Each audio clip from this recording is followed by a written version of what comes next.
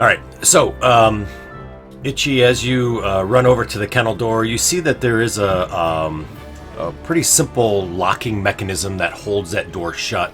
You do see that there's sort of a wooden walls that are there, and there's kind of big slats in between them. Not enough for the dog to get through or for you to get in, but definitely something where you could poke at the dog if you wanted to through the slats. And they are kind of sitting there sort of barking kind of insistently at you, trying to get your attention or to obviously say something isn't right. So, and Iche, you're first.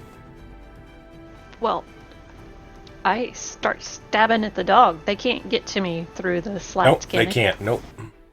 Well, I start stabbing the first one. All right, sounds good. Is this reminiscent of when you were first born with all of your litter mates around? Nice, so you stabbed the dog. I didn't rage, but that's okay. All right, gotcha. 3 XPs, right? So you take a stab at the dog, and the dog kind of yelps, and kind of hear it yelping at you.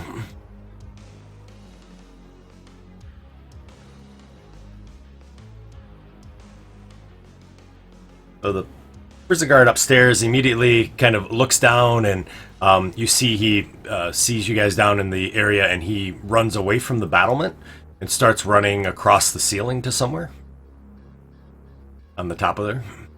The other mastiffs continue to kind of bark. The other prison guard on the other side yells, "Hey, you! Where are you guys? What's going on?" And you see him kind of step over to the edge, and you see him fumbling with his belt as he's working with a crossbow, trying to get it to square up. Harry. So he's still kind of like not seen us, the guy all the way over on the other side, huh? He saw you, and he ran back onto the ceiling where you can't see him. He's like running across the roof. Oh, I mean the guy down at the end there. Yeah. So the one did. The other guy's kind of looking. Yep. The one I'm turning is the one that hasn't acted yet.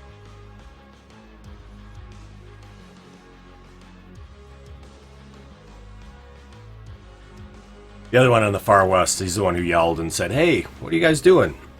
I'll move to there. Okay. So this is a fountain. The edge of the fountain is about 2 feet high. Definitely could be used for cover for someone small.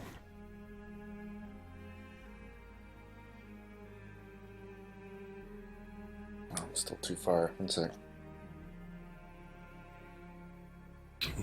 And as you run up and stop at the fountain there and look, you see there's a statue of Mitra, obviously the god, and you see there's an inscription there that says, "Thus justice has been done." I'm gonna mage armor and then hide as a bonus action. Okay.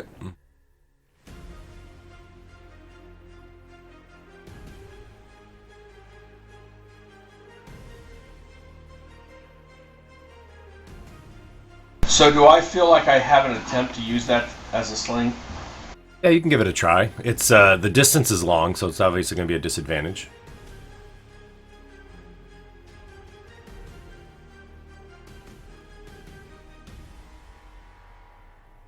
Okay, I will. I'll attempt it. All right. Yeah, because it's still considered improvised, so it would be 20 for normal and 60 for disadvantage. Actually, you may have to get closer.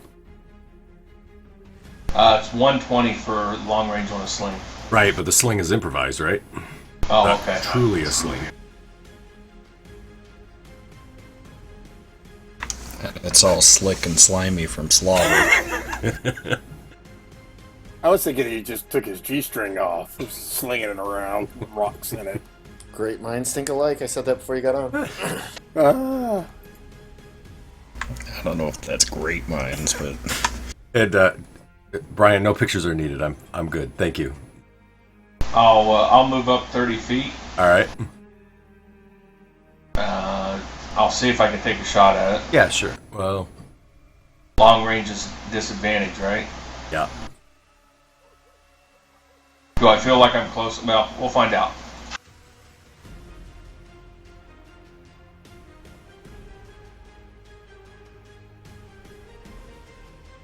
So you try, and you're still trying to figure out that sling, so it kind of goes flying and kind of hits the wall that's over there. Okay, and don't think I have a bonus action yet.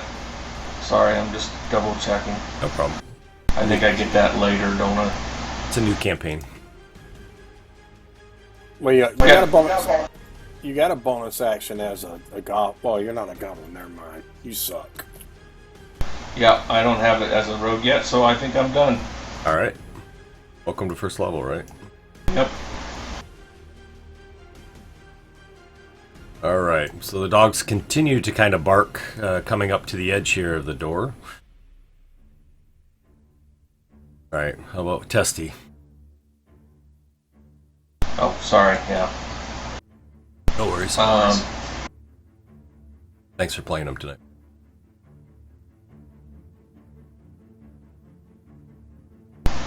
He will throw...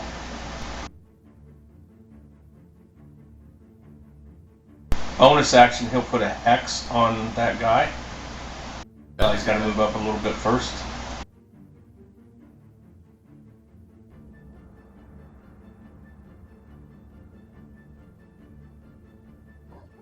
And then he'll hex the one that's fumbling for his thing. Okay.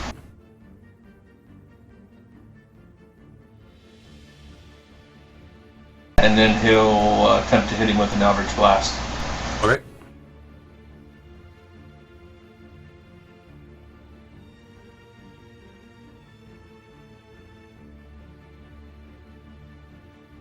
And hopefully the hex works the way it's supposed to. That's a hit.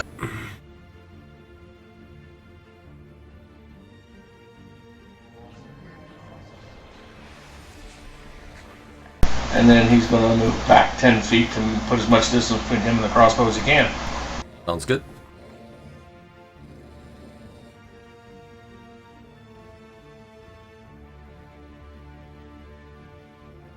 All right, balls. I'll run to there. Okay.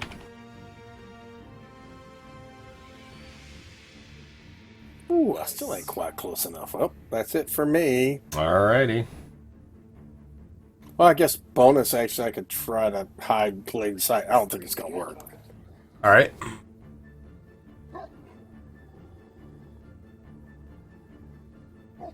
You don't have the dinger thing on, by the way. I was just gonna ask. I just sent a message to someone. Thank you.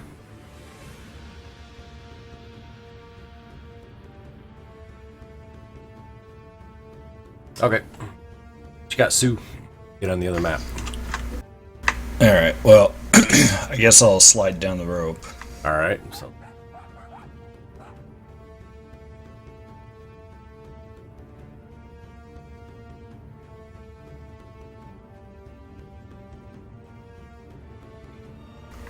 And,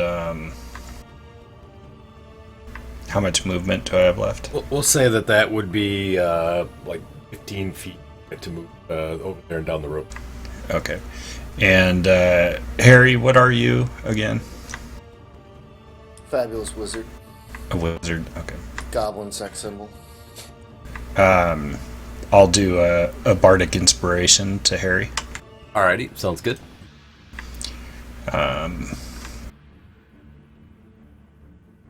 You'll have to roll that manually if you want to use it, but you can use it for anything for 10 minutes. Okay, thanks.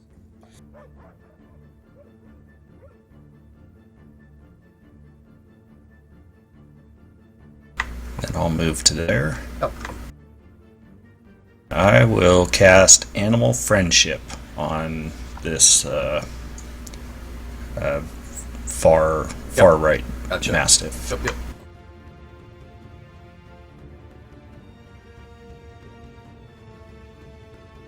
Son of a bitch! Want to be your friend. That's one of my only 2 spells. Come on. Alrighty. So you see the other guard kind of runs over to the tower, and then he sort of stops again and kind of runs back to the edge, and you see he's kind of fumbling with his crossbow as well. As he's trying to get it together. Grumblejack kind of comes over to, looks at Iche and he says, Oh, I can't reach. Open doors. Move out of the way.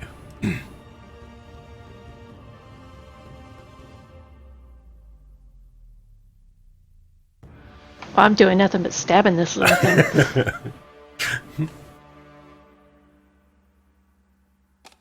That's a hit. Yeah, so one of the dogs goes down. So if I move around the corner, can I still stab him from the other side? Oh, yeah. Yeah, it's open all the way around. There you go. Thanks. I was trying to get you a mount there, Bailey.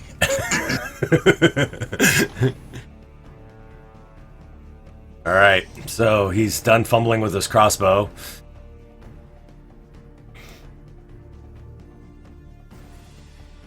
And he takes a shot at Ssue. What? Not Ssue, sorry. Teztsz. Sorry. I gotta get used to the names. Oh, he misses. Harry.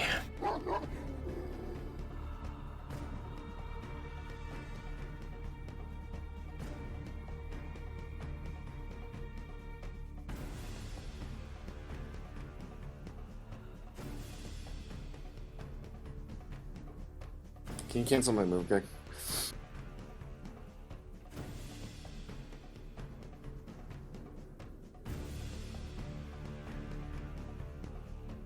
I'm a hot mess. Cancel it. You are a mess. What's going on over there? I'll move to there. All right.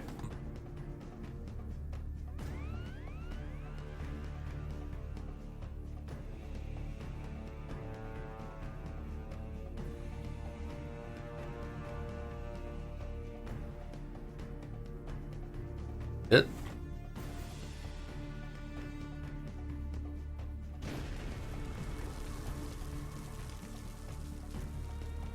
We can talk, right, as a free action. Yeah. Yep. Grumblejack, forget the dogs. Open the gate. Open the main gate. All right. Squeak. I'm going to run 30 feet this way and try and take another shot at that guard again. Alrighty.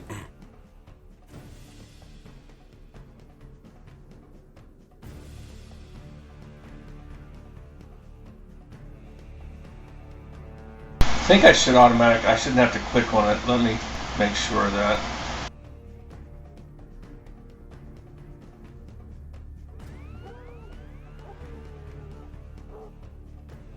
And I'm done.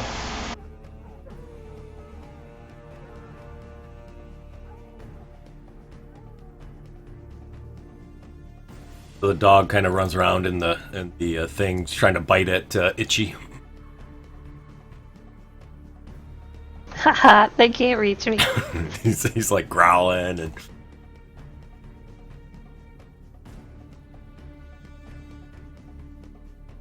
I'll try and hit it again with the Eldritch Blast. Yep, sounds good.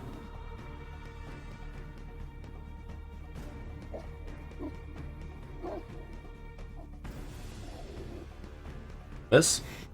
And I'll move up 30 feet. Alrighty. And he's done. Okay.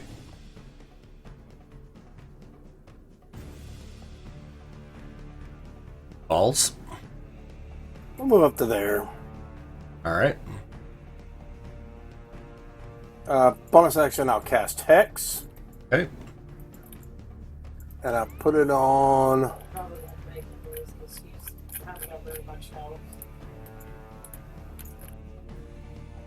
Prison Guard 6. Okay.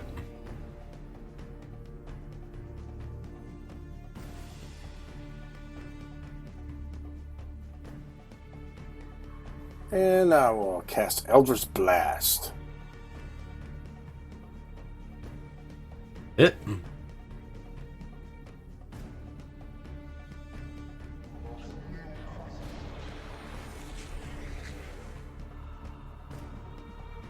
Alright. So Grumblejack looks at you and he kind of nods his head, Ssue, as you kind of yell that to him. Okay.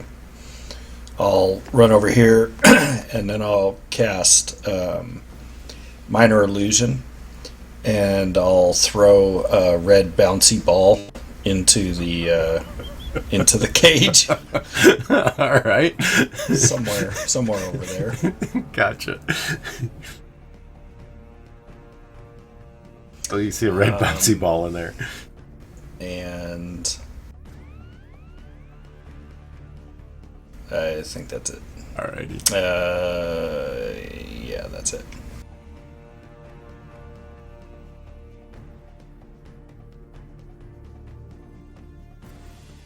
All right. 28 takes another shot over at Teztsz. Or he takes a shot at Teztsz. And he misses as well. What's your save for that? Disbelieve it? Forget. Intelligence. Is it intelligence? What's the DC? There is none. It's Just says minor illusion.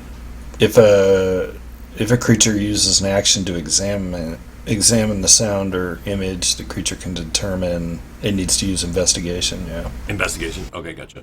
against the spell's DC, so it'd be a 14. 14, perfect. So as that appears, Grumblejack looks at it and he's just watching it kind of bounce up and down. Oh Jesus! And he just continues to kind of watch it and he goes, "Oh, look, cool." Oh. You idiot! Open the doors. Squee, tell your pet to open the door of the gates, not the dog pen. Suddenly, you see that the Mastiff now is like trying to bite the ball as it's bouncing up and down. Itchy. Right, I'm gonna try to stab it, Okay. and then I'm gonna punch it. Okay. Wow. Nice stab. It's dead. I'll step forward, Uh-huh. and I'll try to punch the other one Alrighty. as my bonus action. Sounds good. Am I proficient with unarmed strike? Yes.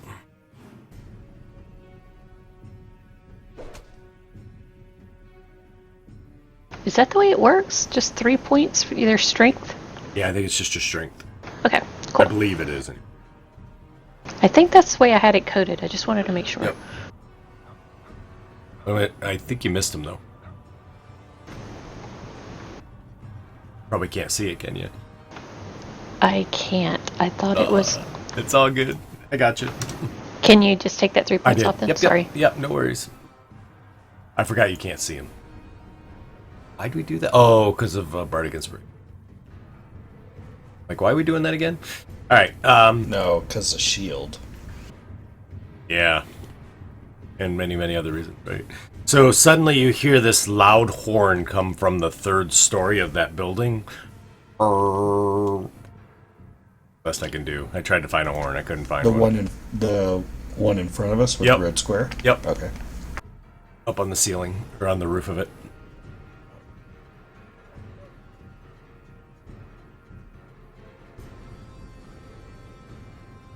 See, Six suddenly starts running the other way, and he's yelling, "They've escaped! They've escaped!" After he hears the horn.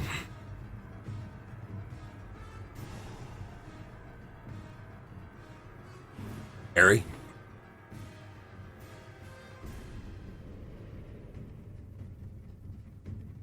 I'll move to there. Right. Peek out around there and hit one of these dogs. Okay.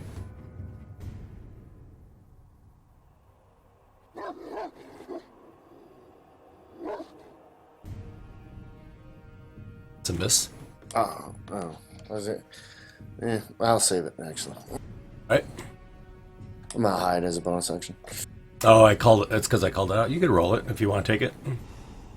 No, I'll save the inspiration. I called it too early. Sorry. I'll save it for something better. That'll probably end up switching back because I always forget. Squee. I'll move up to the wall here. Okay. Okay.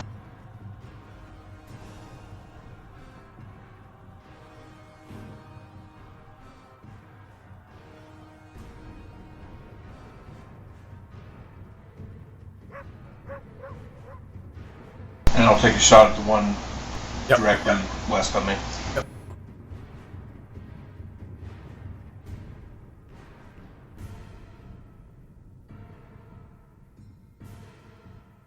That's a hit. Nice job.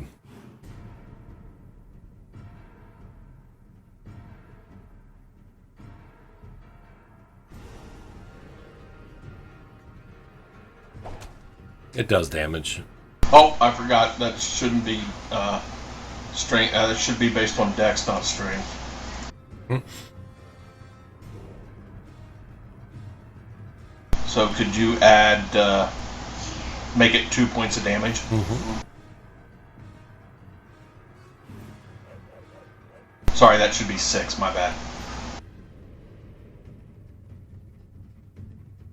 Because my dex is +4. Gotcha.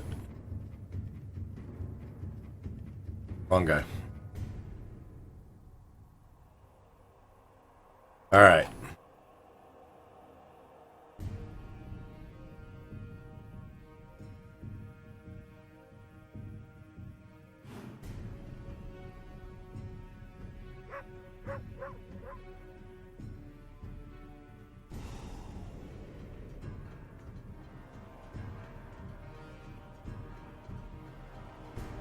Dog continues to kind of bark at you there. Dusty? Gonna move up to the corner and see if he can hit that guy with a blast again. Sure.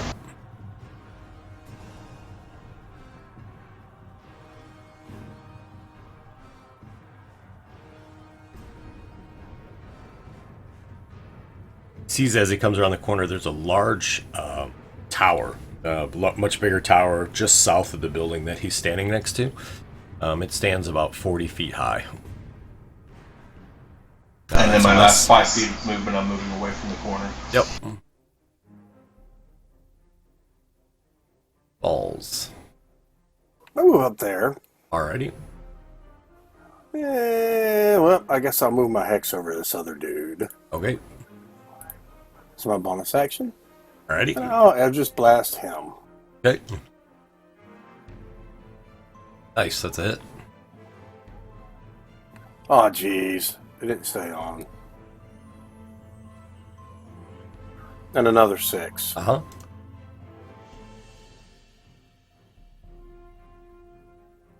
Got it. Ssue? Alright. As a bonus action, can I make the ball move where I want it, or doesn't Can you do it that with say? minor image? I can't remember if you can or not. I'd have to look and see. Does it say in the description? I don't have the spell in front. If it says you can in the description, you can. I don't think you can. I think that's different. Let me see. It doesn't really say. Yeah, no, it's there's another. It's one of the other images that you can move it. You can't move the minor image. Okay, alright. You could recast it. No, that's alright. Okay, gotcha.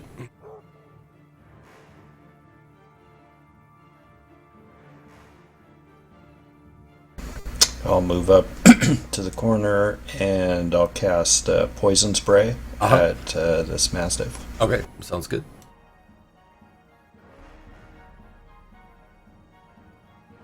Fails. Nice. Kill it. And then I'll move there. Gotcha.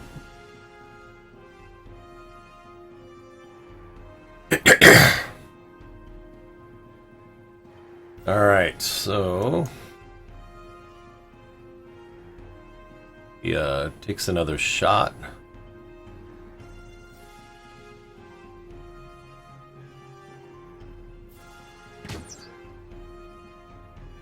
So he hits Teztsz.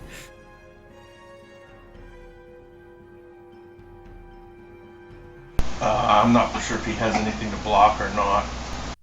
Oh, it's a critical, so Yeah, probably it's a makes a crit. difference. You guys see Teztsz goes down.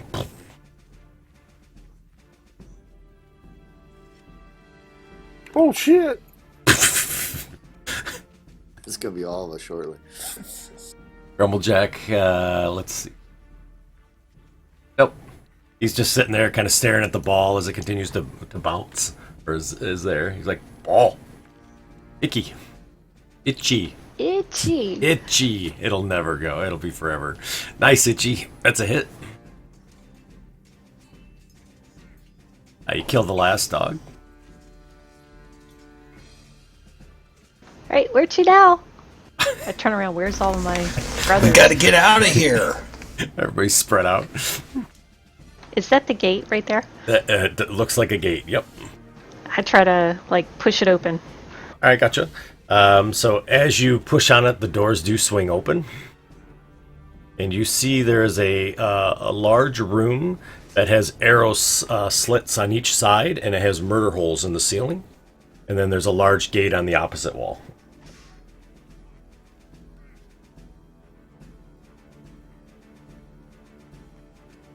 I don't see that guard right there, though, right? He's Oh, on the no, roof. yeah, he's on the roof. I'm sorry. I'll move, by the way. I forgot that was there. All right, and yeah. Where it says C for ceiling, that's actually the murder holes. All right, I found the exit. All right. So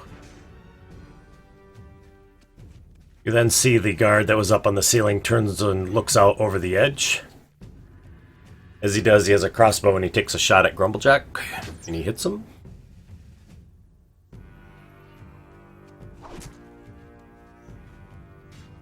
So that guard is up on the ceiling. I'll flip him up. Or he's up 30 feet up. So flip him over. All right. Squee, you see number 6 kind of runs into the tower itself. Runs through the door. Harry.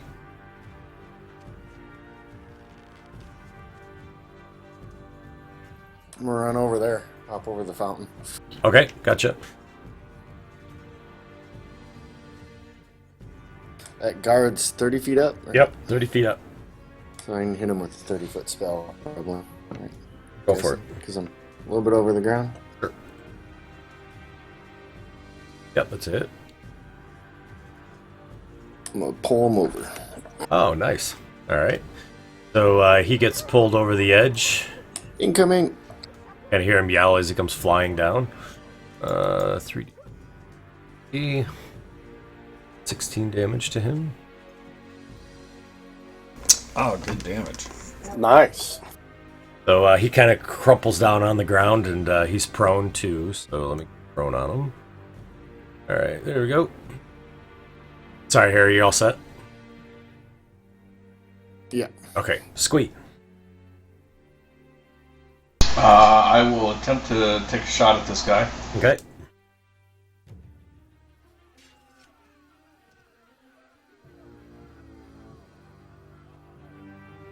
So you throw another kind of rock at him, and it misses.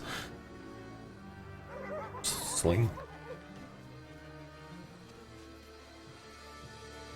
I'm going to run down this way, and I'm going to yell over to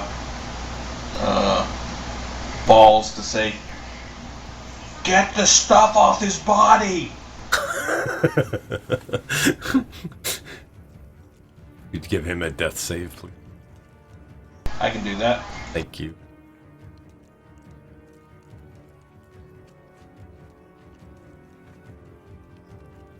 Sorry, should I be dragging that to the tower, shouldn't I?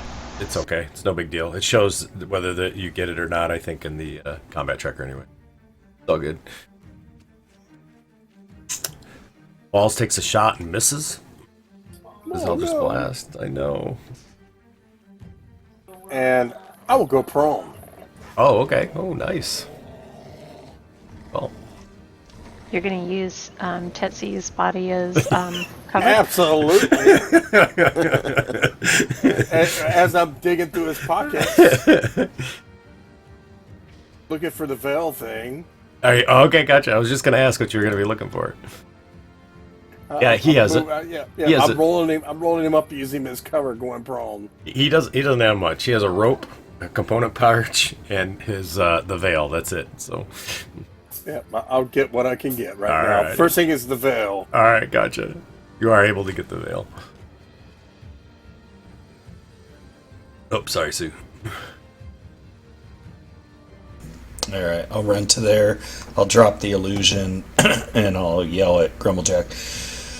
Grumblejack, smash! Smash that guy on the ground over by Harry, the one laying next to the wall on the other side of the fence. The more you Dead talk, dogs. the more you talk, the more confused he looks. All right. So, oops, let me back up a little bit. Here we go. So the guard sees balls collapse down to the ground. He sees Squee running away, and he sees this other guy running towards balls.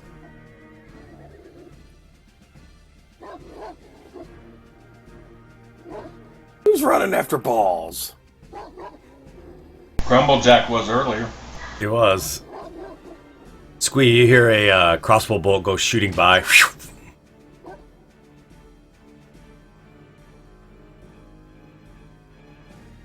Okay, why do I continually get this pop-up for fucking Microsoft Store for Sirenscape Fantasy? Oh, because you have sound clicked. Click sound off on your... Okay, thank you. Yep, no problem. So Grumblejack runs up and looks at Harry and says, "He talked too much." He tries to hit him and misses. Yeah, he tries and misses. Itchy. This guy's worthless. Can I, like, jump over the top of Harry and land on that dude? Yeah, if you give me an acrobatics and you make it.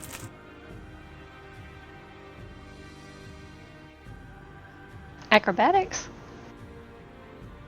Oh, you want to do athletics? Sure. Yeah. Yeah, I'll let you do it.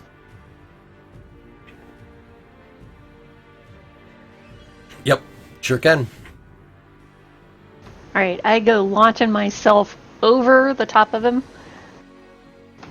and start pummeling him with my fists. All right, sounds good.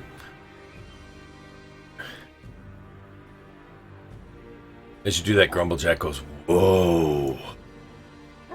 Nice hit."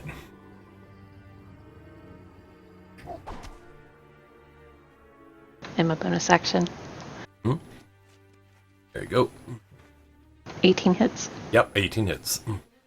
Nice job.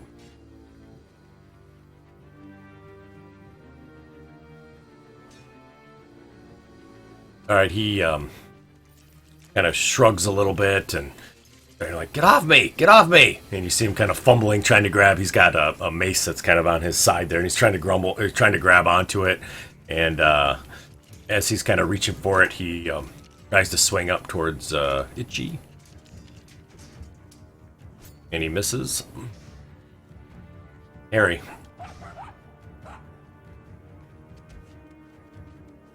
I'm gonna toll the dead him. Alright. Oh, he succeeds. Ooh, I can't use Bardic Inspiration for that one, I don't think. Yeah, Roll you your can. check Can saving you? Oh, throw no, it's not. Yeah. or attack roll.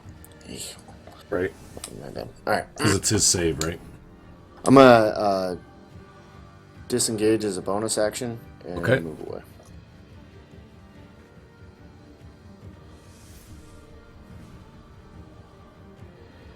Move to there. I think that door's still closed, right? Just one of them's open. God, you had nimble escape. I'm like, how can you do that? Yeah. Alright, I'll move to there. Yeah, yep. It's only fine. Yeah, just the one door's open. Yep. Alright, Squee.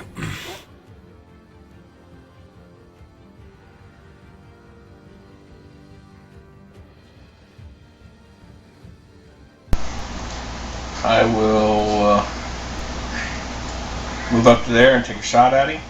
Okay.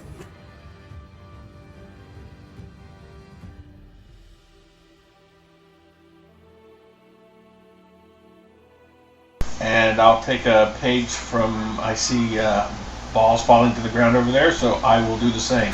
All right, sounds good. I don't have that on my character sheet, though. I got it. Cool. And I'm done. Alrighty. Do you mind rolling another death save for Teztsz, please? I'll roll my natural 20. Alright, I'd love it. It would be great. Or not.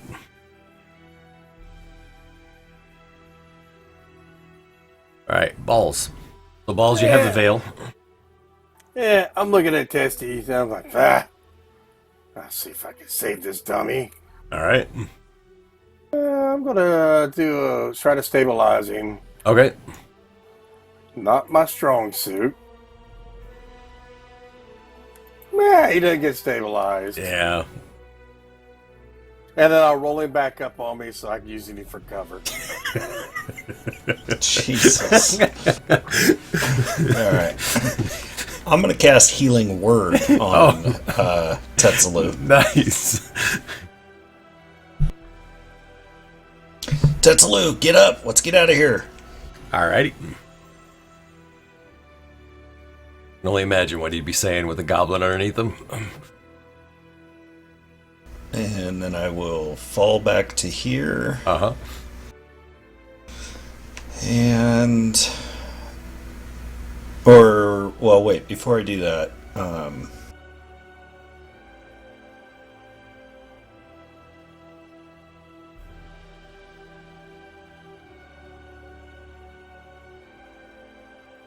yeah, before I do that, I'll cast Bardic Inspiration on balls. Okay.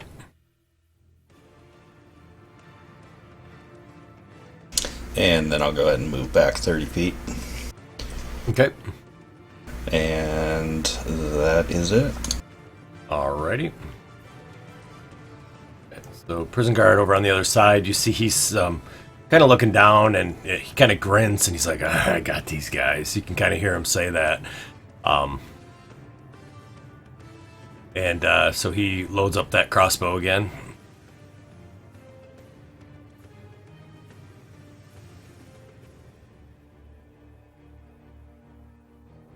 Takes a fire. He fires at Squee. Misses again. Grumblejack takes a key from Iche there and decides to kind of pummel on the guard that's on the ground there next to him again. Oh, I thought you were going to say jumps on him. I was going to, but I was like, I don't want to hurt Iche. So... And he keeps kind of pummeling, and you see his head kind of turns to the side, and he just keeps pounding on his head.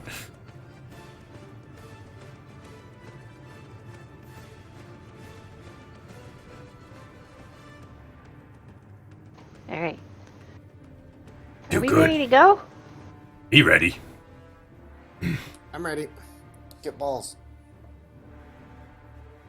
Get balls? Balls. Help me, get him off! All right, I'll sprint to the other door. Alrighty, gotcha. T, you're on my balls.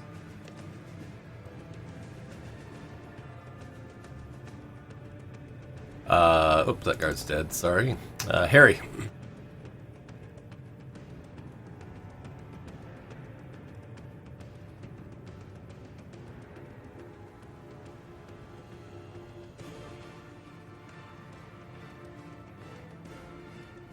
Move to there. Okay. I shoot at this guy. Oh, a little further. Alright. There we go. I'll shoot at that guy. Okay. It's a miss. I'll use my bardic. Okay. Thanks for reminding. Yep, that's a hit.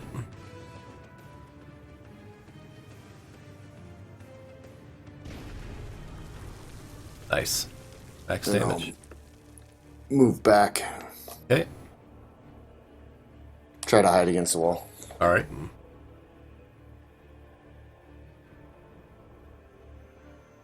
I will stand up Okay. and move my 15 feet to there.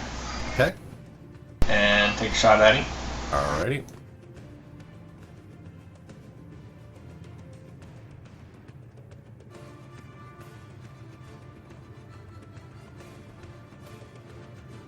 That's a hit.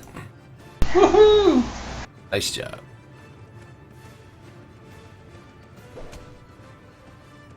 Nice damage. You also got max damage. Nice. Do I get a 50-50 chance of him falling this over the wall this way? No. I like it though. I wish you could. He had the thorn whip. That's the only reason why the other one fell over. And yeah, I guess I'm done. Alright. Teztsz will stand up, brushing Ball's hands out of his pockets. Although it's too late for that, I think. And he'll move and dash.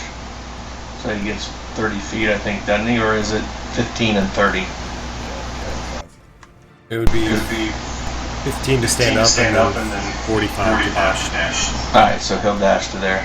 I gotcha. And yes, that guy did fall over the edge. I didn't know he was dead, so yeah, he fell over the edge. Okay. I see what you were thinking. I stand up, Alrighty, Balls. look around and survey the situation. Alrighty. I look at my brother Harry. I'm like, "What are you doing?" Going out the door. Hey, there's a crossbow over here. I start running. Alright. Where? Grab it for me. And a mace.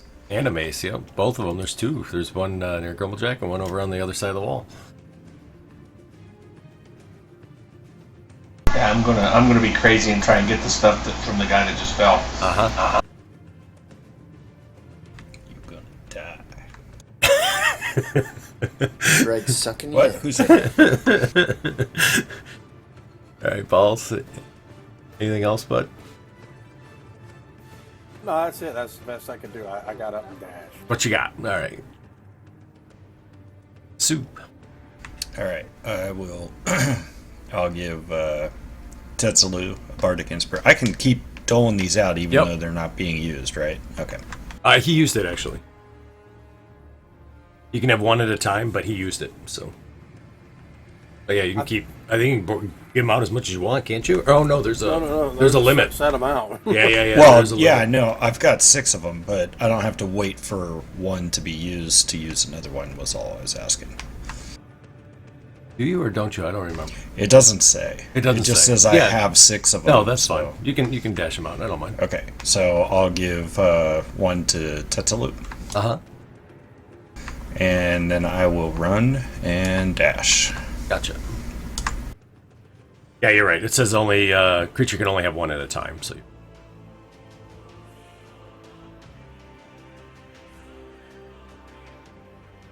All right. And that's my dash. Okay. As you start dashing, you see the doors to the south open up, and 2 guards kind of peer out after hearing the horn. And those doors are now open, and they immediately see you guys kind of running across, and Grumblejack kind of smiles at them, and they're kind of fumbling for their weapons as well. Grumblejack says, We go? He runs to there. I'd tell them to go get those guys. Well, we run, but whatever. Oh, I'll delete it. And he reaches over and grabs Harry. You okay with that, Harry? Hey, we need to get the crossbow. Crossbow. Don't forget the bolts. Harry, if you don't want to be grabbed, I need either an acrobatics or an athletics. Alrighty, well that answers that. And he throws Harry. And it's more of like a hand slappy type. Don't touch me, don't touch me. Yeah, right. And Harry, you end up over there. He says, I'll get the others. Get the crossbow. And he starts running across the courtyard. Itchy. Alright, I'll try to push this door open. Yeah, it's not locked. So you push the door open, and as you do, you see that there's a road, and I'm going to share a map for you. Share it for everybody. You see that it's a long, winding road that continues down the island, and then there's a long bridge with a gatehouse and a portcullis at the end. And the portcullis is down. So we're down at the south? Yep.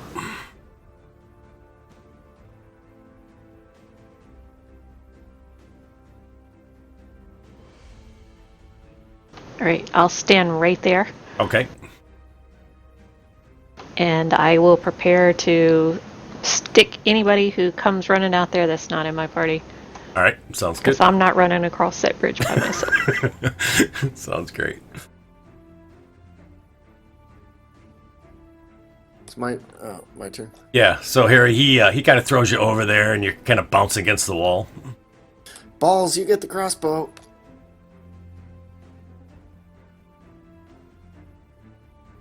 I'll move here and kind of hide behind that door that's still closed, I guess. Or Yep. are they both open? No. They're... And then I'm gonna cast. It's coming. They won't have this issue.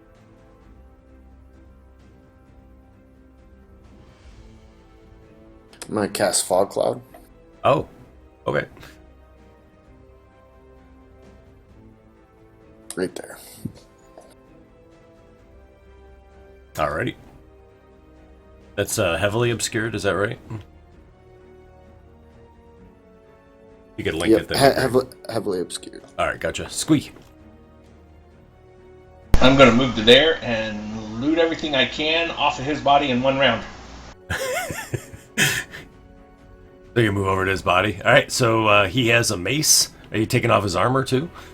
No, that would take too long, right? Yeah, it would. That's what I was asking. So I'll loot everything off of it that I can. Any loose weapons or anything like that. Yep. So he has a mace. He has a crossbow. And he smells heavily of alcohol. Yeah, I'm not worried about the alcohol. Alright. He does have a pint sitting in his cloak there. And can you roll me a d20?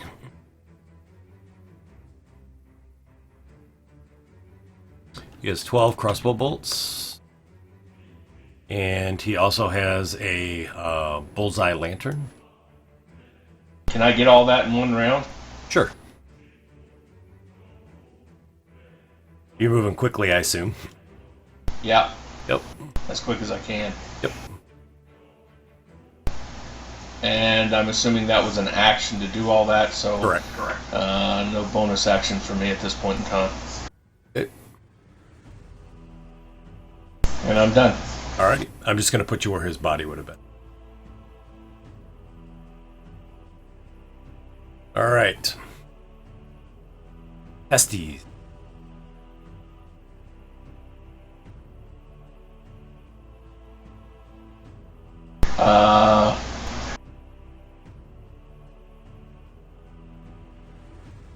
Move 30 feet to there. Okay. I gotta check and see if he has anything that's gonna be helpful right now.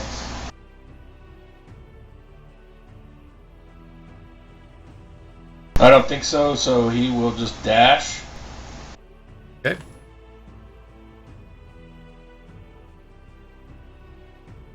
To there. Alright.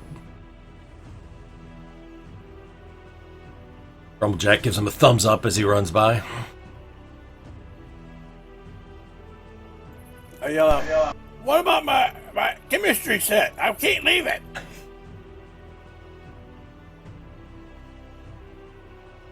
I moved there. Alrighty. Bonus action. Yep. I put my hex on guard 14. I think you'll have a hard time seeing them, actually.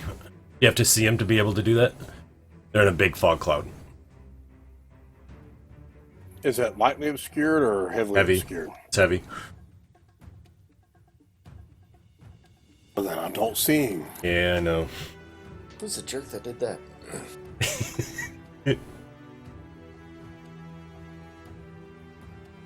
My chemistry set. I got it from Dr. Bill Nye. He's a science guy.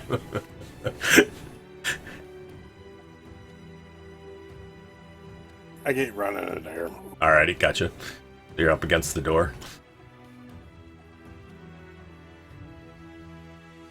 I guess I could just still shoot him at my Eldritch Blast. Oh, no, I can't. I just dashed. Right.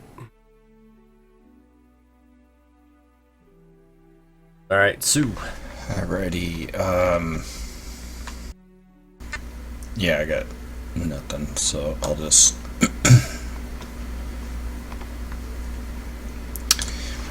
I will just dash on to the beginning of the next map. Alrighty, sounds good. It'll be, and you're going the full 60s Yeah. on the next.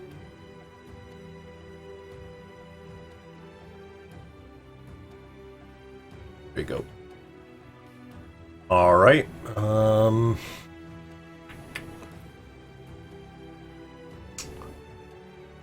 the prison guard immediately, as the fog kind of gets in there, you hear the prison guard yet. Oh my god, they got magic! And you hear kind of like rocks crumbling around and whatnot as he's moving about. The other one does the same.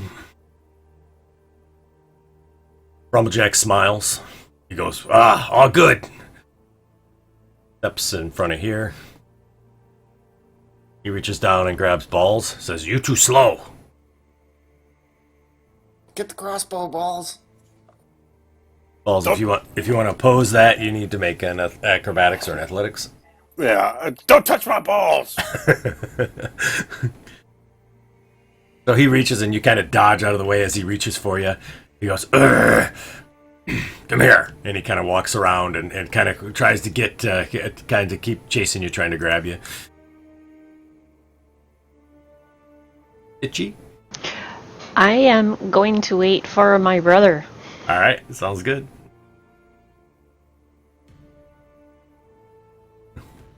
I'm gonna ready a firebolt if I see anybody come out of that fog. And All right, sounds good. Waiting on balls. Squeak. So I've got my arms full of all this crap now, and I'm going to start running and dashing down this way. You do, and you're like, "Where is everybody?" All right. I'm like a kid with like 4 Christmas presents at one time. You know, they take them all into their arms and run like crazy. Right. And I'm yelling, "Yeah!" Right. Hasty. Teztsz will step over here and do the same thing, get any weapons and stuff that he can real quick. Okay, sounds good. So this one has a horn. If you can roll a d20 for me as well.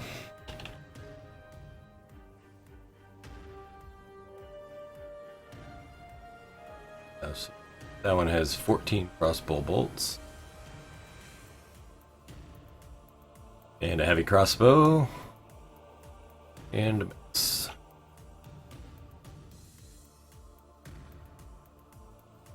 Ooh, heavy crossbow ain't gonna do me any good. Yeah. I'm not. And then 15 feet back to the door, and he's done. Alright, sounds good. Alright, balls.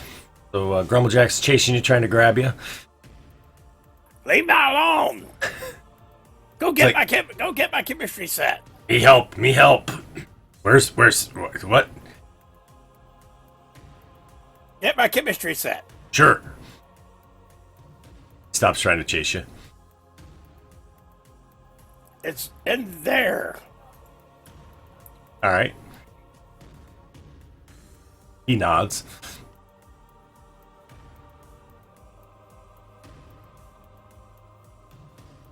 What's the little arrows, red arrows for? Doors open or closed. It's the position of the doors. Okay.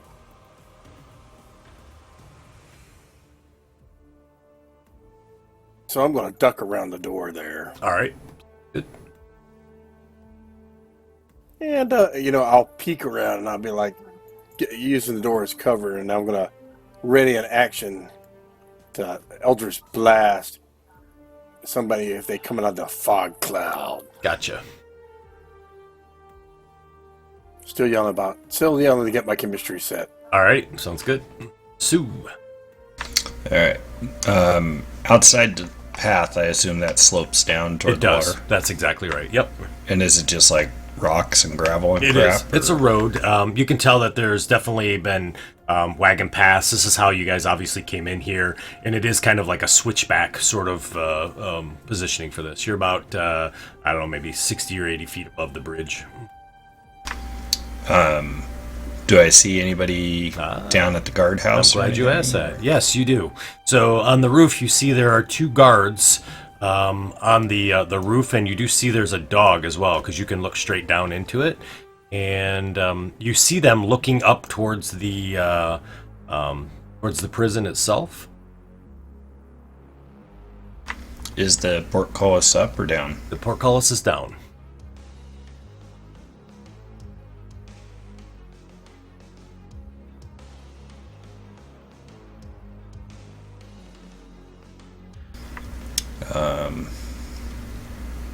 Okay, I'll yell that information back to the group. Okay. There's 2 guards on the guardhouse at the end of the bridge, along with the dog, and the portcullis seems to be down.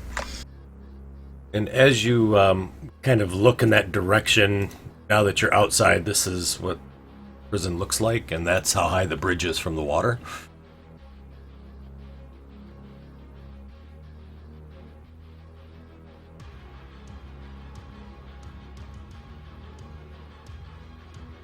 Alright, I'll just kind of move up to the edge of the path and see if I can find some big rocks or something to hide behind. Or Sure. whatever. Yeah, there's definitely rocks along the edges there.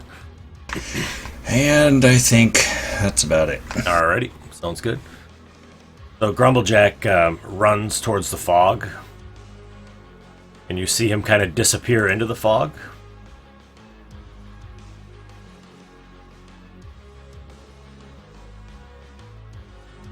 Iche. Balls, come on, we're waiting over. So I'm just gonna stay there and wait for Balls to come out. Alright, sounds good. Ssue, as you're kind of standing there hiding behind some rocks and stuff, you see the guards down there, and you see them kind of moving back and forth. They obviously are on high alert. They must have heard the horn or something of the sort. And can you give me kind of a stealth check for me, please?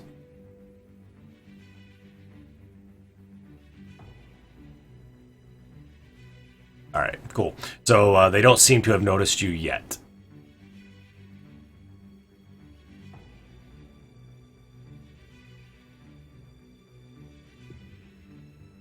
Harry. Hey, Balls, what's taking so long? I'll ready another action for a firebolt. Uh-huh. I need my chemistry set. Oh, I need my kid's book, too. I need my horn!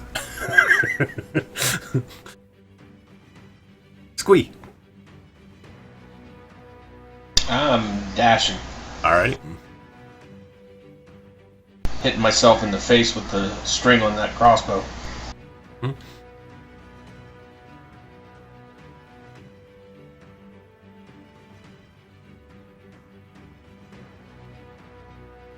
All right, Teztsz. He's going to dash to there, carrying that crap. All right.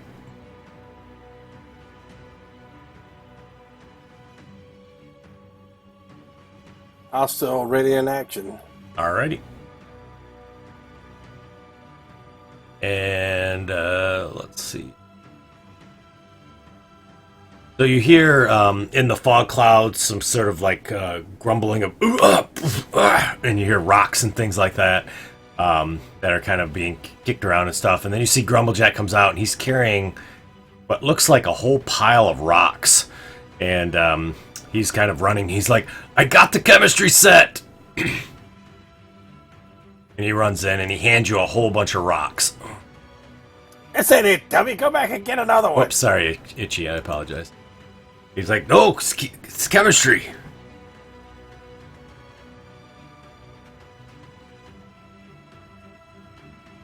We need to Did you take out any of those guards getting the set? He looks around. He says, no.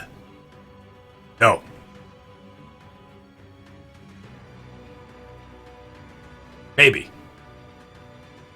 I don't know. Itchy. Still waiting. Uh-oh. Balls is in trouble now. Right? I can't pick him up, but I'll run in there. It's time to go. You can't cuff him across the ear. We allow that. I need my chemistry set. I got my formula.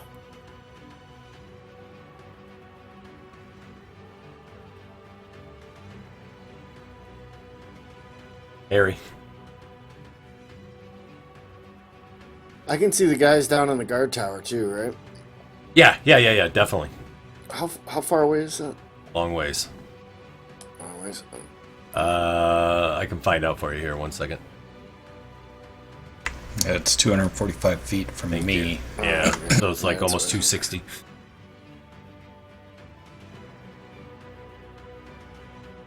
Come on, balls. We'll come back for it.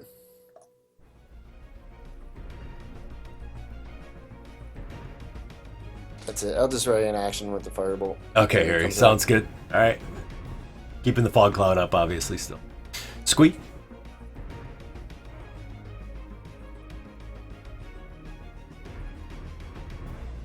Squeak, you come around the corner. Grumblejack almost hits you, and he goes, "Oh, sorry." I'll dodge between his legs. Sounds good. My ready action might go off. Oh yeah, it does. That's right. Go ahead and do. God, what would that be? I guess athletics. I don't know. Trying to think. Yeah, we'll do an athletic. What's happening? I need you to do an acrobatics as you see Ball's leg swings out to try to trip you. Well, I was tripping anybody to run through the door. Oh, were you? Oh, I'm sorry. Well, you should have got Grumblejack then. Oh, well, I didn't figure I'd do that. I was waiting for my chemistry set. Ah, gotcha. All right. So, yeah. So you quickly jump over his leg as he swings it towards your Squee. I've worked with these guys before. You have worked with these guys before. I got a crossbow here. Does anybody want it? Is it a light or heavy? Heavy. It's Nope. very heavy. It's a very heavy crossbow. I carried it for like 20 minutes to get it over here. Grumblejack says, "I have chemistry set." No, you don't, stupid. Teztsz, let's go. Oh, sorry. Yeah, so He'll be on the next map. if the plan is we're leaving, he's heading that direction. I put him on the next map. He's All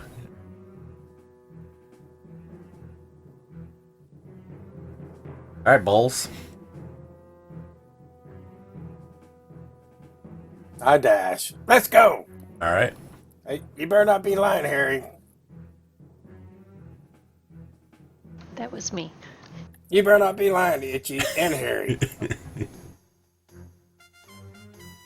I know if you are. You're gonna have to mark the other goblins' movement. What other goblins? You're moving Itchy.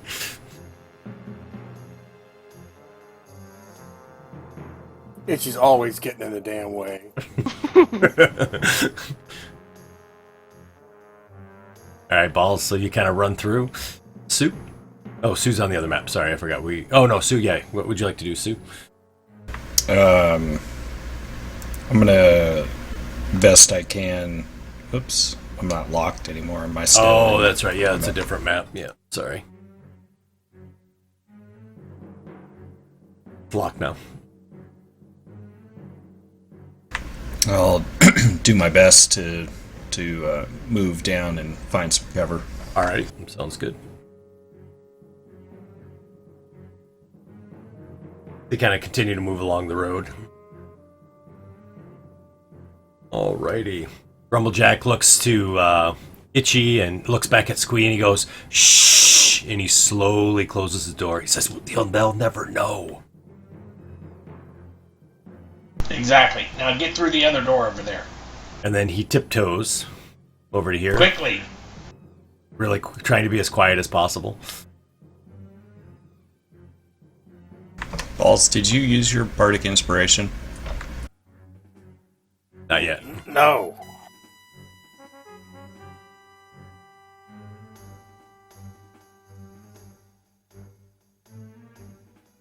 And I'll smack balls on the back of the head as I run by. Okay, sounds good.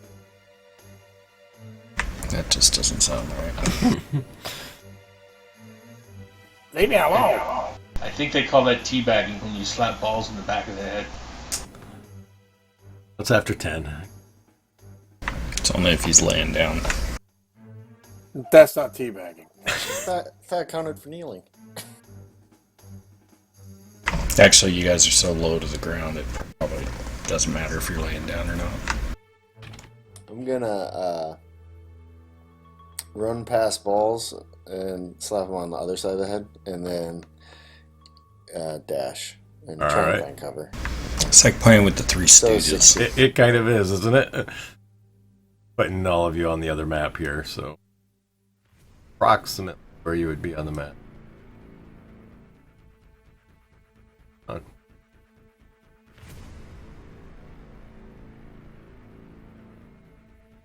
There you go. On the other map, that's where you'd be located if you have the map open. We You can need to open always it, let me know. swim. Can swim, yep. Yeah, I was debating that. No frickin' swimming.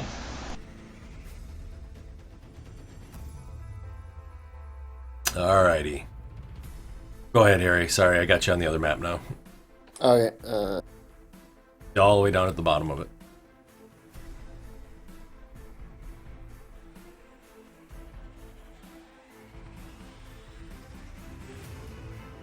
I'll run up to there.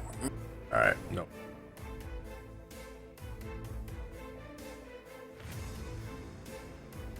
Okay, Oh, I moved around. I got you. I got you. No worries. Alright, Squee. Doors are closed. Grumblejack was tiptoeing.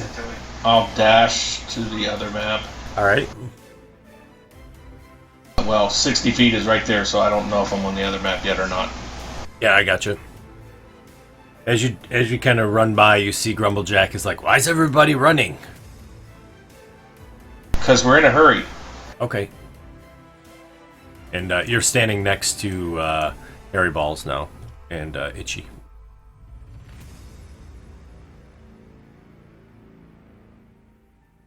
How long does your concentration stay up? Is it a minute?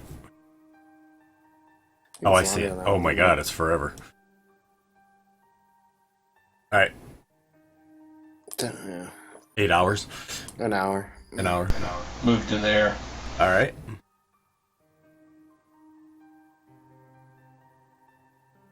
And that's it for him. Alright.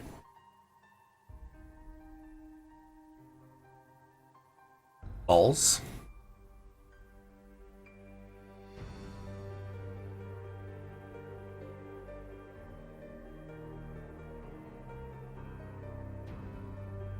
It's 15 more feet. But as I run by Harry, I smack him in the back of the head. Alright. Sounds good. And I yell, stupid. I didn't forget my chemistry set.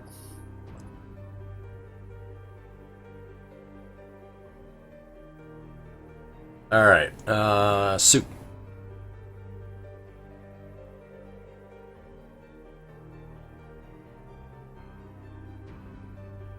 I remind everybody that there's guards and a dog down there All on right. top of the tower Yep. Sounds good. as they kind of group up. Yep.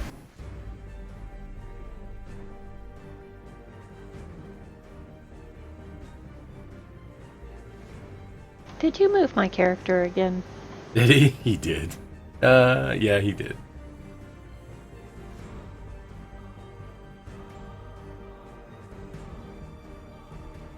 You're horrible.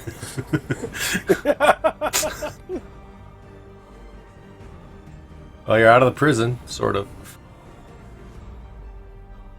Grumblejack comes running through, and as he comes out the door, he closes the door behind him and runs up next to Iche and Ssue, and he says, I help! And he grabs onto Ssue. Ssue, if you don't want to be grabbed, I need acrobatics or an athletics. Nope, I'm okay with that. Okie. He's gonna throw you. God. And he throws Ssue. Ssue, I need you to roll me a d4. A D4? Yes, please. Oh, alright, cool. So he throws you over here onto the rocks. Says, we go swimming! Do I look like I was built for swimming, you overgrown toadstool? He smiles at Iche. Big I'm grin. going to say no to that because he has no feet. Iche? That was an answer to your question. Okay. Oh, okay. Sorry, I thought that was from Greg. Nope, not for me. No, it's from Sulex. I'll sprint up there with the rest of the group. Alrighty. Hey, the big ogre threw Ssue into the water.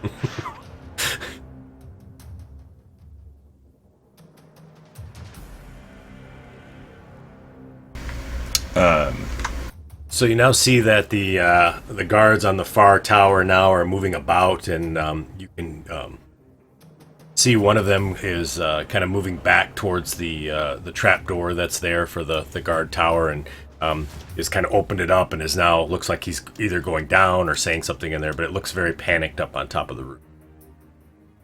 As Balls comes close to me, I'll say, Balls, let me have the lockpick set. No. Please? Oh, you said the magic word. No. There you go, running down the road. Yeah, I'm gonna stick a wet finger in Itchy's ear as I go by. I believe you guys actually I got like out it of when you prison. do that. Oh my god. What have I created? Is there any possibility of climbing back up this thing, or am I just Oh, yeah. going on down? No, you can. It's just difficult terrain.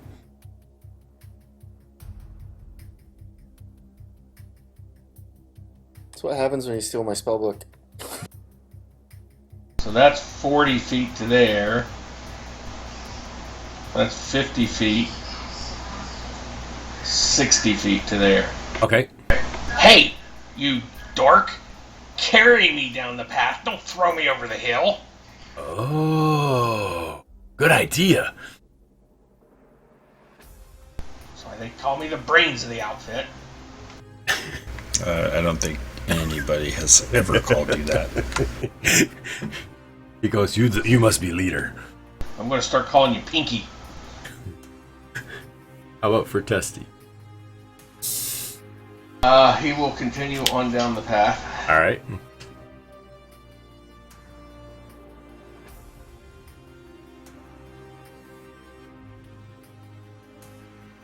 And then he's done. Okay.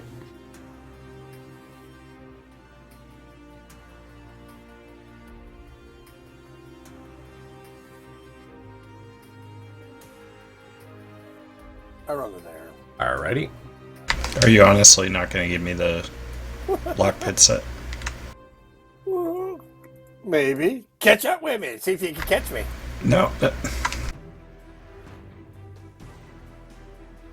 Alrighty. 2, you're up.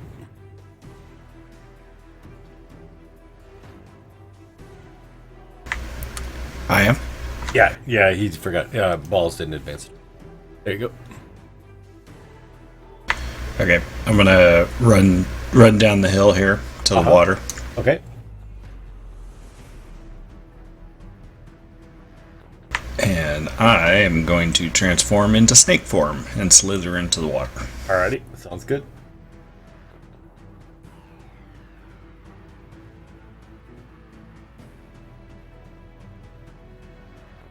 You see Ssue kind of transforms and now is in the water.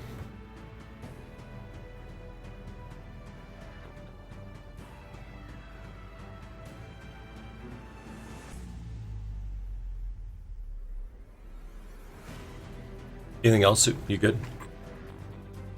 Oh yeah, I figured if Balls didn't have to forward the turn, I don't have to. Hey, if he turns into a snake, does that make him like one half type druid? So you now hate his character, Greg? I'm just curious there. Just a half. I just half hate him. So he picks up Squee. And Squee, he puts you underneath his arm and in his armpit, and he holds you really tight, and he's running with you. Smells remind me of home. Yeah. Suddenly you hear the sound of horns inside the prison. There's several of them going off at this point. Can we determine how many? Yeah, you can. So, go ahead, Iche, sorry. No, that's okay. I just sprint up behind Balls. Alright. So you're kind of running down the path as well. Harry, go ahead and give me an intelligence check. Just a straight intelligence check.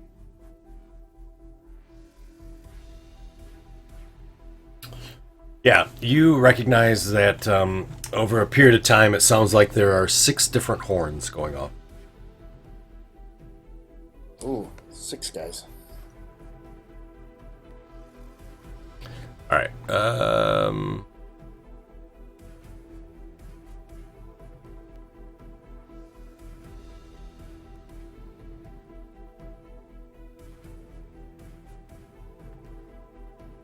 So, Balls, as you're running, you hear this now noise, and a crossbow bolt comes and hits you kind of right in the chest from the other side of the map. No, I didn't. What you got? What you got? I disbelieve. You disbelieve? Yes. All right.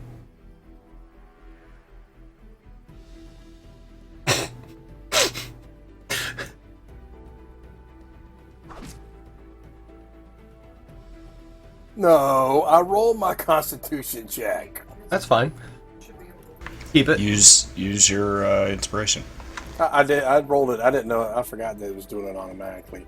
That's okay. No worries. You can keep yours. That's fine. You can put it back on. It does roll it automatically, though.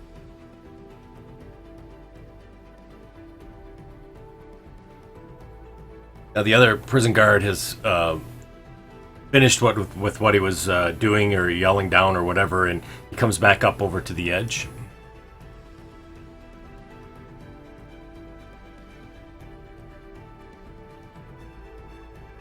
Takes a second. He takes a shot, and it goes wide, Balls. The massive, now you can hear him barking off in the distance. Harry.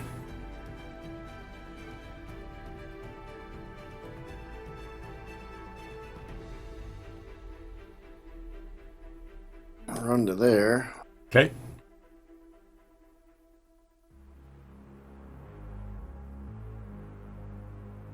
Yeah, it's very quiet, but it's definitely out in the distance. You can hear him. Ooh, not close enough. Alright, I got dash. I'm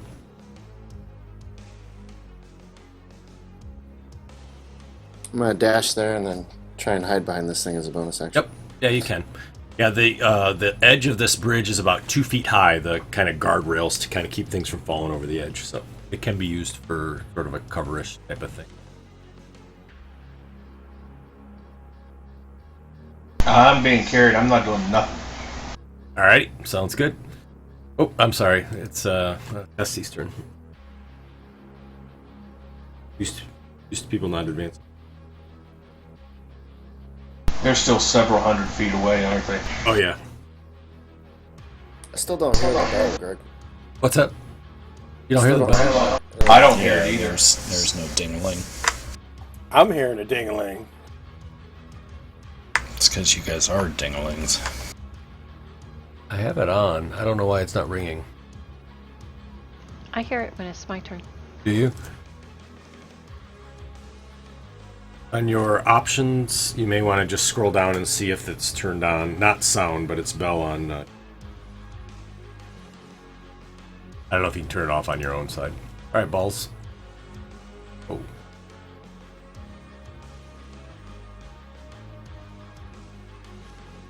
Oh, not quite. Well, I'm just going to continue with a dash Alrighty. to there. And as I get there, I drop prone and now like roll behind if there's any cover. Yep, there is that little ledge there. It's about 2 feet high. I need to get a little bit further up, get my 30. Gotcha. There. I need to be at 90 feet. I think I would have made it if you'd have clicked on my thing. I did click on it. No, I didn't. Oh, okay. There, that's it. And I'll drop prone and get behind some cover, roll behind the cover. And I'll bonus action move my hex to guard 22. Okay. I go slither swimming. Alrighty. Sounds good.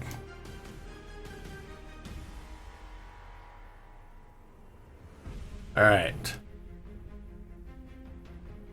Squee, as Grumblejack continues to run down the hill with you underneath his arm, he goes, uh-oh. More pointies. Yeah, you can just hold Squee out in front of him and use him as a meat shield.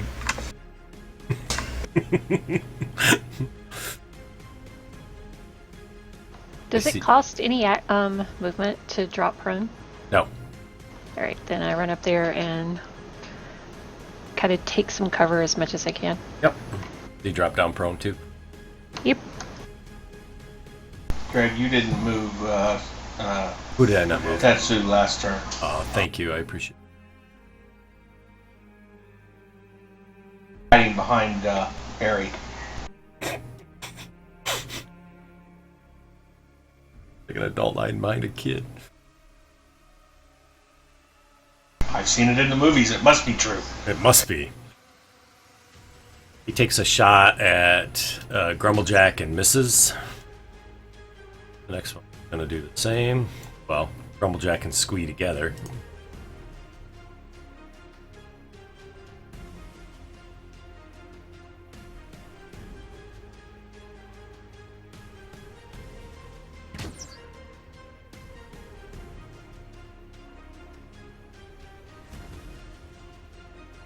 I roll less than 10%, I hit Squee. Oh! Close. Grumblejack takes a bolt to his chest. Oh!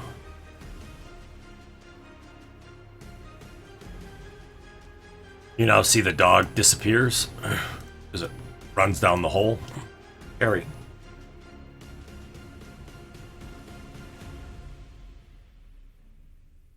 Are they up on top of the building? They are 20 feet up. Oh, you might move me, Greg, please. I don't mind at all.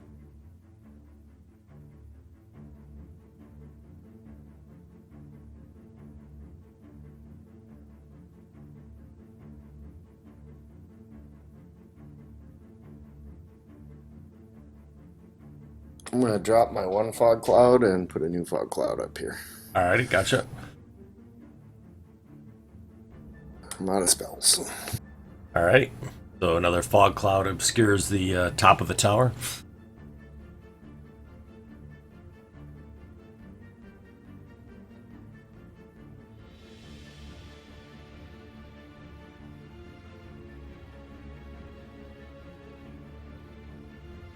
I will give some inspiring words to my carry animal here. Move faster, you big oaf! Gotcha. So we cannot see them now, correct? Correct. They are heavily obscured.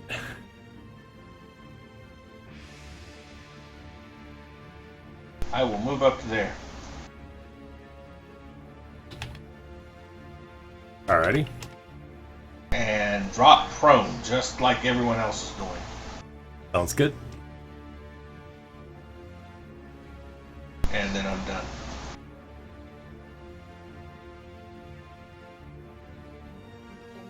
I stand up, Alrighty. take a shot It's all fogged in. Fucking fog. Well, I guess I could still shoot, couldn't I? It'd just be a disadvantage. Yeah, I guess you can. Sure. I protect you, balls. Nah. All right. Candy coating on the outside of an M&M. Misses. All right. Well, then I will move my 15. Belly And crawl. Yep. Well, yeah. Yeah, and drop either fall way. again. Right. All right. Okay, I'll just slither farther on. Alrighty. Slither along. Grumblejack continues to run down the road, this path here, and says to Squee, says, "Should I keep carrying the chemistry set?" No, you can drop the chemistry set. So as he does, he drops you and the chemistry set down. I am not the chemistry set, you oaf. Itchy. Okay, I stand up and I finish. Can you dash after you get up like that? Yeah, you can move a total of 45. Right. Then I get up and run my 45. Alright, gotcha. Alright. So... I trample over balls as I go past. Sounds good. Harry.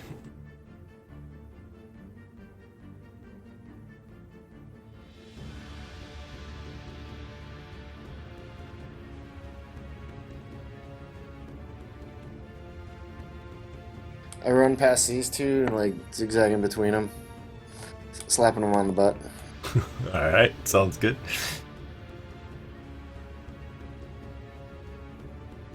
Squee? You're on the ground now. I'm running to there and then going prone. Alright.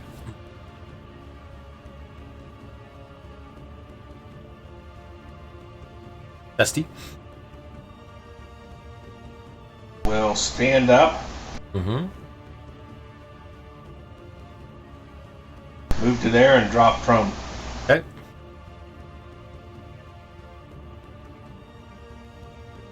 Balls.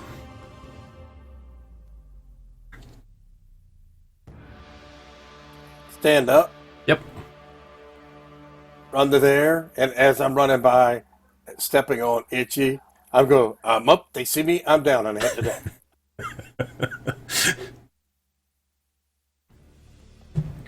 Ssue. Alright, I'll swim under the bridge to the other side. Yeah, yep.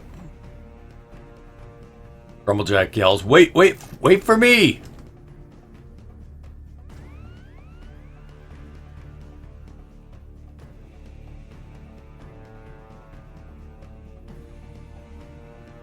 Alright. So, as that happens, you hear Itchy just before your turn barking, lots of barking, and you see a dog that runs on the outside of the portcullis, and it's now like standing there barking at the portcullis on the other side.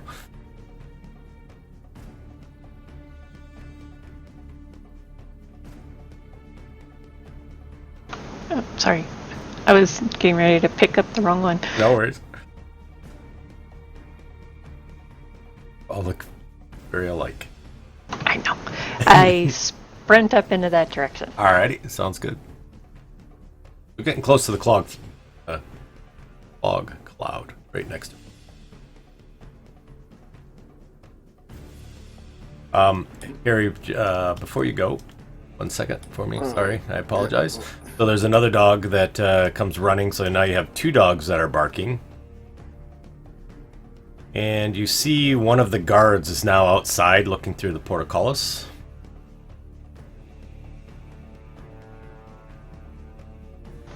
Could he? Well, yeah, he could probably see me. Sure he can. Maybe. Yeah, maybe he can. So, The fog cloud was kind of shot up high, so I It don't was. know Oh yeah, that's true. It was kind of shut up I high. don't know how tall Yeah, that but building is. it settles though, doesn't it? It spreads. It spreads throughout It's the settling area. down. Well, doesn't it? Yeah, It fills in. It does. You're areas absolutely around, right. so- Yeah. Depending on the wind and stuff, you're right. But he does take a shot.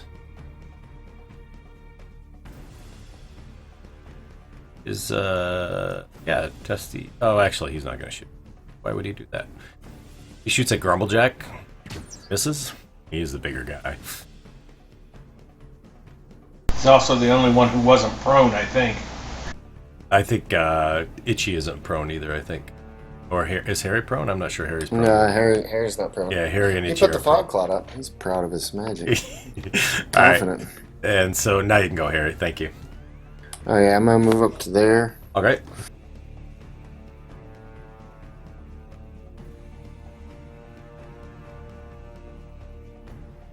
I'll, drop to the ground. I'll go prone. Okay. I'll firebolt the one guy. All right. Nice hit.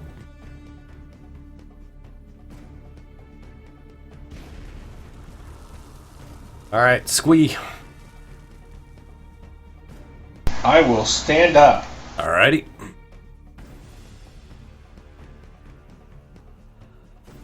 think it would have been disadvantaged. And I will shoot at the dog on the left. All righty. Yeah, I don't know why it gave me disadvantage if I'm prone. Kind of weird. You have a click. No. And I'm done, because I'm now moving toward him. All right, sounds good. Testy. Bonus action, I will shift my hex over to that guy. Should still be going on, right? Then Take the hex. It goes for an hour, but didn't he go unconscious? When he did. after Yeah, you he casted lost it. You're Oh absolutely yeah, right. okay. Well then I won't worry about that. I'll Thanks, just take a Eldritch Blast shot at him. All righty.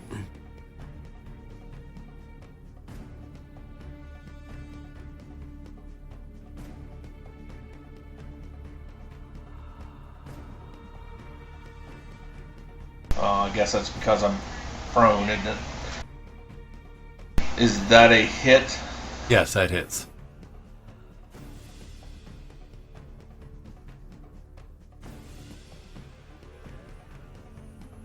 Then I'll stand up, move 15 feet, and drop prone again. Okay. Balls.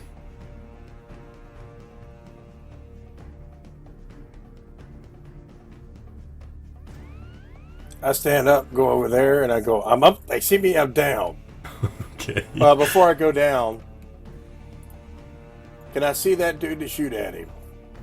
Yeah. Yep. They got any minuses? Nope. Mm-mm. I know the portcullis is there, but I'm not using that. The hit. Wow. Oops. Nice. Yeah, you need to take 2 off of it. I got you. Because my hex is on the other dude. Yep. No problem. Got it.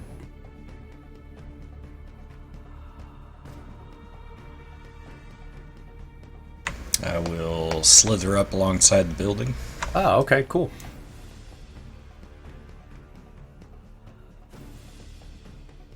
As you do, and you come out of the fog cloud, you see a guard standing at the corner. Right there.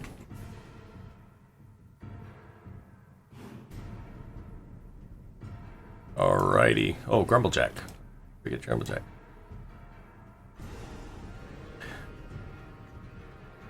So Squee, he reaches down to grab you. He says, "No friend left behind." Okay, or do you want to resist it?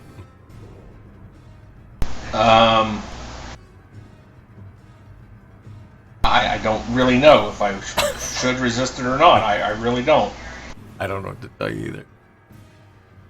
I'm going to say I'm not resisting it because I just don't have a lot of action going on right now. I got you.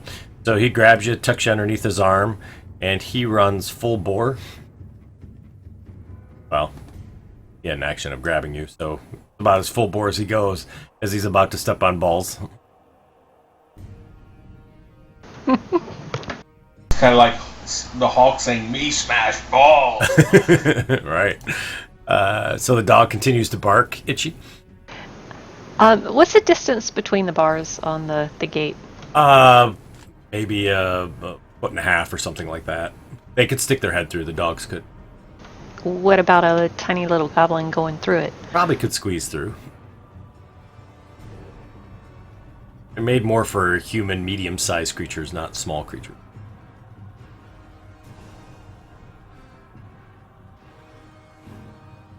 I'd let you do either an athletics or an acrobatics to try to either push your way through or to wiggle. I can't get through this round, so I'm Alright, just going to gotcha. go there and try to stab at the dog. Alrighty.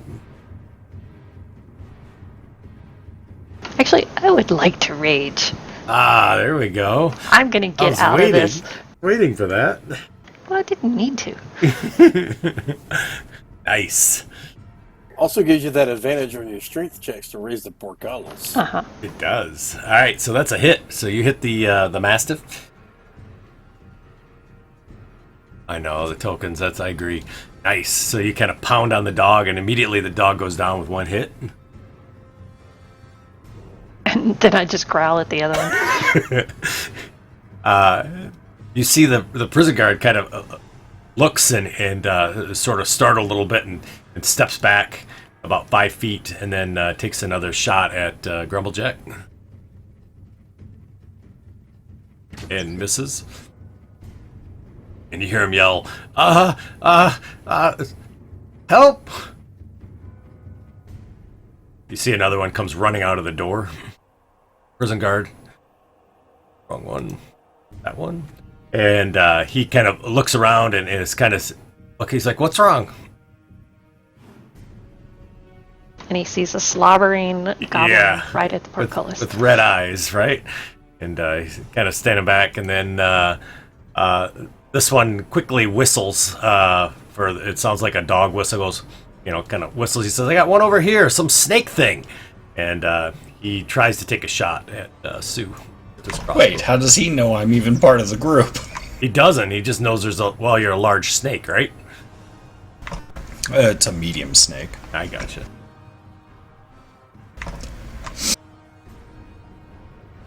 No snakes in the air. Harry. I'm gonna stand up. Uh-huh.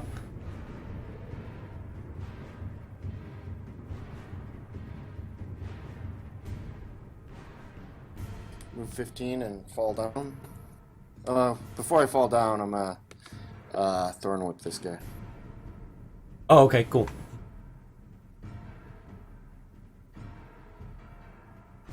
Yep, that's a hit. I'll pull him into the bars. Yep. He gets slammed go, up brother. against the bars. Then I'll go prone. All right.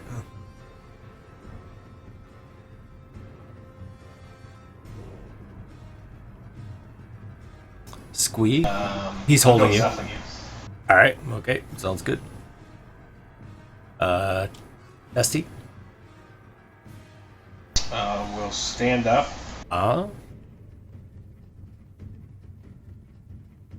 We'll move up to there. Can I get a shot on the guard that's been pulled against the bars from there? Yep. Try and hit him with a bolt. Or a blast, I mean. Okay.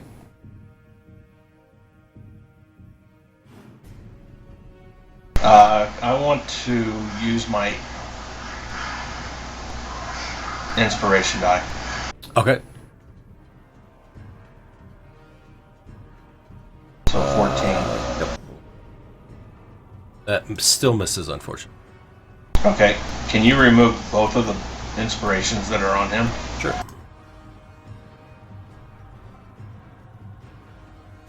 And then I will drop prone. Alrighty. Sounds good. Balls. I stand up, Uh-huh. yelling, "Hey!" And I go to there, All right. and I take a shot, Uh-huh. Uh-huh. and I'm chanting, "I'm up, they see me, I'm down." And before I go down, I fire an Eldritch Blast. All right, gotcha. You hit him, and he goes down. Hey, Ssue, I'm sorry. I forgot that you have that racial freak that makes you into an actual snake. I thought you were like a snake-like man. So you're right. He doesn't take a shot at you. He doesn't yell. All right, well, I wasn't sure. Yeah, no, I completely forgot. And then I looked at your racial feed, and I saw you turn into me. I mean, I could see he would know I was a snake, but I don't know how he would know I was part of the group. Right, he would have no idea. And to be honest, he probably wouldn't be that concerned about that. He's looking more for humanoids. So you're absolutely correct. Why didn't you turn into a snake and get us out of the mix? I would have if you got me goddamn lockpicks, stupid. That all came out as.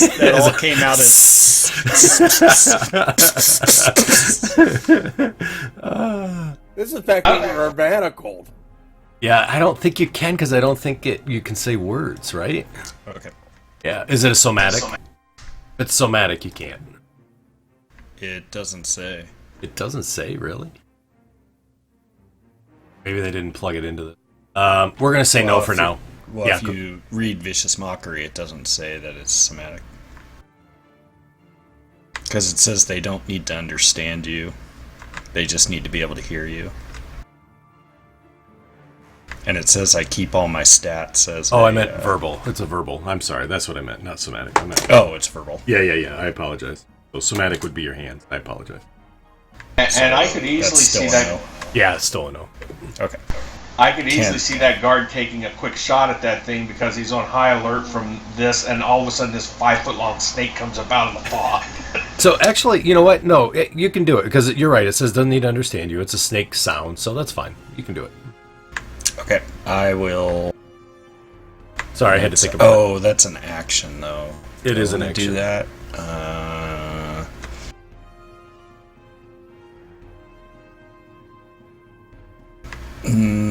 No, I'm not going to do that. Okay. Alright, can I, I'll go up to him and I will bite him. Okay.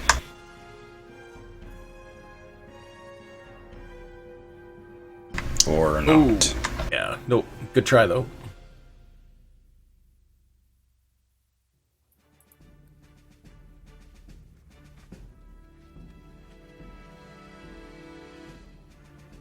All right. Oh, Grumblejack. Sorry. I apologize. It's carrying Squeak.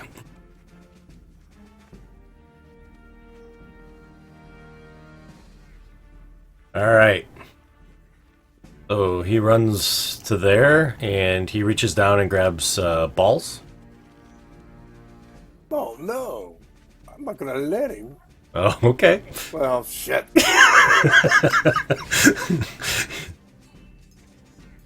It's a good try.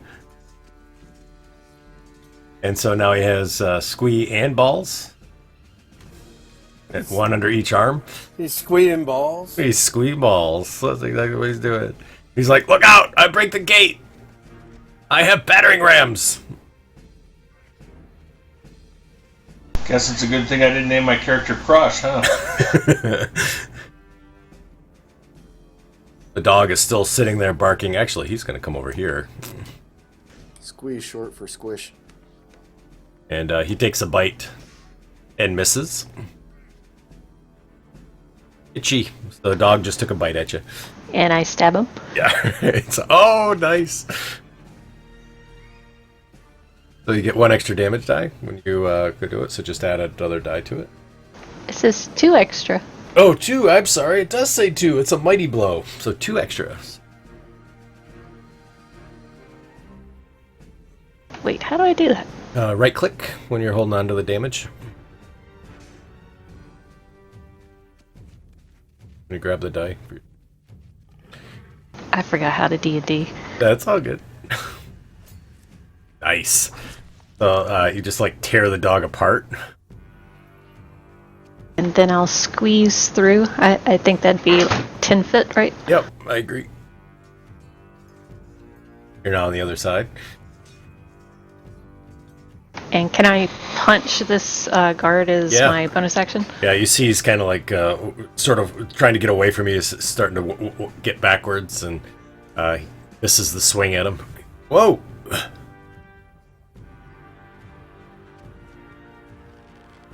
And as he kind of steps back, he sees you swing, and he's like, ah, shit. He drops the crossbow and grabs the mace. He ends up hitting you.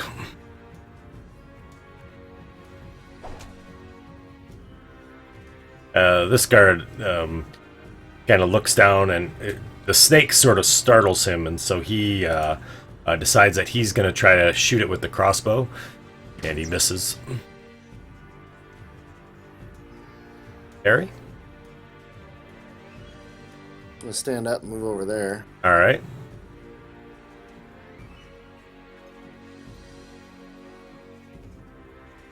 Try and thorn whip him. Uh-huh. Ooh. So that time it goes wide. And I'll drop prone. All right. You know, if anybody was watching, they'd think that we have some kind of neurological disorder. Why is that? We take 5 steps and fall down. I know, right?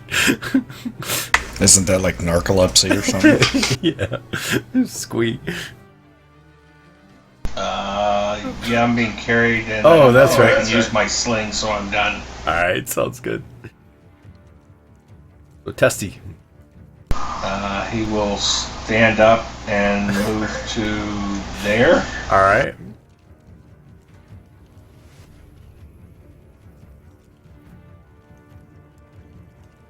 And then try an Eldritch Blast on this guy.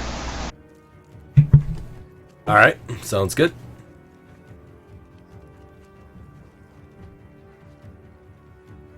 Ooh, so that goes wide. Right over Itchy's head. Quit helping. I guess I'm caught in the. Yeah, you're grappled. In the limbo. You are. So you could either use your action to try to break the grapple, or you can try to do something weird. What would you like to do? I'm just gonna shoot with my Eldritch Blast. I don't at this blame you. guy. I would too. It's kind of like we're like a tank. Yeah, you kind of are. Nice. Nice. Pew! Yeah, nice job. Your Grumblejack go, I did that! I did that! Alright, Ssue. Alright, I'll try biting him again. Alrighty. Oh, missed again. Hitting his boot, his metal boot.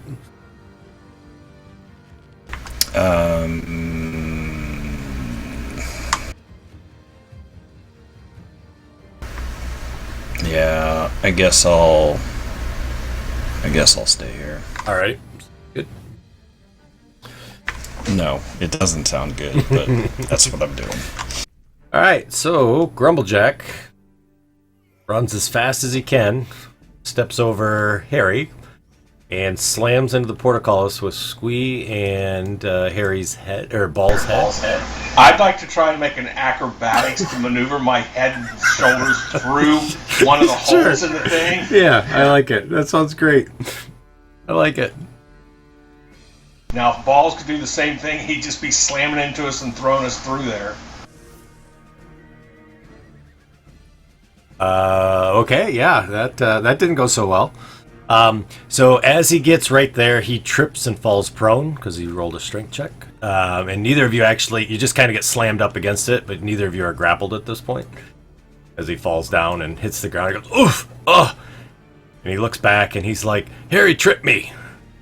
Or the goblin tripped me. He doesn't know your name. You rolled a 2. Itchy.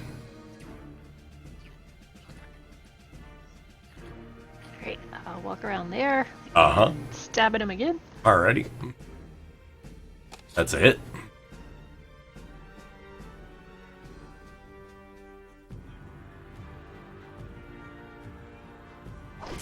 I'm kicking him in the shin with the other one. Nice, that's another hit.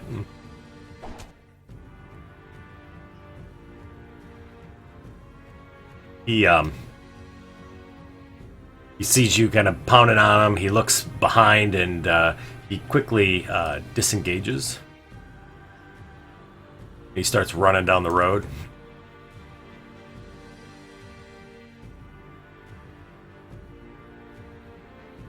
The other guard's like, "Where are you going?" Take your attack. He disengaged. He disengaged. Oh, that's Yeah. it. Sorry. That's okay, no worries. So this one kind of is looking. He's like, "What the heck?" And drops the crossbow and takes a swing with the mace this time. He does hit the snake. "Get off me, you stupid snake! Why are you running?" He keeps yelling. Harry? There's a whole bunch of bodies in front of the gate in front of you, pretty much.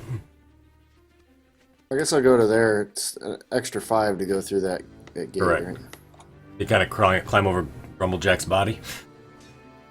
I'll get him, Itchy. Ooh, that's a Ooh. miss. Oh, I was prone. Oh. Had my prone effect on there. The other one Would would have it- missed too, though. No, it wasn't a reroll. Hang on, take it off and reroll.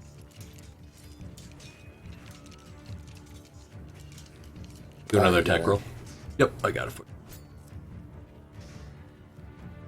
Yeah, it misses. Alright, that's it. All right. Squee, so you're All prone. right, bro. I'll stand up 10 feet to... Wait a minute. How far can you crawl? I have no idea. All right. Probably half your half distance. movement. Yeah, that's what I thought too. I'll move to there. That's a full move. Okay. And I will take a shot at that guy. Okay.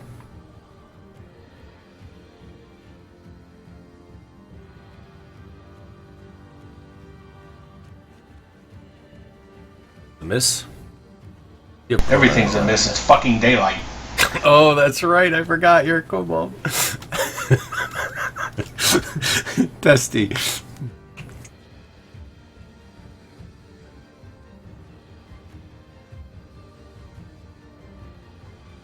Why'd we leave it daylight then?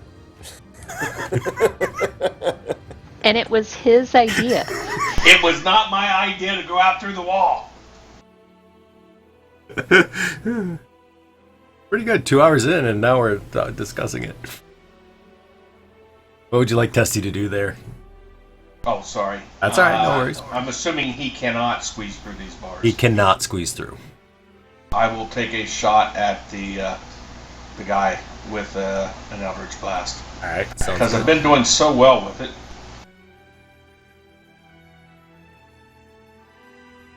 How is he only +2?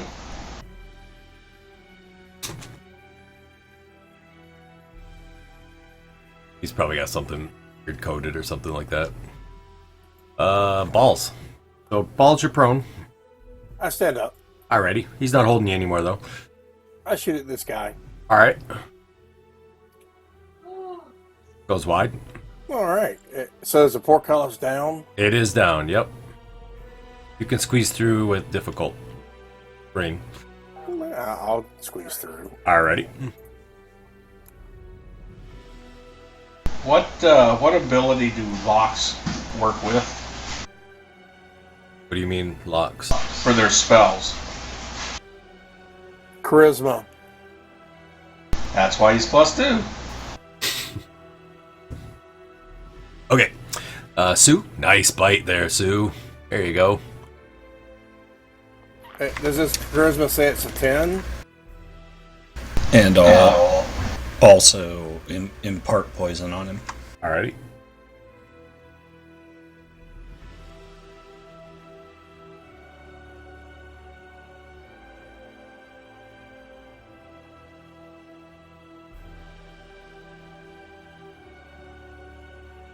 His stats are messed up.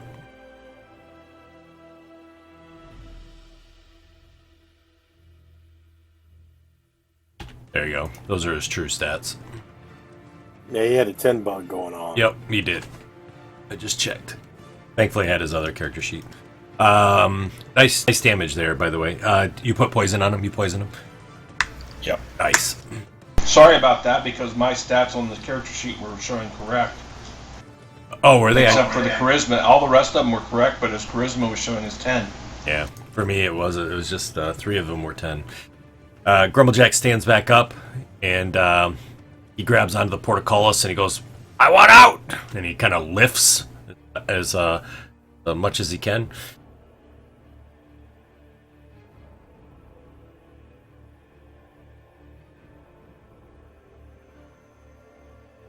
And as he does, he's able to pull it up about 5 feet high. He wiggles underneath.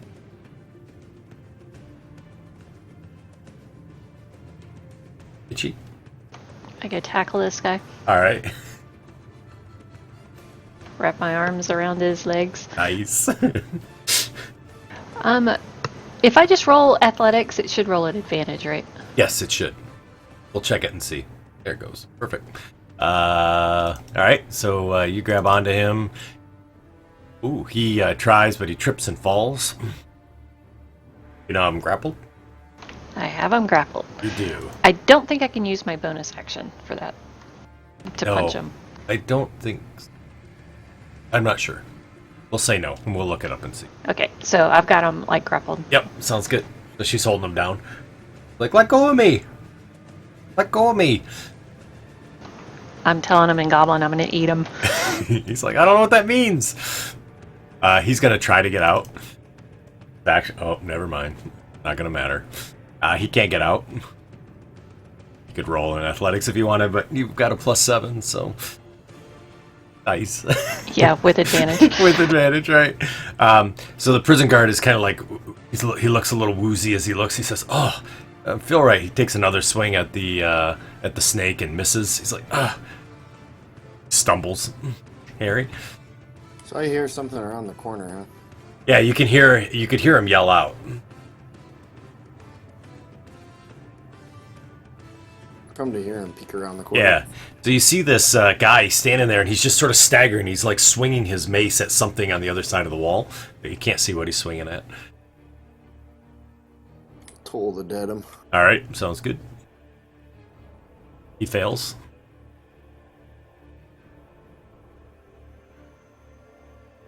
Nice. As you do that, you see him kind of knees buckle for a second. Squee.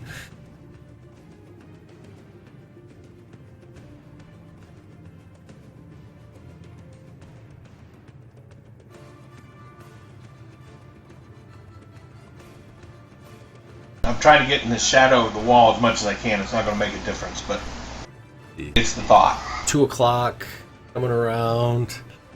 I'll let you get the take off the disadvantage for right now. If he's in the sun, it doesn't matter. Nope, it'd be a shadow. I'm okay with it. Okay. Then I will take a shot at him. Yep, sounds good.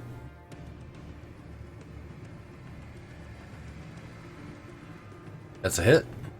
And since I have somebody adjacent to him, Yep. I have advantage on those anyway when someone is. Yep.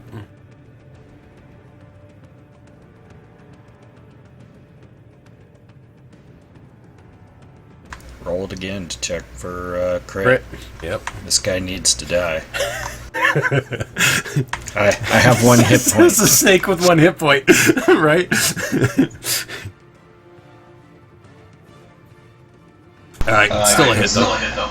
I get to ignore that one. Yep. Yep, you do.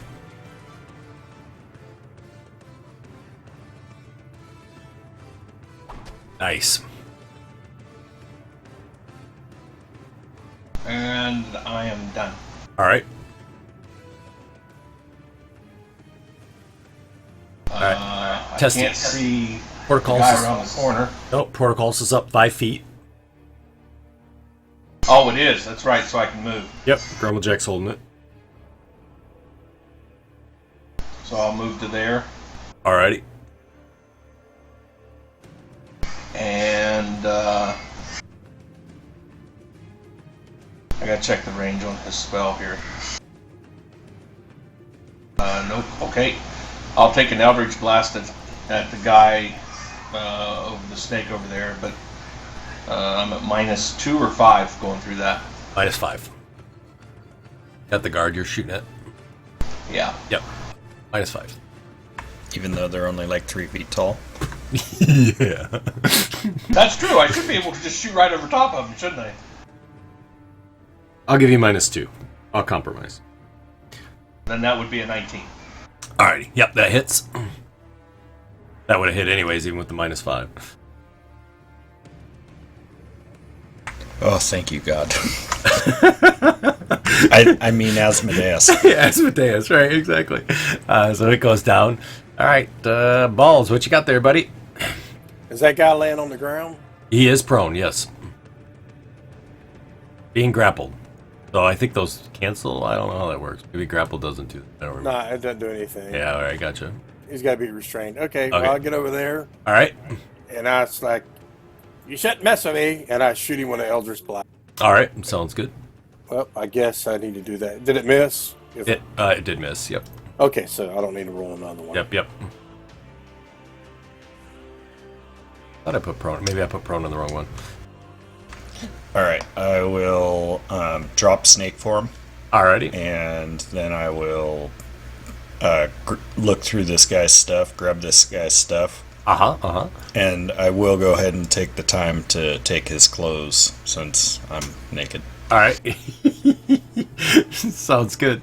So I will drag his stuff onto the thing. So he has a chain shirt. He does have a guard outfit. He has 6 crossbow bolts, heavy crossbow, and a mace. I put him in the... Okay. Alright. That would take me... Does that take me longer than a turn to get his clothes? We'll just call it an action. Yeah, we'll just take it. We'll say it's an action in your movement. So just make it all one. Grumblejack lets go of the portcullis and it slams down to the ground. And he kind of runs over here and takes a 5-foot step, and he says to Iche, he says, "We're free! We're free!" And he throws down a quick fist on this guy and misses. Can I stand up? Yeah. Let this guy stand up and then just stab him? You can pick him up. Sure.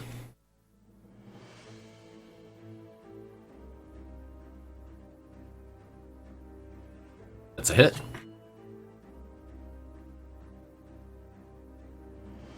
Nice. And now kick him. Kick him too. Nice. And he missed with the kick. Okay. Alright. He says, just let me go and I won't tell anybody, honest. And he's like, don't kill me, okay? We can make a deal. I have gold. Where's my chemistry set? He says, I don't know what a chemistry set is. Harry?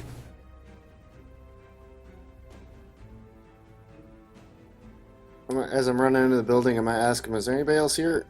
No, I don't think so. You killed everybody.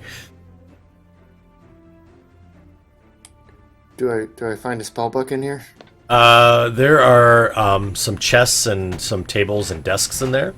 You don't see one obviously right there, but you can search if you want. Yeah, I'll start rummaging. All right, gotcha. So you start rummaging around. Searching. All right. Let's see. Yeah, I'll get back to you on that, Harry. All right, Squeak. They seem to have stuff well in hand. I'm going to go in and help Harry.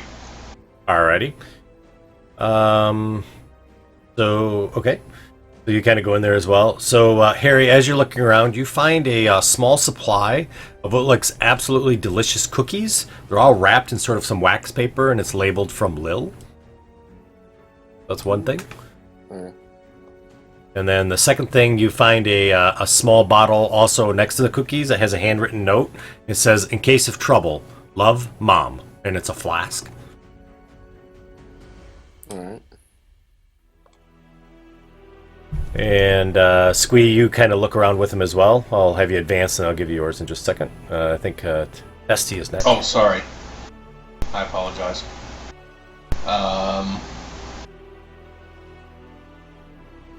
I don't know the backgrounds as much as what he and Irish set up for their characters. Sure. Would he just kill this guy or not? Yes, absolutely. Yeah, I think he would. Okay. I will attempt to hit him with a Eldritch Blast.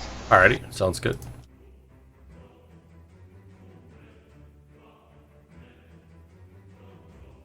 Why am I dropping? What's on me that? Oh, because he's still prone. I thought he was up. He is. He's up. Does the 15 hit or miss? No, that misses. You'll have to roll again.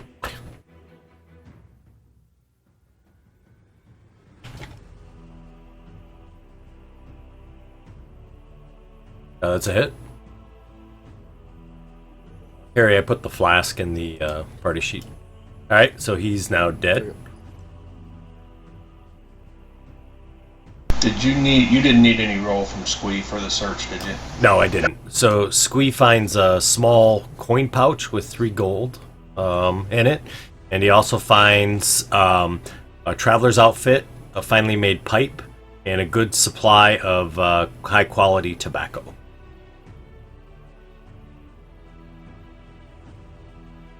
Right now, I'm just stuffing everything I find into, out of hands, and I don't have a pouch. Well, you got a pouch now, because you have a pouch with some coins in it. There we go. I'm going to drag it into your thing.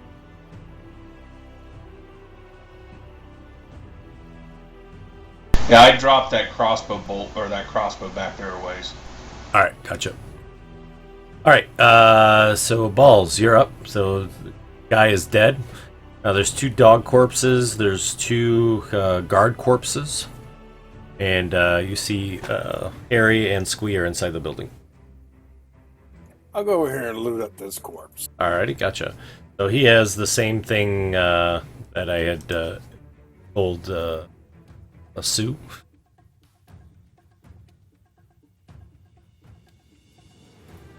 What's that?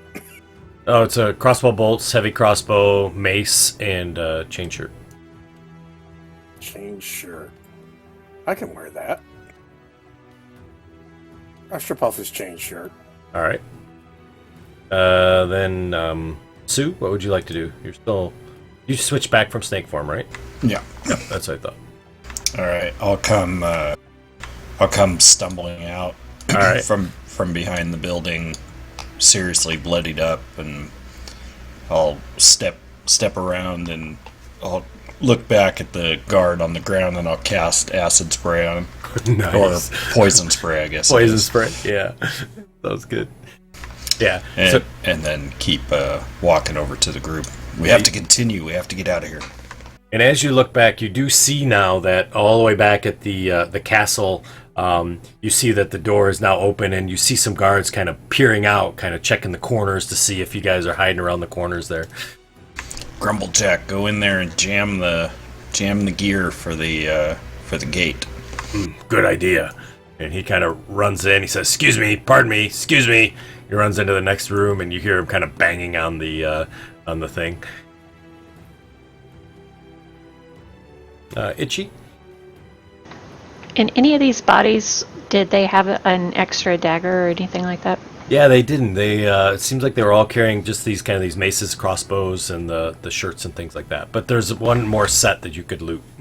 Okay, I'll do that. I'll All right. take one of the maces if they've got it. Yep, no problem. Does anybody want this crossbow? I'm not proficient in it. So.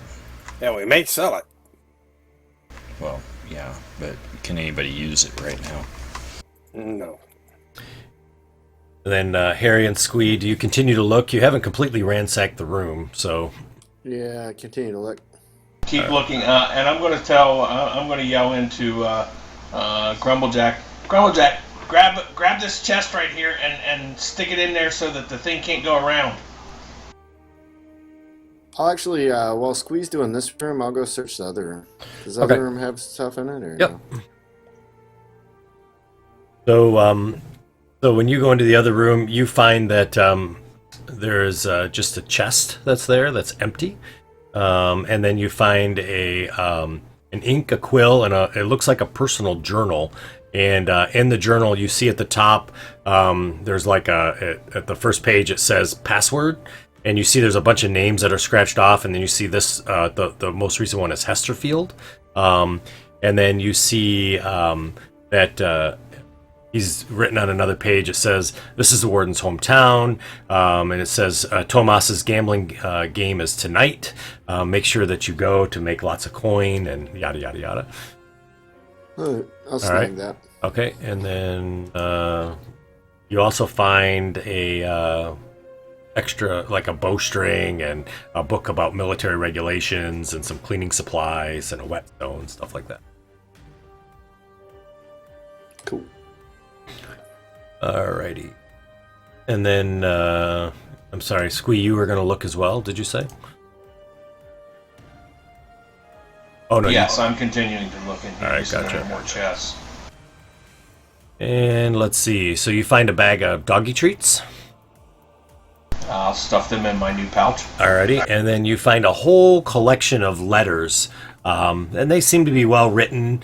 They seem to be from both somebody's mom as well as from his girlfriend. But essentially, they're just like love letters. I'm not going to read them. I'm just going to stuff them all in the pouch. Alrighty. And then the last thing you find is underneath you find a collection of what are like cheap, tawdry, crudely printed and drawn books about dashing heroes, daring do's, and some damsels that are there that are prone to like fainting and outdoor bathing and things like that. And you find one of the book has a real big muscular guard and pantaloons chopping wood with an oversized axe. Yeah, I'm going to stuff those in there too. Pretty much they're smut novels. And that's all you find. Material. Uh-huh.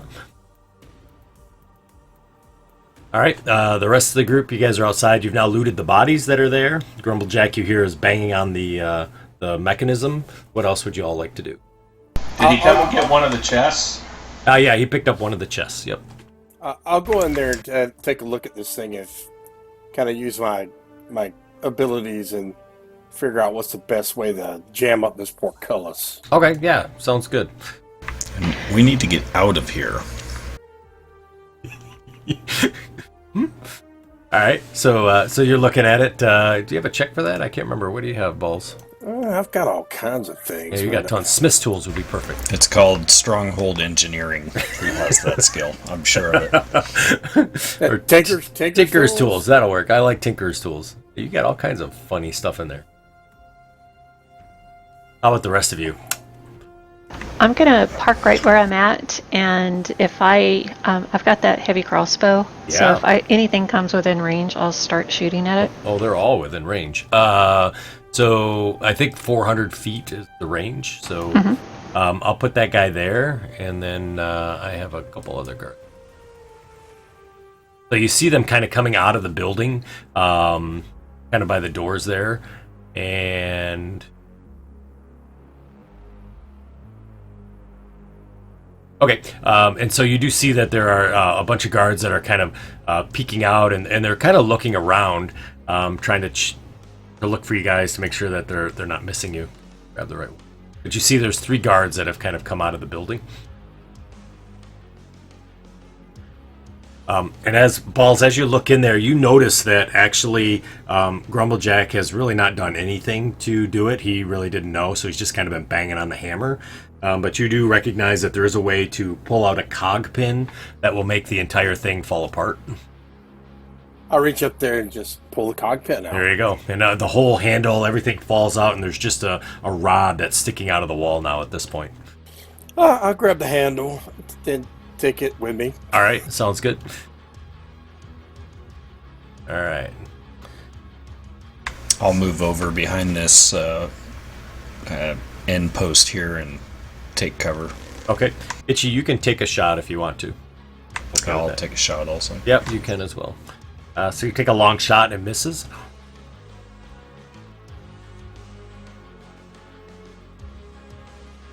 And go ahead, you can take a shot too, Ssue. Do I need to hit disadvantage, or it'll do it automatically?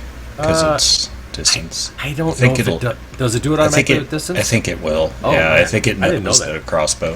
Cool. Awesome. Nope, it doesn't. All right, go ahead and roll again. I missed it. Oh, yeah, it doesn't matter. All right, so you both take a shot. As you do, you hear the guards can hear some incomprehensible words, and they immediately, like, dive down, and they're laying down, and they're yelling. You hear more horns within the prison as well. It's time to go. Let's go. You guys still looking inside, or are you done? Well, no, I ran out. Waiting on you guys. All right, gotcha. I'm heading down the road. Grumblejack says, "Wow, that was really good," as he's walking out with Harry. There's a poker game tonight, I guess, in Tomas City or something. Tomas is the sergeant. He's a sergeant. Oh. Yeah. I'm pretty sure that's going to be canceled. All right, so you guys are all kind of running away. I am, and I would assume Teztsz as well. Anybody else that's not? No, I think we're going. All right, gotcha. Yeah. So Yeah, I'll make the decision that Teztsz runs away too. it sounds good. So you all start running down the road that's there. Now you remember. Does anybody remember? Steve's not here today, so does anybody remember the discussion that happened with Steve? We were supposed to meet someone at some glade or something or other. Right. So on both sides of the road is essentially moors, which is, kind of swampy sort of land that's here. The road kind of continues through, but it is open, and you can see it continues for quite some time, kind of going over some rolling hills and whatnot. And then the swampy bog, not really high trees. There's some scattered trees throughout that's here, but you see that there's not a lot of cover. So she did say, you're absolutely right, there's a farmhouse that's on the edge of the road at the edge of the moors, and there's going to be a lantern in the second story window for you guys to be able to find it. The question is how do you want to proceed? Do you want to go down the road? Do you want to cut through the moors? She said cut through the moors, I think. Well, I don't know that. Well, Steve's not here, so we're gonna go by your guys' memory of it, or if you don't remember, I can copy that back in again. I think she said cut through the moors. Correct. Are we doing the old healing? So if we want to take hit dice for an action, Yep, we can? we are. Yep. All right, that's good. Oh, yes, please. Yeah. Teztsz will do that. Alrighty. Hey, one hit dice, I'm back to full health. Nice. Yeah, I rolled a 1. I misread that. I only had 2 damage on him, but All right. So that's what she had said. If you manage to get out, cross the moors on the outskirts of town, on the Old Moor Road, you'll find a manor house with a single lane. That's where our mutual friend awaits.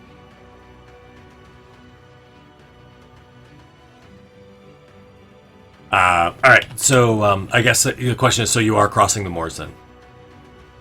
if that was the instructions that Teztsz gave to us, then yes. All right, sounds good. So I'm going to have you all kind of crossing the moors then, or at least kind of going through the moors. You do see the guards have sort of hunkered down. They were taking fire, so they are definitely slowing their advance at this point. And then we'll take a break here, and come back in about 5 minutes or so. Awesome, my kids are floating. All right, cool. Before we head out, since we were debating where we're going, Yeah. I'm going to run back inside the building here. Okay. And I'm going to take the bullseye lantern that I picked up and pour the oil over top of any cloth or bedding or anything that's in this area. Okay. And shit, I don't have anything to light it. Don't worry about that. I cast bonfire. Oh, okay, gotcha. So it immediately lights. And I I still did tell that with the bullseye lantern on the oil, though. All right, gotcha. Teztsz to also grab the guard's outfit. Gotcha.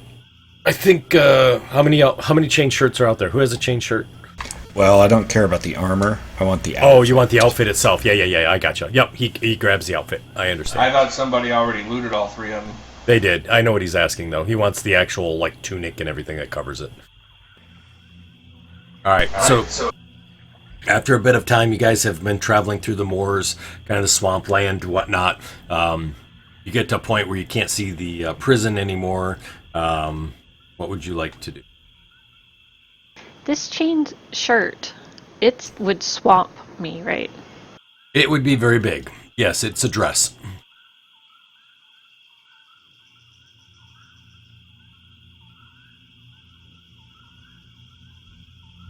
It would look like a one-piece skirt, or, well, I guess not skirt, a dress. It would look like a one-piece dress on you. On any of the goblins. Anyone small. I'll put it on anyway. Alrighty, sounds good. Want to take a short rest before we find this house?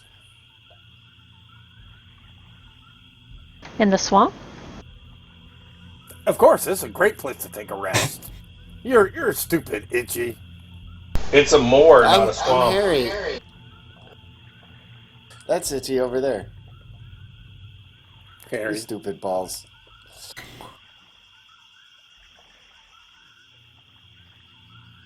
Have we been traveling for a couple of hours from the prison?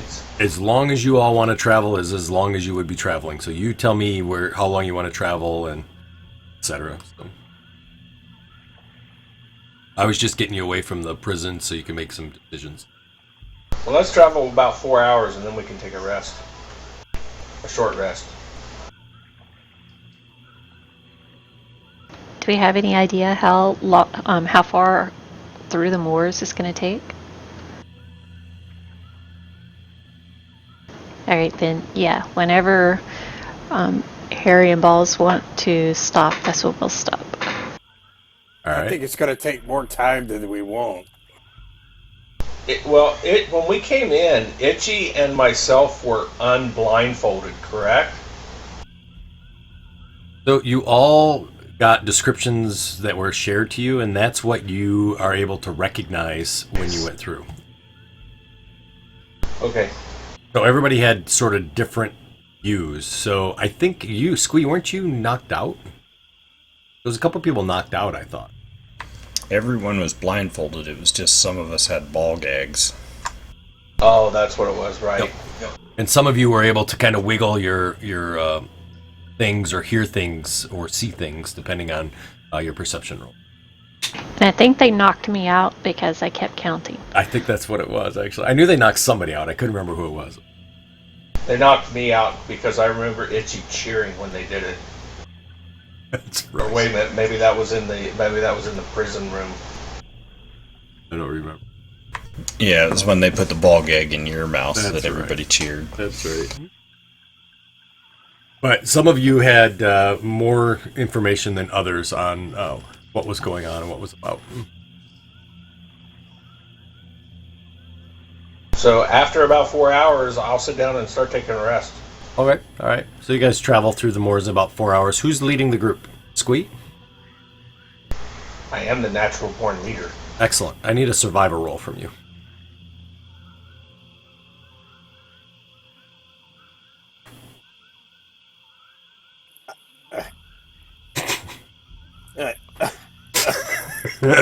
Yes, Balls? I think Itchy should lead us. Itchy's good at hunting in woods. Yeah, we need an Itchy lead. I'll lead.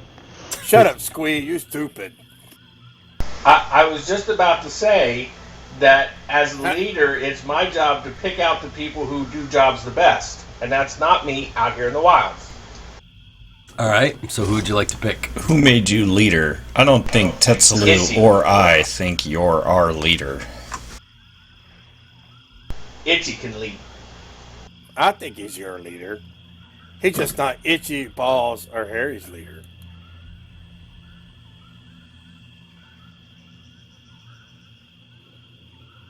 We can figure this out after I rest. I'm gonna sit down and take a short rest. So Itchy, you're leading the group then? Yeah, I'll try to find a relatively safe spot.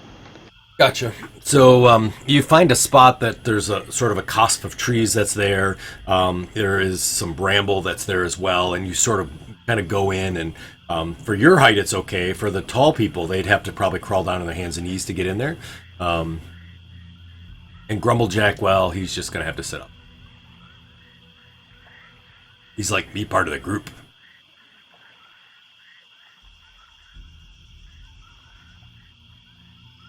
But you guys do find a spot. And you're doing a short rest, you said? Let me use my arcane recovery deal and get one spell back. Okay. All right, short rest is...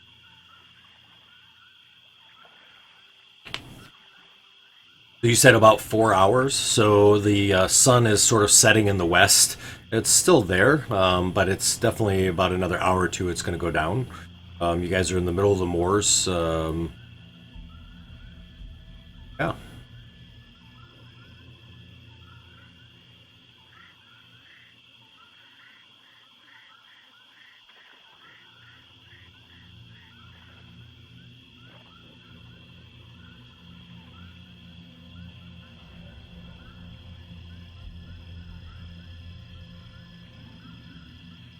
I got mage armor. Alrighty.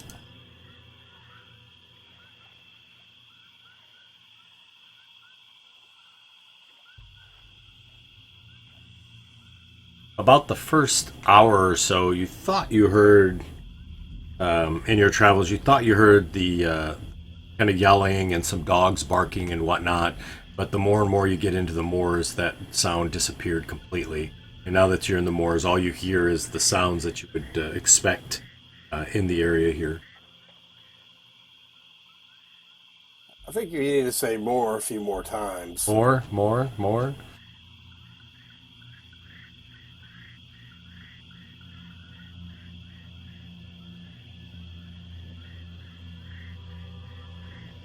All right, everyone's rested. Let's go. Lead us through here, Itchy. Great. I have no idea where we're going. But I'm leading us out. Alright, gotcha. Are you trying? I assume you're trying to get to that house. Then is that what you're trying? From the directions that Teztsz told me, Yeah. that's where I'm trying to head. Okay, perfect. Just so I know kind of what your ultimate. All right, so you guys continue out. How long are you planning on traveling? You all have dark vision, so. Well, how long can we travel until we run into a exhaustion issue? Yeah, I think you could probably travel about half the night, even though you guys were imprisoned. It was mid-afternoon when you really started, so I'd say probably like 3-ish in the morning or something like that. But then you'd have to find a place to bed down at that.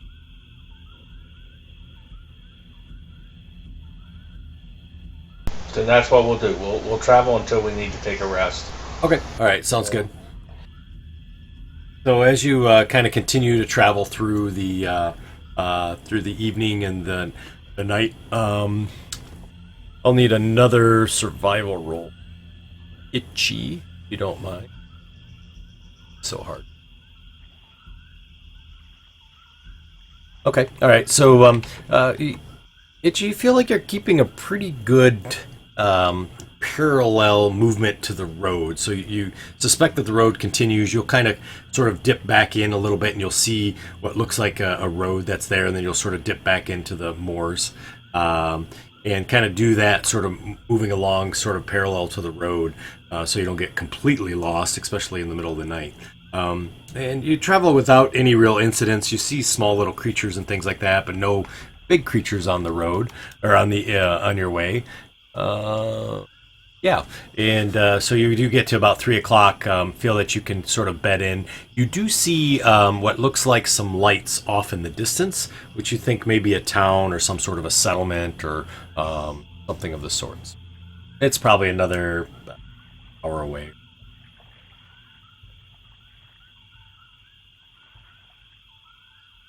Want to keep pushing on? I would like to, but I don't think we can roll into town in our current state if we have to defend ourselves. If we end up running into some guards or whatever. Yeah, but we're estimating only an hour more.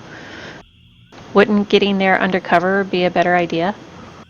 No, I don't disagree with that at all. I just worry that if we get to that location and if for some reason there's some guards or we get spotted, we don't have a whole lot of defense left. Or at least I don't. What if this is where we meet that lady with the veil?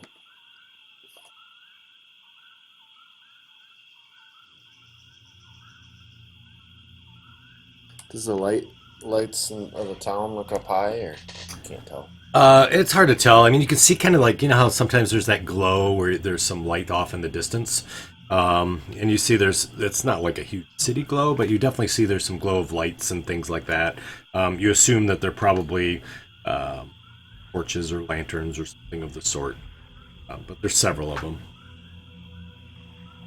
Looks like a small town. Or I mean, I guess we could travel, obviously, the hour and just sit on the outskirts of town and just kind of survey and then decide whether we want to try to move toward the house if we find it.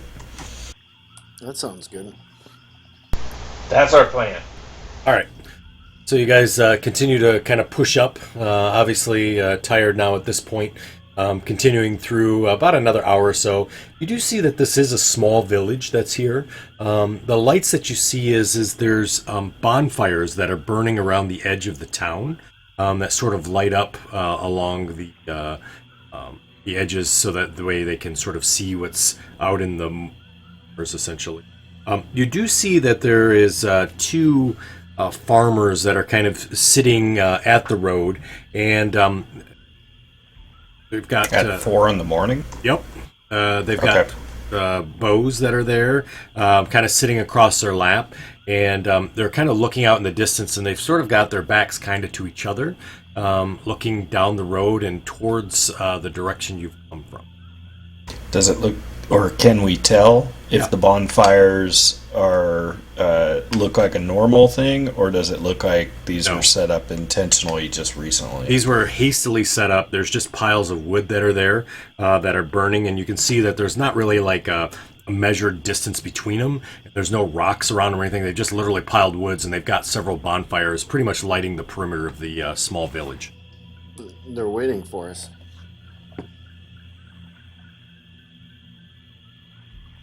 Bet you they heard we escaped. As you continue to look, you see that they have on their arms a white band that kind of wraps around the bicep region, and it's kind of all the way around, and you see there's some writing that's written around it in some sort of an ink, but you can't read the words or anything from this distance. It's on their left arm. Have we seen anything like that before? Like it's a militia or something like that? Never. No, you've never seen anything in your travels throughout Talingarde.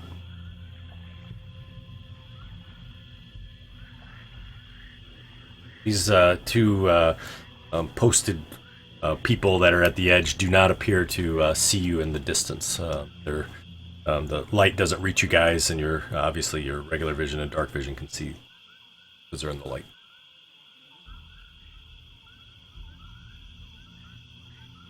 After watching about 15-20 minutes, you see somebody else comes around from the other side of the village. Also has a short bow with some arrows. He has an arrow that's cocked in the bow itself, but he doesn't have the string pulled back. It's just kind of sitting there. He walks over and talks to them for a few minutes. They kind of nod and whatnot, and then he sort of walks back around the buildings into the other side of the village again. Could we make out anything that was said? You can give me a perception roll if you'd like to. Gonna have to be pretty good because you're a bit of a distance away, and they weren't talking super loud. Yeah, unfortunately, it's difficult with all the noise in the background. It's hard to hear what they said, and you weren't able to hear, the swampy noise, the noises from the air. So crickets and stuff, you couldn't hear them.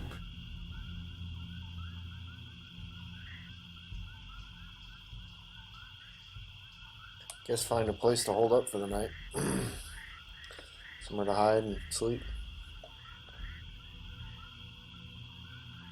Okay. Do you want it to be close so you can see the town, or do you want to find a spot where you're quite a bit away so you're not able to visualize them? Just outside of town. Okay. That big guy, we're gonna have to probably be out of sight. Yeah, is this just the moors go right up to the town, or is It there does. like trees or anything like that we can It's kind of get some cover? Yeah, so there's sporadic trees that are kind of throughout here. It's not anything where there's a significant amount. There's probably like 2 or 3 maybe together type of thing, and then there's large open areas. You do have you do notice that this village is sort of kind of like the road goes through it, and it's sort of this isolated spot in the middle of the moors where they built some houses there. Maybe they're doing something, they're farming something or collecting something or trying to make a living there, but there's nothing else really around. So it's just sort of this plop of a small village that's in the middle of the moors with the road going through it. Almost like a stop. You could see an inn, there's a small inn that's there, and probably about a half a dozen buildings. Let's burn it down. Do we see? Let's hold on that. Plus, you don't have anything to burn, right? Or I guess that was Squee. Do we see any 2-story buildings with a light on in the upper window? Great question. No, these are all single-story buildings. Paul, see, please tell me you don't start blowing it up everywhere.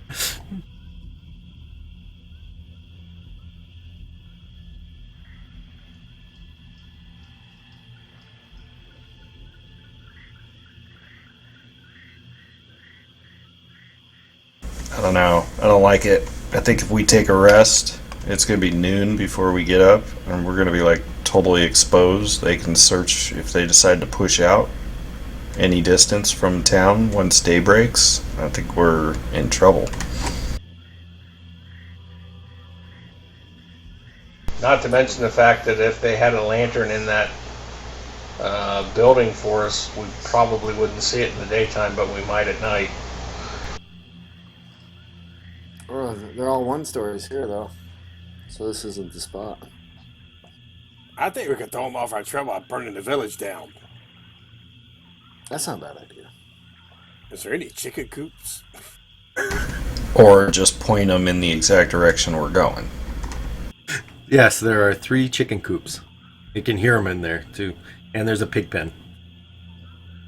I need to go get to the chicken coops. Don't burn them yet. Hey, you don't like fried chicken? I forget, when we take a short rest, do we get all of our health back, or was it only No. one? Long rest. You can use your hit dice, but I think you only have 1, which you probably already used. Long rest, you get all your hit points back, and half your hit dice. Yeah. Would be 1. Let's just run away. Yeah, I think we need to fade back farther into the moors. All right, I'll turn around, start Okay. heading the other direction, try to find us someplace away then. Yeah, that sounds good. So why don't you go ahead and give me another... Unless one of you super sneaky teeny creatures want to try to sneak in there and see if you can find anything. But we can't see any 2-story buildings from here, so I think I don't think this is the right place. But you can have another roll, because technically you guys are 1 level. Thank you. Dang! So as Iche kind of moves through, Iche, you find this small cave that kind of is dug under. It looks like it was maybe for some sort of large creature that's abandoned it.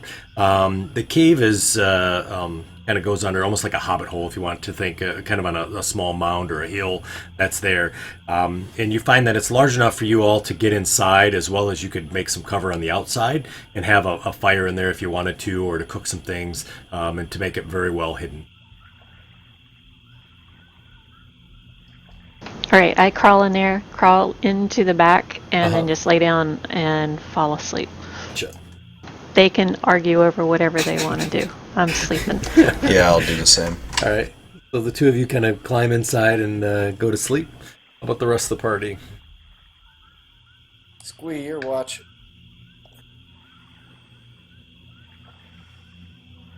Yep, Squeeze watching. I'm going to bed. Yeah, I'd crash out. I'll take a watch. I don't care. Alrighty, sounds good. How about, do you want Ssue to take a watch too, since you're running Ssue? Sure, Ssue can take the second watch. Alright, sounds good. And then the question I have for you is, are you going to sleep, just do an 8-hour rest, so that way it's a true long rest with 4 hours uncovered? Or do you want to sleep longer so that you can have more coverage with Ssue watching during that time?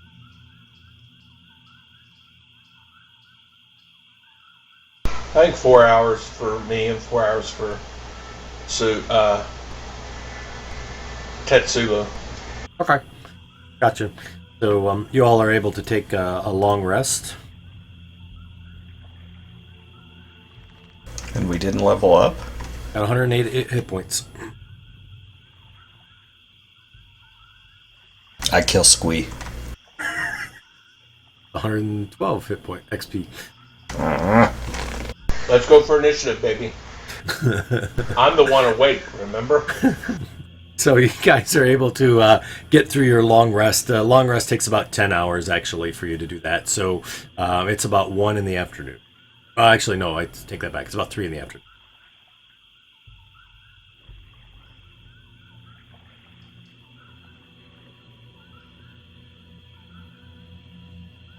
Alright. Everybody ready to head out? I'll go out and see if I can find some frogs or whatever to eat. Okay. All right. Yeah, sure. No problem. So you kind of go out and you're kind of looking for some frogs. Anybody else want to do anything while you're hanging out in your pseudo tiny hut? I'll make a fire for when she brings the frogs back. Nice. All right. I'll talk with Teztsz, see if I can get any more information, any more better recollection about where this village was. All right. Sounds good. So you could do that. Anybody else? I'm going to work on improving the improvised sling I've got.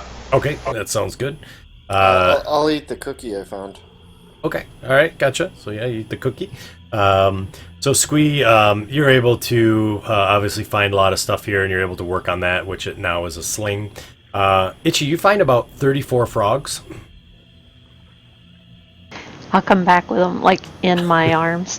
That sounds good. So they're all croaking in unison when Iche brings them back. Balls, you're able to make a nice fire there. Let's see, Ssue would have let you know that there wasn't a whole lot of information that she gave pertaining to that. However, she did say that, it is in a small village along the moors you have to cross, but something to the effect that you'd have to follow the road to really be able to find it there. And it's definitely a double-story building, but she didn't give much other information for that. And unfortunately, he forgot to ask her any more questions when she. And then we talked about that. Yeah, so that's kind of where everything had happened. And Harry, when you eat that cookie, you sort of get a sugar rush, and then for the next hour, you obviously are bouncing off the walls and have extra energy. Awesome. So, Teztsz, we could put on these guard uniforms and walk into town acting like we're looking for the prisoners and get a better look, see if that'll work. Or we can continue on down the road.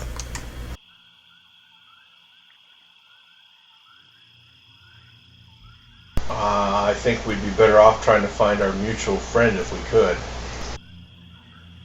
But maybe, I don't know if it's possible for us to go in there and find out where this place is.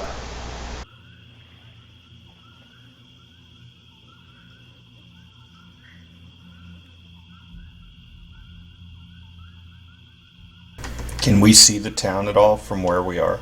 So if you walk about 50, 60 yards, you can kind of see again. You're on you're far enough away where you're able to just barely see in there, and obviously you're kind of sneaking up there. So yeah, you can. You see that the bonfires are out. You do see now that there's one guard at each end of the road versus two at one. You weren't sure if there was two at the other, but you're kind of able to maneuver around.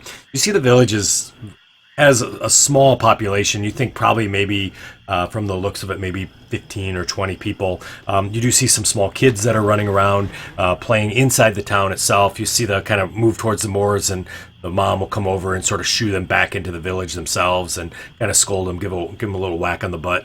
The guards are kind of looking around and kind of taking a peek, but they seem a lot more at ease now due to the fact that they have the daylight to be able to see.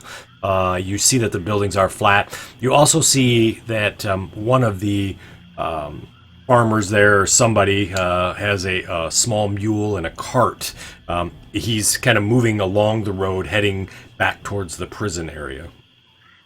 So, are these guards actual guards, or No. are they those militia? They're like militia. They look like Okay. farmers that have sort of taken up arms to sort of. So they're the white protect. armband people. Yep, that's exactly right. Okay. And saying that, you notice that everybody in the town is wearing one of those white armbands. Okay, but I can see an entire overview now of the town and Yep. see that there is absolutely no two-story building in this town. Absolutely correct. They are all Okay. one-story buildings. Yep. I'll go back to the group and tell them that this is definitely not the place, that we should move on. Okay.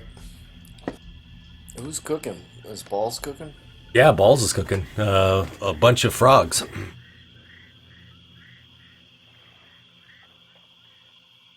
Yep, I brought back plenty. I'm the best hunter. Thank you, Iche. This is a fine job.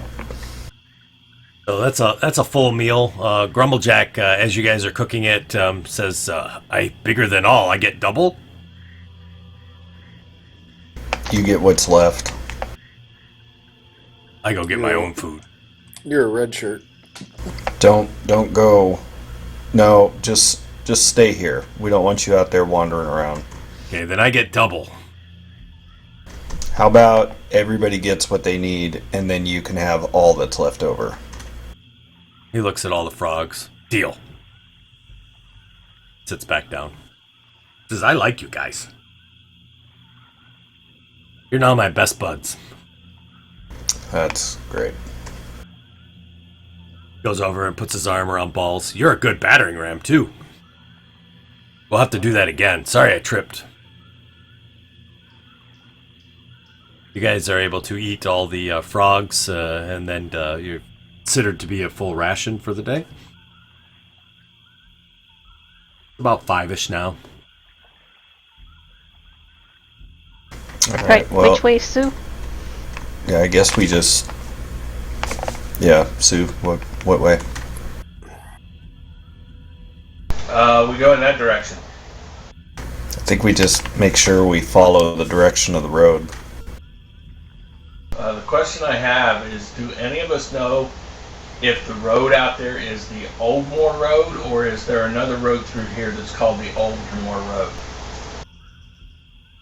None of you are from the area. This is kind of, you all know that Branderskar Prison is down in the southeast part of Talingarde.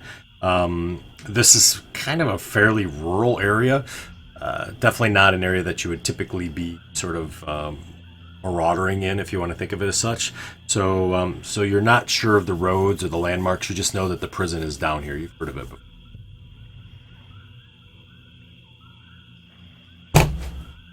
And I guess we go in that direction.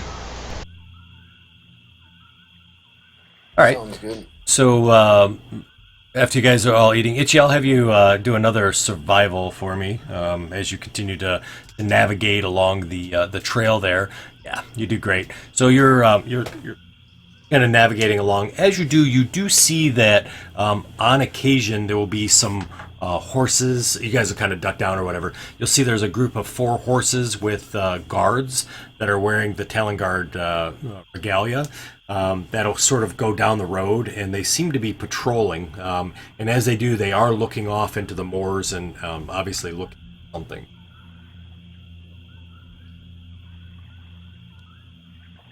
as you continue throughout the evening and whatnot, they don't see you. And you do see what appears to be another town with a set of lights that is up ahead. This town seems to be significantly bigger, and you do notice that they have those sort of same bonfire light pattern that you saw before. Do we see any more of the people with the armbands? Yeah, so matter of fact, you've seen that the guards actually that were on the road also are wearing armbands. And that's unusual from your Brandon Scar prison guards. They did not have armbands.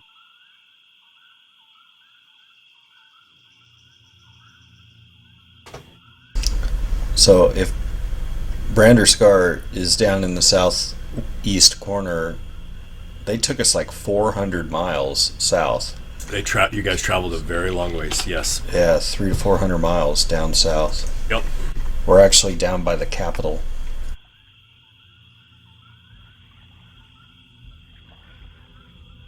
So as you, I assume you're going to move up towards this town again to take a look and see. You see that there is, this town is markedly bigger.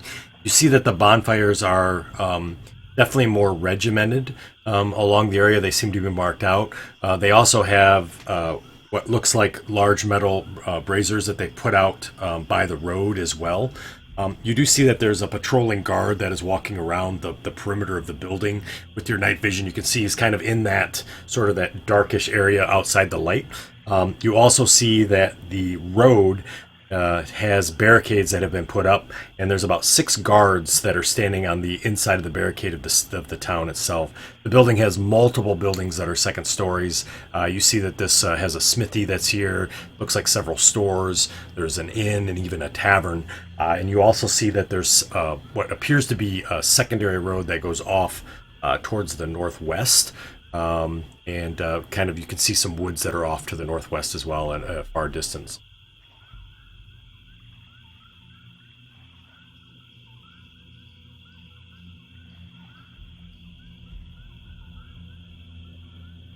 Do we want to sneak into this town?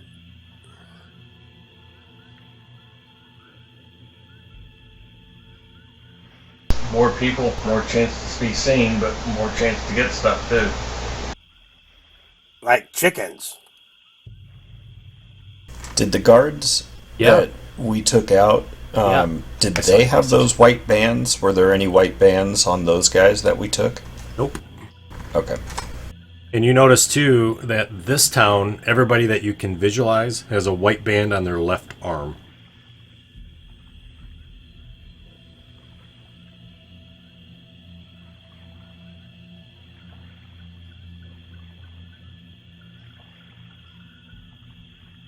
So Ssue, I'm just going to kind of verbally give it to you just because I don't have it all typed out. But essentially what you see is as you've kind of been perusing, you find out that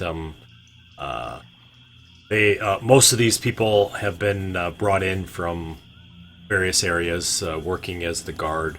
They also put in that the prison used to be a very renowned prison. However, nobody really tries to escape anymore, so security has become really lax. The locks haven't been replaced. The warden is always up in his tower. They play poker every other night, and they get drunk, and most of the guards aren't on duty. You do see that many of them have only been in service for 6 months or 3 months, very new to the Talingarde militia, or not military. They also there's various names and things that are in there of people that you see. Okay. I'll share all that with Teztsz. All right, gotcha. Sorry, I didn't have it typed out for you. No, that's fine. Where did that information come from? The diary and all the notes and letters and stuff. I'm trying to get an idea so that if we do decide to go into town, if Teztsz and I decide to go into town disguised as a guard, at least we have some backstory and some names in case we get questioned about why we're there or whatever. Now, the military book that you have, because I think that was a military book, right? Didn't I say that? Yeah.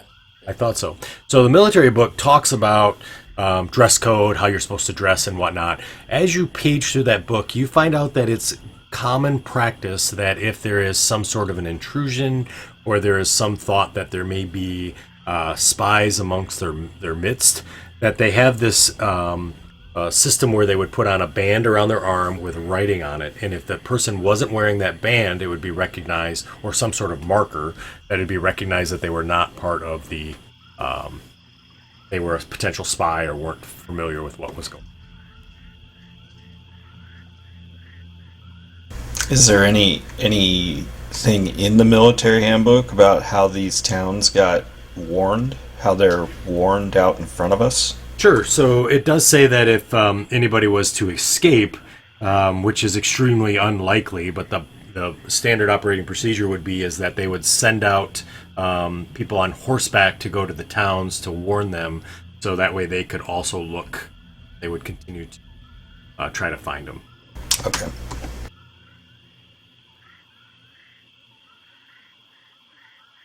Because they know that Brandon Scar's prison holds the worst of the worst, right? Best of the best is what you meant to say. I'm pretty sure I meant worst of the worst.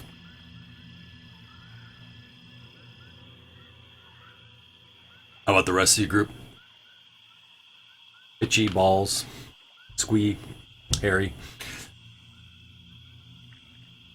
You said that wrong. Yeah, I know I did. Sorry. Squeeze my itchy, hairy balls. No, that's not it either. Close enough. Other than going in some direction that we have no idea where we're going. Well, I think we need to... You said it was getting late now? Yeah, it's dark. It's dark again. Yep. Okay. I think we need to survey this town.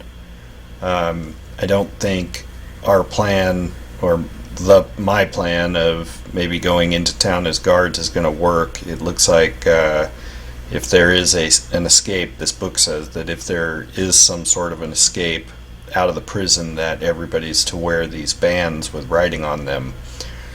So I think if we were to go in disguised as guards, we would be found out right away unless we can get our hands on a couple of those bands. Well, let's find two people that are wandering around alone and get our bands. Gank 'em.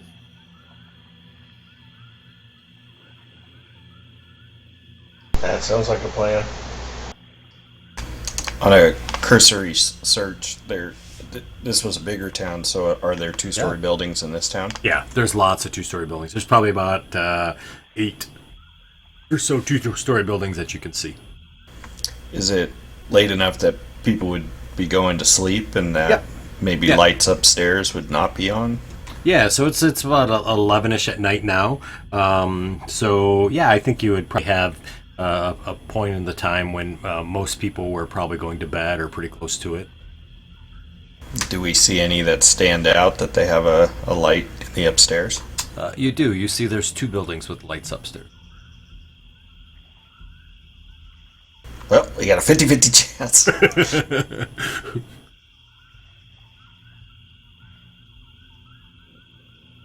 What do you guys think? Do we want to wait a little longer and see if one of the lights go out, or do we want to take our chances? Are these on the outskirts? Are they in the middle, or where are these towns relative to where we are? Sure, yeah, they're close to the outskirts. So one's on closest to you, and the other one's on the other side of the town that you can see. But they are near the outskirts. The problem is that the outskirts is obviously lit with all these bonfires and braziers. So, right. and you see the guards that are patrolling around the edges, as well as guards kind of on the periphery of the village, right along where the light is barely reaching. Are the guards patrolling in singles or pairs or groups? Yeah, or pairs. So there's 6 guards that are sitting on the road, kind of looking out down the road. You see that in the town as they go around the perimeter, there are 2 guards each that are together, and then you see out in the periphery there's 2 guards together, kind of walking the. And these guys are like farmers who've donned armor and are carrying a weapon now, right? Correct. These are militia type people. They're not the Talingarde guards. Could we take out 2 of those quietly? There's a big difference there on take 2 of them out and take 2 of them out quietly. I don't know what kind of skills any of you have in the ability to silently kill people. I got lots of skills. Well, if you guys have the skills and you think we can do it. Let's attempt to take out 2 of the guards when the other guards are as far from them as possible. Okay. So over a period of time, you continue to sit there and watchfully wait. Why don't I have a group stealth check? So everybody give me a stealth.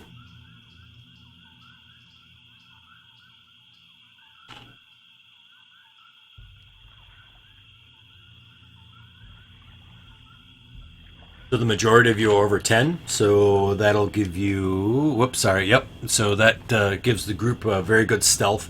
You feel that you're in a good spot. You do see that 2 guards are sort of walking the perimeter, probably about maybe 40 feet from the town itself. I don't know what distance you want to be close to them or not. And you can kind of hear them talking briefly, mumbling or whispering amongst themselves. Kind of talking about some things. They do have their longbows with arrows in them, got their hands on it. They don't have the strings turned back. Occasionally, like, they'll stop and they'll hear a noise in the kind of in the woods or the moors and look, and then they'll kind of go back and continue their patrol. So what is, you sneaky people, what is your plan on this? I can make one of them laugh for a long time. I think we're trying to keep it quiet. I can potentially put 1 or 2 of them asleep. Well, if you could put them asleep, then we could slip up and kill them. I can grease them.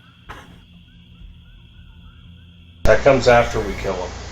How far does the light? How close can we get? Yeah. And still be kind of hidden from the light. Yeah. So 40 feet from the bonfires and lights is bright light. 20 feet is dim, and they're kind of right between the dim and darkness. So they're like 5-10 from the dark. All right. So who's gonna go in? I'll move up to within 30 feet of them. I'll do a bardic inspiration on Squee. Alrighty. As I do, I go, you're good enough, you're smart enough, and doggone it, people like you. Nice. I like it. So the darkness, or the darkness would be from you guys to that red line, and then they're in sort of...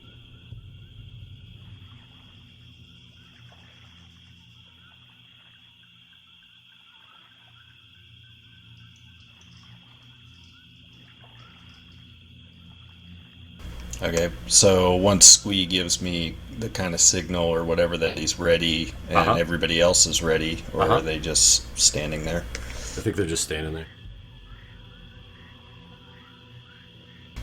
Is anybody else going in, or is it just Squee? Well, you said you're putting them to sleep. I said I can try to put them to sleep. Well, you want me to do sing a lullaby or something? I'm just saying. I figure if I can get both of them asleep, then it's easy, but if I can't, I don't know. Do they know if it fails? If they don't fall asleep? Yeah, they won't fall down. No, I mean, will they know that if they don't fall asleep, do they know someone just attacked them, basically? How far away are the fires? The fires are about 50 feet away from them to the southeast. I'll obscure the fires when you just before you attack them. So you're gonna put out one of the fires? Well, I'm gonna. Oh, I know what you're cloud saying. it. Yeah. I don't think that's a great idea. Itchy, can you, are you going to move up to them as soon as he tries to put them to sleep? I'm gonna try. Okay, You, that's what I was wanna be up asking. here with me? So I'll do a bardic inspiration on Iche as well. Okay, all right, gotcha. You're smart enough, you're good enough, and doggone it, people like you. No, they don't. They're afraid of me. All right. So once I do that, then I'm ready. All right. To answer your question, I would say that if they don't fall asleep, they would feel the effects of something. Now, whether they're smart enough to know that a spell has been cast on them is another question, but they would know something was weird or something had happened. Right. Okay. Yep. All right. So as soon as we're ready, I'll go ahead and cast sleep on them. Let me know when. If everybody's as close as they want to be, then I guess we're ready. What's you want to move Teztsz up so at least he can take an eldritch shot if he needs to? Sorry, I forgot about him. Don't forget about my brother. From another egg. All right. So I'll go ahead and cast sleep on them. Alrighty, sounds good. Go ahead and do your, I think it's what, 86? I'm gonna ready an action so that as soon as Iche runs up, I'm gonna let loose with a sling on whichever one she's adjacent to. Okay. If it's awake. Sure, absolutely. So Ssue casts his spell, and you see the two of them sort of yawn, and they both fall down.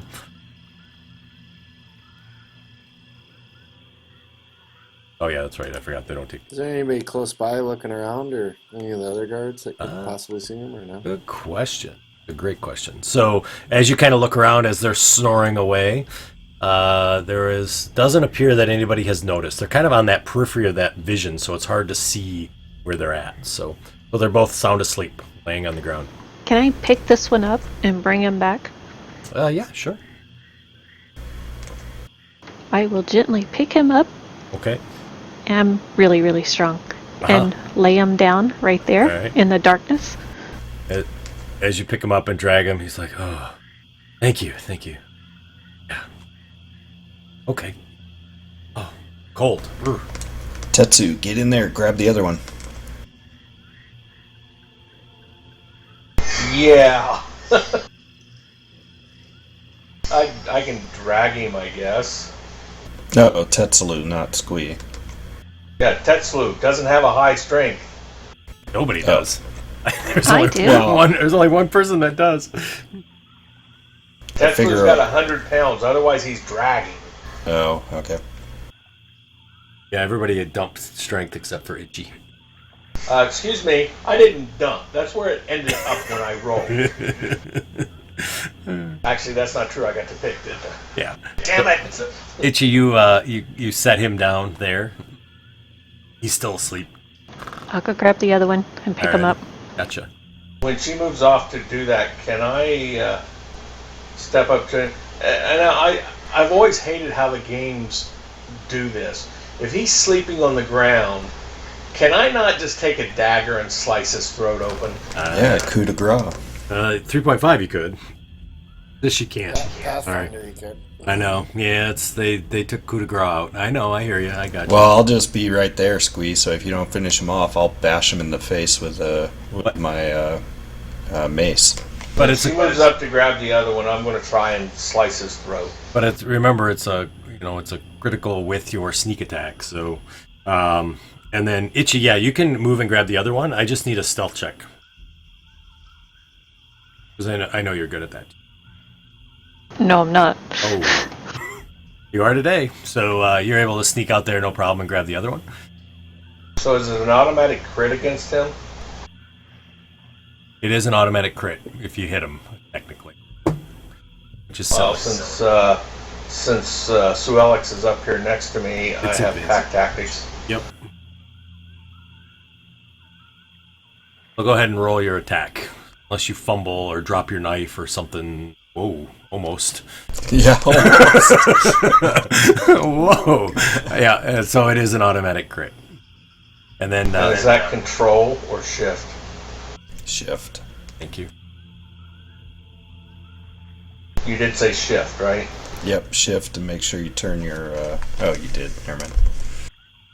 There you go. So you cut his neck. Damn, that was a good job.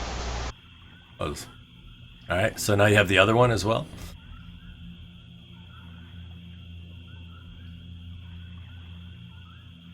anyone want him alive as I slice through his throat? Nope. Nope. I'm just going through this other guy's pockets. Yep. And I'll grab the armbands off. Sounds good. Oh, that'll do it. With the crit. I'm gonna roll my damage anyway. I know. Oh, it was automatic crit anyway. That's like all right. 10 times the damage. I think you actually kill his wife and children with that attack. So as you roll your damage there, yep, nice job. Ooh. So you obviously kill both of them. So Iche, as you kind of go through his pockets, you find out he doesn't really have any money at all. He does have, so you do get 2 short bows. You find out that he also has a sword as well, and the other one has a rapier. Ooh, rapier, please. I don't know if Teztsz can use a sword or not. I'm looking for myself. Thank you very much. When she's done, I whisper to Grumblejack, Grumblejack, take these 2 guards and bury them, or move them back farther into the moors. Throw them into a swampy hole or something like that. Oh, okay, yeah, sounds good. When Itchy's done, when she says okay. Okay, all right, gotcha. And so you also find there's 1 short bow and one of them has a long bow. And one of them has a hand crossbow. Oh, no hand crossbows. Too expensive. Anybody care if I take that rapier? I don't use them. Alright, I put that mace in the party sheet if anybody wants the mace that I had.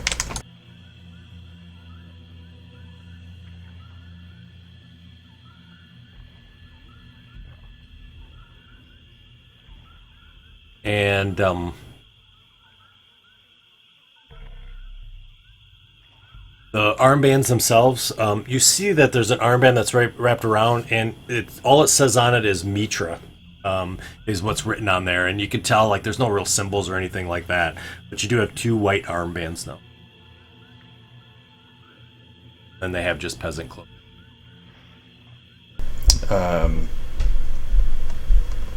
Okay, so let's, so do we want to dress as these, Okay, User entered your it's back. channel. do we want to dress as these peasants and stay on guard here, or do we want to just use the armbands and act like we're guards? I'm worried that if someone comes around, obviously they'll see this campfire's unmanned.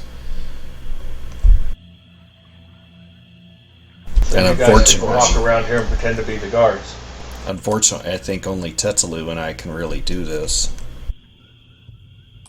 Can we make our, can we forge armbands out of their clothes? Do they have anything white on? Yeah, you could. Their underwear. Exactly, their undergarments are white.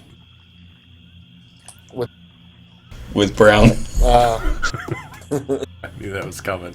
They have undershirts. They have under tunics that they were wearing because it's a little cool tonight. So they had something that's a little bit warmer over their upper torso. So you could easily, well, I shouldn't say easily, but you could forge to make that, and you could try to forge the writing that's there because you do have a pen.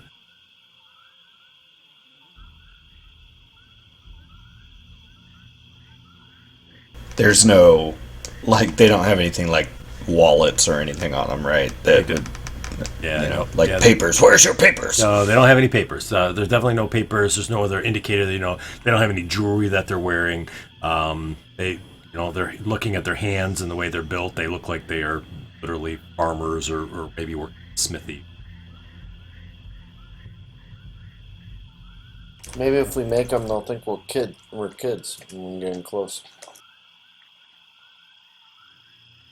Or you could stand on my shoulders, and then we can put this chainmail all the way over us, and we can look like a grown-up.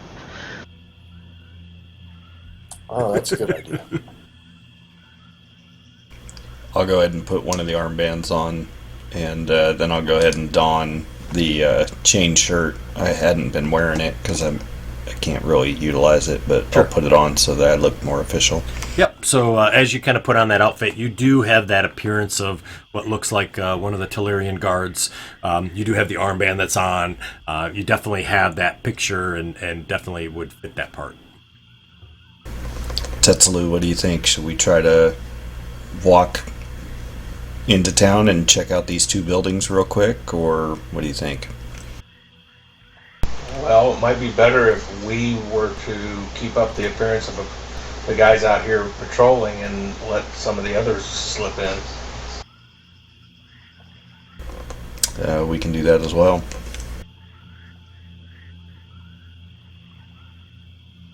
Well, then why did we bother killing them? Because So we're evil. that we didn't have to worry about them noticing us going into town?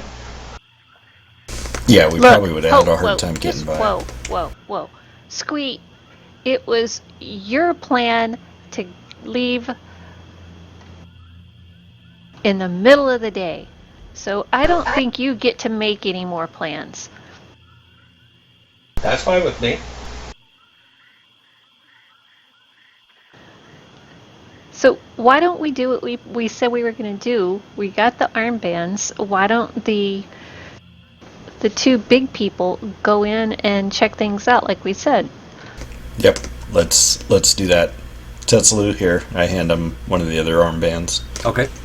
And then we had another guard out. We had a whole nother setup, I Yep. assume. You did. Yep. Yeah, you said you took the guard's clothes. Okay, so Teztsz and I will kind of walk in very upright, and I remind him what his name is and what our ranks are and where we're from and so on and so forth. Gotcha. And so you're entering from here, from this side of the village? How close are we to the road? Oh, you're close. I mean, you could definitely circle around and come up the road if you wanted. Yeah, let's do that so we look like we're coming into town or something like that. Although it is 11 o'clock at night or something, but All right. I think it's probably okay. So as What do you think, Teztsz? Is that good?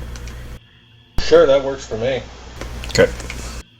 So you see the two of them go off and head towards the road, kind of circling back. How about for the rest of the small folk with the large dude? Real quick, did these guys have any torches or anything on them? They did. Okay. I'll just, each of us will grab a torch unlit, but Sure. just have it in our other hand. Yep. They have a torch and a tinderbox each, or Okay. whatever they call it in this version. It's something different. I can't. A Bic lighter. I'm going to move back away from the fire area. Okay. Oh, they do call it. Not flint and steel. That must be. Okay. All right. So you kind of move back. Grumblejack moves with you guys, and he says, "Hey." Start looking for any like critters. Hey, you can eat those guys. Ugh, humans are gross. Too gristly. Just eat the white meat. So, Iche, as you look around, you do find some really big, beefy toads that are there, much bigger at night, and so you do find those, and you do find a small mouse that you were able to capture. Iche, not Icky. Sorry. So, as Ssue and Teztsz kind of get up towards the road, you're on the road now, a bit of a distance that you feel that you could probably light your torches and make your advance. Okay. So I guess we'll do that. All right. So as you approach, you see that the torches are there, and you're not even to the point where they could technically see you with their bonfires, but they do see the torches from the distance, and the guards kind of stand up. You see several of them sort of kneel down with their long bows and short bows, and sort of cock an arrow, put an arrow in, and kind of pull back on the string. And you hear who must be running. It says, "Who goes there?" And before we light our torches, I'll do a bardic inspiration on Teztsz. Sure, no problem. Guards from Bandersnatch or whatever. Vanderskar. We're just moving through the towns on the Old Moor Road here, making sure everything's secure and that everyone's doing their civic duty. You're a little early. Can you please present yourself? We need to confirm. Just be easy. Don't raise any weapons. So my sword's on my side and Sure. crossbow's on my back. So All right. How about for Teztsz? Same for him. Okay, gotcha. So as you kind of advance, you see the guy that seems to be in charge sort of steps around the barricade, and he's slowly advancing. He has his hand on his sword, and he's got his torch out, kind of pointing towards in your direction, trying to take a look. And he sees you approaching, and you notice his eyes are searching, obviously, probably for something. And then he sort of takes his hand off the sword and sort of relaxes a little, puts the torch down. He looks back and he says, "It's okay, guys. It's all right. It's the guards." And he kind of turns back and looks to you and he says, "You're early and you have no horses. Did you get attacked? You're missing 2 men." we left our horses at the last town. We had run them out, and they didn't have any replacements for them. So we just figured we'd keep on walking to keep progress going, and someone was going to bring horses up to us this coming morning. Well, tell me, have the beasts been caught? I've heard that there was a sighting to the northwest of here, northwest of that last little town. Damn, they got past, huh? Ugh, I tell you what, those cities don't know what's coming, do they? Hopefully you've sent some guards to tell them, I hope. Oh yeah, yep. They there's a whole group of them. Good. Well, we really haven't seen anything. We've pushed our perimeter out. Yesterday was such a scramble to get things going. I think that we've got a better plan tonight. Well, hopefully those bastards get caught. Can't believe they broke out of the prison. I didn't think that was possible. Yeah, those guys are definitely the best or the worst of the worst. Yes, yeah, I agree. That's all that goes there. I'm sure that they're going to have that warden's head, I'm sure. What do you think? Maybe you'll be the warden. Yeah. Now the warden was Tomas. That was the sergeant. You guys That was never the met sergeant. the warden. Yep. Mhm. Okay. Yes, talking to Sergeant Tomas, there's definitely going to be an inquiry. I bet. Tomas Waverly, yes. He's has visited our town from time to time. He likes to be a little loose with the coin and a little heavy with the drink. You know what I mean? Best kind of customer. Yeah. He throws quite the poker game. Yeah, he does. He's not very good, but he does, no doubt. Well, please feel free to go to the inn. It's the Black Raccoon. They serve pretty good drink there. I think there's a bedding there, maybe a room or two. Very good, we will. And all hail Mitra the Shining Lord. Aye, indeed. All hail. And he kind of walks back. You see the guards that are there now seem a little bit more relaxed. Their arrows are kind of put back. They're sort of looking off towards the off the road area, just taking a peek and seeing. And he says, well, go ahead. And he says, hopefully we'll hear back from Juilliard and Remos. They should be making their round here in just a few minutes. Juilliard and Ramos, are they from the Vanderskar as well? No. We've pushed some militia out towards the edge of the light. They have really good vision out into the darkness, and so we thought that'd be nice, so that way we weren't ambushed.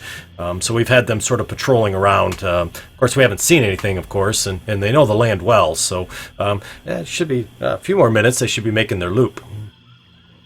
Oh, very good, very good. We will continue on to the tavern. Very good. He kind of points you into the city, and he says, just head in there. There'll be a few more guards there, I'm sure. They may still be up. Thank you. Keep up Yep. the good work. Oh, thank you. And thanks for keeping us safe. We do our best. And they kind of go back to chatting as you guys continue into the town. The rest of the group, you see they make it into the town, past the barricade, and are continuing to move in. There doesn't seem to be any sort of disruption at all. I'll lean over to Teztsz and quietly should we warn the group about these two hunters or whatever they are?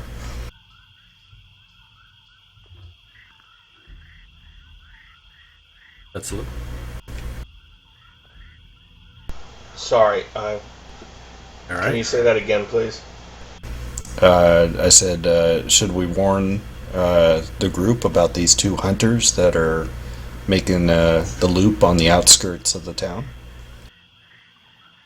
I thought they were talking about the two guys we took out. No, they had mentioned that there were two hunters or something along those lines with very good night vision that were outside of the fires. If we go out there to try and warn them, then they might see us. I don't... So we just hope for the best. Yeah, they're pretty small and they're back from it. Hopefully they'll be okay. All right. So I guess we'll continue on to the inn. Now the inn, is it? It doesn't look like one of the buildings that we are looking for, right? So I'm glad you asked that.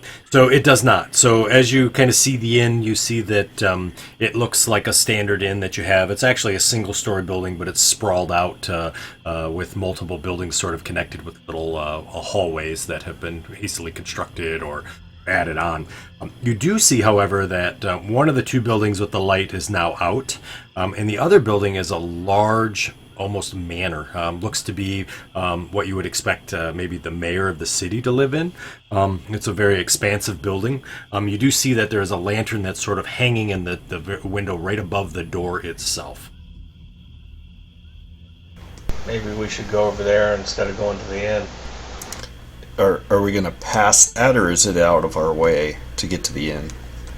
It's kind of off to the distance a little bit, but to get to the inn is the road kind of winds, and the guards at the blockade or the gate there wouldn't necessarily see you not go to.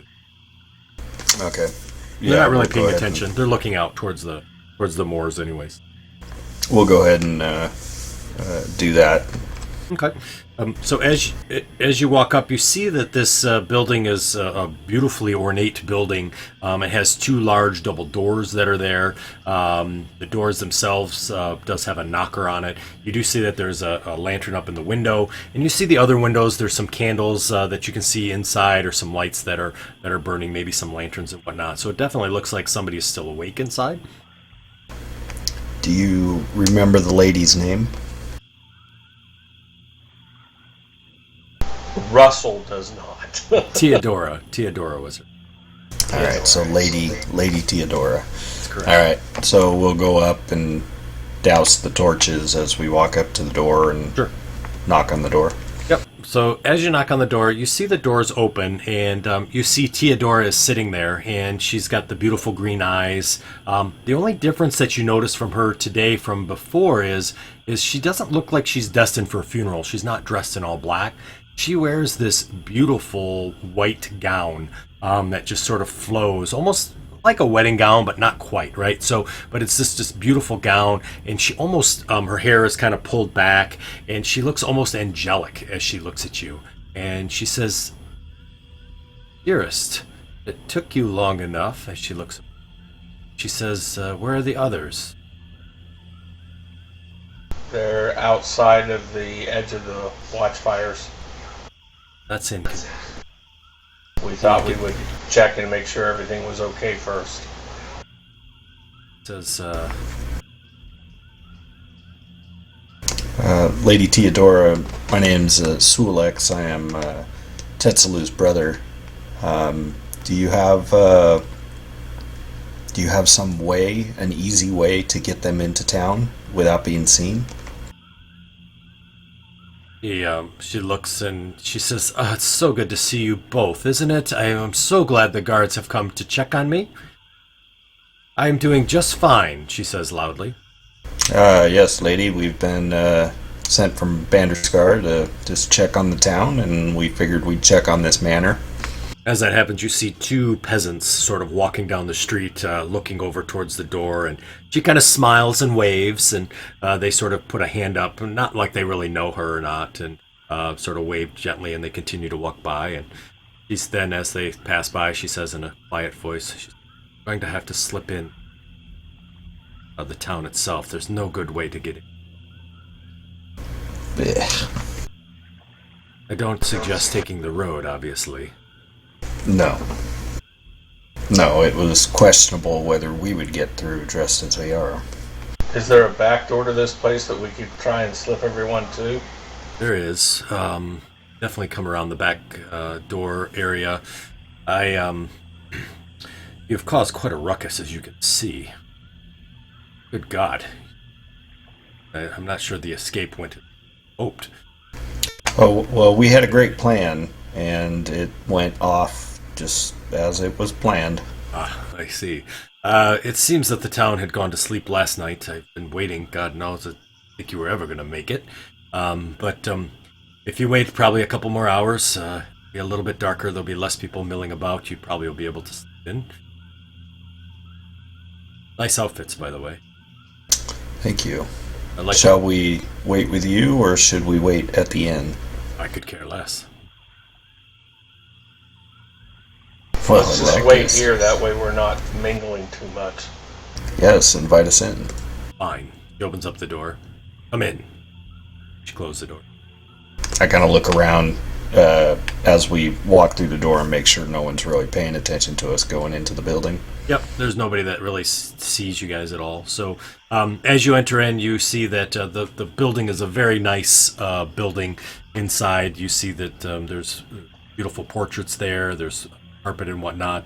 And as you walk in, she says, can't believe what a mess this is. And she says, please have a seat. And she claps her hand. She says, slaves. And as she says that, you see that there's 4 men and women, all very attractive, wearing very traditional servants' clothing, kind of walks up and she says, these people are our guests. See to them. Make sure that they have food. There'll be more coming. And she looks at you. Correct? Correct. Wonderful. And she says, I will see you all when you all arrive. And she goes upstairs. Slaves kind of bring you some food and some drink as you're sitting. So, for the rest of the group, you're sitting outside. It's been about 30 minutes now. You don't see Teztsz or Ssue at all. The 4 of you are hanging out. Grumblejack is grumbling about his belly. However, he feels better after eating some food if you fed him. I wasn't sticking my hand anywhere near the food while he was eating. All right, sounds good. Grumblejack says, they turned us in. No, they didn't. They're not back. They're gone. Something happened. We need to charge in the town, don't you think? No. Then we need to run. Let's go find another town. You just sit there and eat. Okay.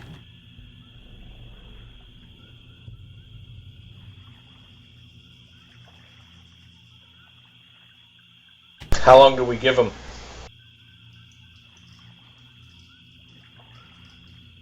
Now, were we able to follow their path through the town at all?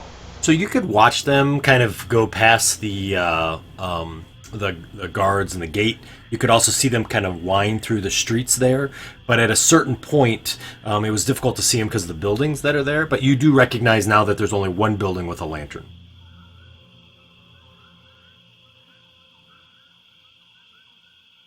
Let's hope that they make it in okay. Let's give them a little while.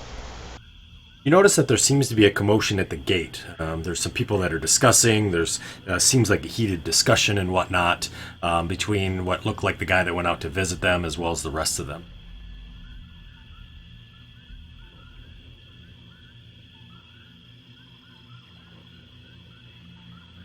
Suddenly you see 2 of them kind of take up torches and they start to leave the area that they're at and they start to move towards the line of the light towards moving out, and they're yelling out these names that you don't recognize. And they continue to work. Now they're working in a counterclockwise, so they're actually moving away from you, but they're working around the light source, and they keep yelling these names and kind of dipping into the woods a little bit and coming back out, and keep yelling as if they're looking for.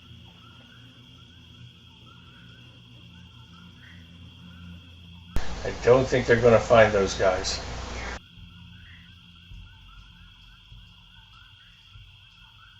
Do we try and ambush them when they come around, or do we try and hide from them?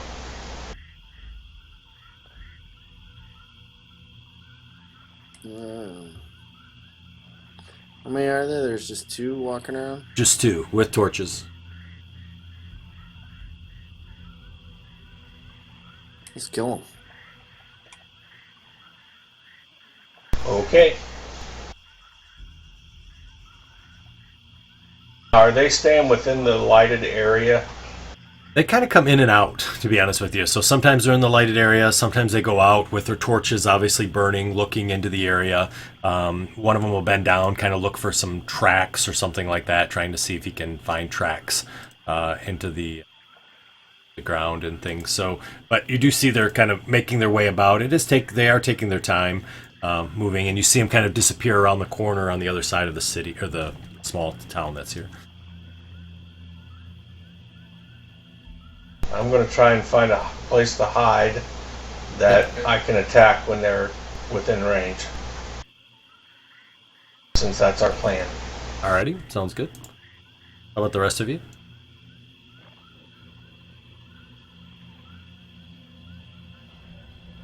I'll hide behind this tree, I guess.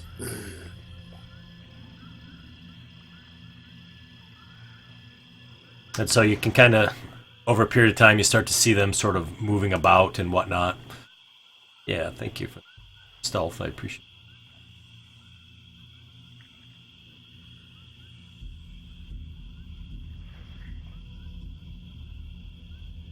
it. You can kind of hear them sort of yelling about. Now, how long are you going to wait? Do you want them to be fairly close, or you want them at a far distance?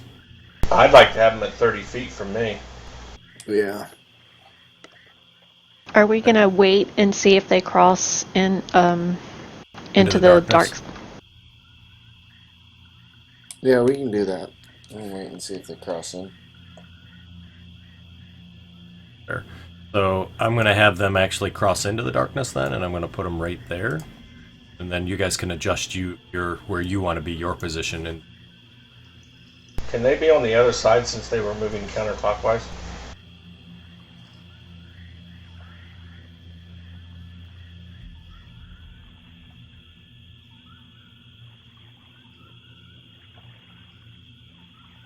I thought you were just going to use Ssue's and Teztz's tokens for us there. I moved them out of the way. So you see them kind of dipping back and forth into there. They have their torches, and you can hear them now yelling. And one of them says, "I think one of them probably went off and got drunk." Like, nah, he's a good guy, man. He wouldn't do that. And he's like, "Keep looking, right? Keep looking." They keep kind of moving about and whatnot, checking for tracks and stuff. And he's like, they never left the light. He's like, well, you never know. Maybe one had to pee or something. They're kind of moving their way slowly toward. And they get just a little bit closer, then I'll attack. How close do you want them? Another 15 feet forward. There you go. Do you want initiative or just an attack? Yeah, you can roll initiative. So, not sure you're all going to need it, but you might. Oh, smoke.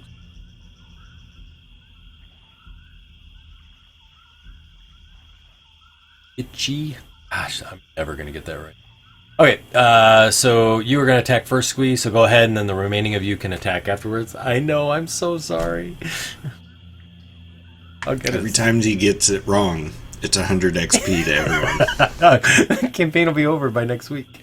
I think it's funny that you can't pronounce mine, but you can pronounce Irish's. I know, right? Steve's. Ssue and Teztsz. It's so silly, isn't it? I think it's because I said icky from the beginning and it's just stuck. Go ahead. We've got surprise on them, correct? Yeah. Does that give us advantage or no? No, it's just an attack round without them attacking. Okay.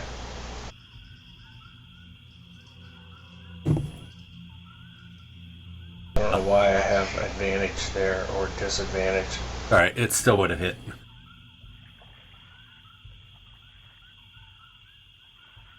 But I don't get my stealth or my rogue damage. Right. Wouldn't you? You're hidden. Oh, that's right. Doesn't matter. He's down anyways. So you hit him square in the head, and down he goes. That was my turn. The torch falls and hits the ground.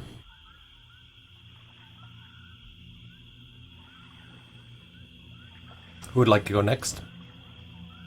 I'll go next. Alrighty. That's a hit. I'll pull him 10 feet towards us. Alrighty. There. So quickly he moves forward with this torch. Whoa!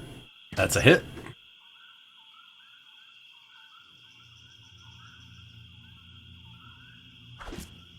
And Oops. Take the 6 off. all right. It doesn't matter. He's dead anyways. So he's dead too, and his torch falls to the ground. So now there's 2 torches on the ground, and there's 2 bodies. We'll go stomp on the one torch. Alrighty. So you put the torch out. Yeah, I'll stomp on the other. I'm going to go get Grumblejack and tell him to drag these bodies back with the other bodies. Okay. Grumblejack does that. Suddenly you hear, "Hey, what happened to those torches?" And you hear some people kind of, "Wait, what's going on?" And you see that they're now kind of scrambling around up there. How many are there? There's 4 left at the gate.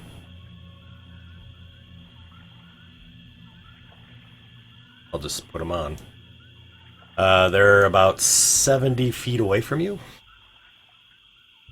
You can kind of see them looking out towards you. 1, 4, I put 1, 5.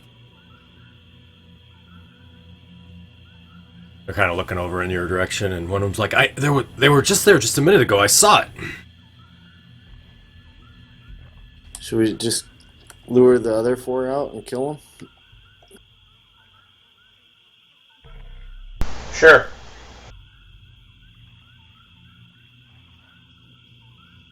Are they sitting around a campfire or something? They're along a barricade along the road.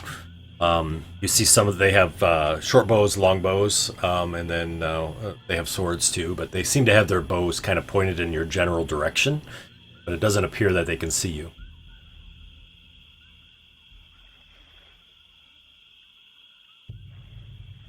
I could fog cloud them and we could get right on top of them. Okay. What do you think, Balls? Sounds good. Alright, I'll fog cloud them. Alright, so we're going to go in the opposite direction on this map, because I don't really have a map for this. So they're all together. Something like that. Okay, good enough. Is that about 70 feet? I think it's... Yeah, 65 to the 1, so that's good. Alright. Token am I missing? Alright, there you go. I don't know. Anyways, I'm close. Okay. They're gonna fog cloud them? Yep. Alright.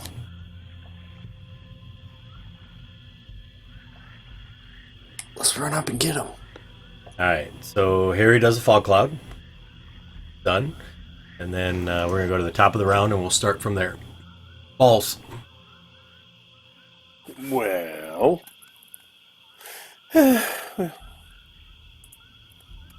I'll take a shot. Alright. Disadvantage, I guess. Yep. That's a hit. That was a crit, too. I know it was, yep. But that's a hit, nonetheless.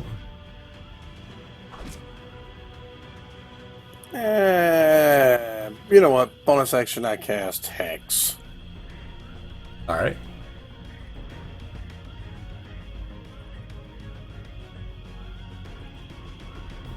Alright, Squee. I'm going to try and go for the one on the end. Alright. I'm going to move 30 feet forward. Okay.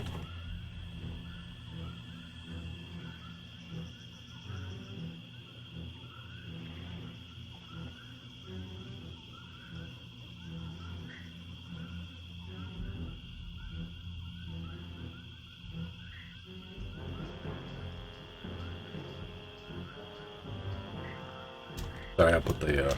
I'll lock him here. If I click disadvantage, why didn't that roll a second attack? Let me roll one more time.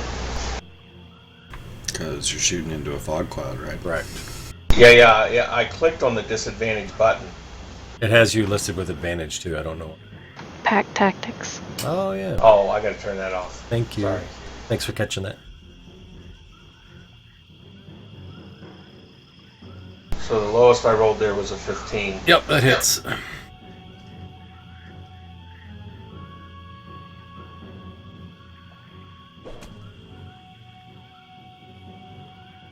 Nice. So they're obscured, right? Correct. So I sprint up as a bonus action. I'll rage. Uh-huh. So I'll try to get in front of the first person that I remembered seeing. Yep. That would be the guy that seems to be leading the group. And he probably scares the... Yeah, Oh. because I've come flying into the fog. Right. Exactly. So, the one that's next to him is able to kind of hold his ground. And he's like, oh my god! He kind of drops his long bow and pulls out a short sword. And he kind of stands there sort of at guard. The militia leader also does the same. You saw he had in his hand sort of like a horn of sort that maybe was a warning horn. He drops that immediately and kind of pulls out that short sword quickly and tries to take a quick swing at you. And he hits. And he kind of sort of staggers back. Harry? Move up to there. So you guys can see shapes in the fog cloud. It is obscured, so it is at disadvantage, but you can see them. They can't see you. Because it's all lit there.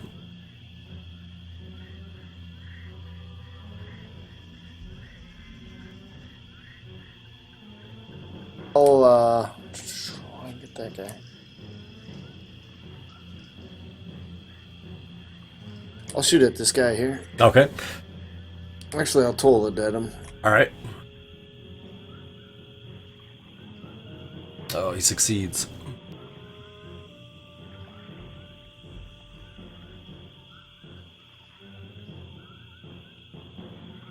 Alright. So the number 4 sees, obviously, or hears the yelling and screaming and feels the toll of the dead, and he just sort of cowers behind the wood. He's like, I don't want to die! I don't want to die!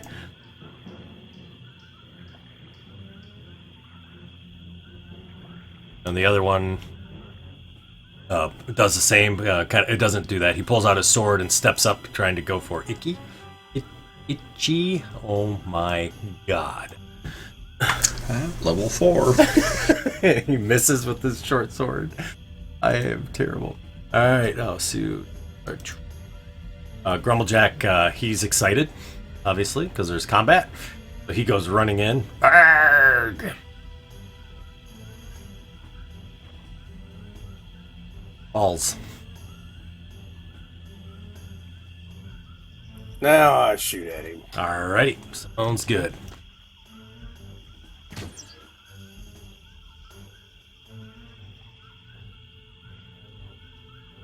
And a miss. Oh, it's a hit. I apologize. It'll take me a little bit to get you.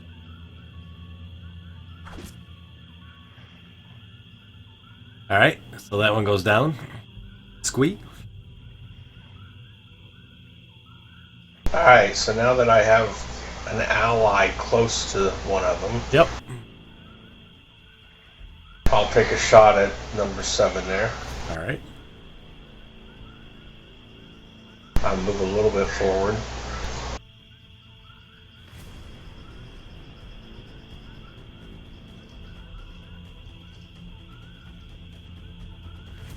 Wow, double twos.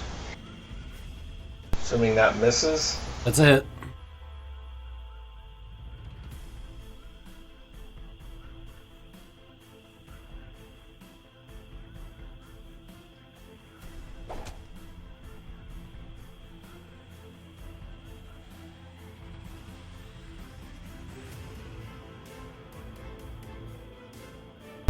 That's it for me. Alrighty. Iche. Yay, I got it. 1 out of 10 times. That's not bad. Not bad at all. Alright, let's swing at that one. Yeah, that's a hit. Nice. So you kill that one? And with my offhand, I'll swing at the other one. Okay.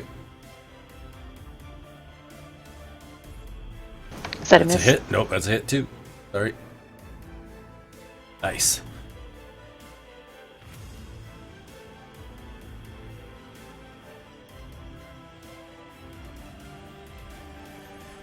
All right. He's kind of regained his composure, and he steps up to fight against you, and swings his short sword at Iche.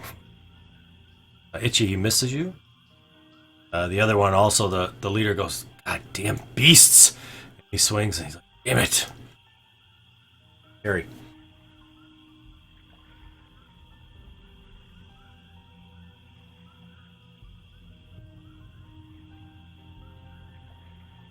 I'll stay here. I'll drop the cloud. Okay. We'll shoot at that guy.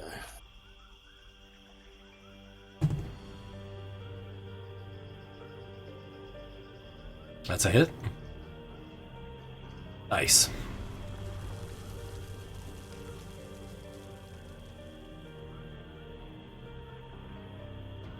Oops, I skipped through 'em. Sorry. Go ahead, Balls. Well, I'll move my thing over here to 14. Okay. Whoops. That's a hit.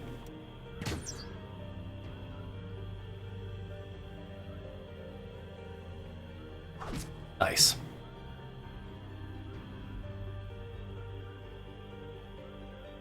You would move there, Squee. Not in your way. Oh, well, in that case, I'll take a shot at him. Yep, go for it.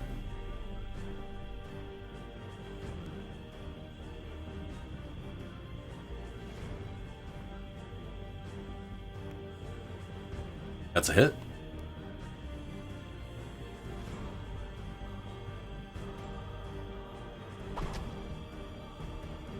Nice.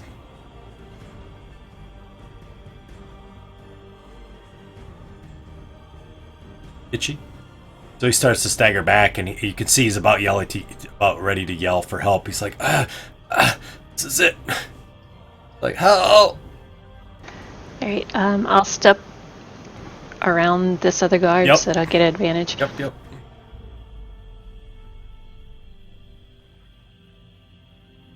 That's a hit. And down he goes. Before he can yell out loudly, you see now there's 4 corpses here. There's blood on the ground. Obviously, you guys are in the full light here. As you look around, you don't see any other guards around. The town seems to be quiet, and they didn't notice your stealthy attack. Alright, I'll pick up the horn that he had. Yeah. Got it for you. And, Grumblejack, let's drag these bodies over somewhere and hide them. Okay. Yeah, he grabs like all of them by their collars and sort of 2 in each hand and grabs them and says, "Let's go." We'll take them back and dump them where we dumped the other 4 bodies. Alrighty, sounds good. That's 6 short bows, or 4 short bows, 2 long bows, and then I need some crossbow bolts. I'll shoot bows though. There's 12 on the party sheet. Yeah, I put 12 in there. 6 swords, and then let's see, Itchy, can you roll me 2 d20s? Thank you. 18 arrows.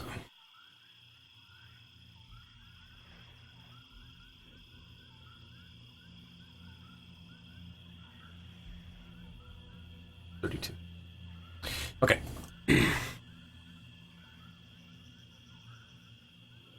And torches. You got like 6 torches. 4 tinderbox. Partridge and pear tree. All right, so you guys drag the bodies back. As you do, you can see there's obviously blood there. You can see some blood trails for about 5 or 10 feet on the road, and then it sort of disappears as you guys drag them all back into the wood. They don't have any armor. Again, these were all farmers. They do have the armbands, though, so if you want more armbands, you all now have armbands. Yep, I'll take one.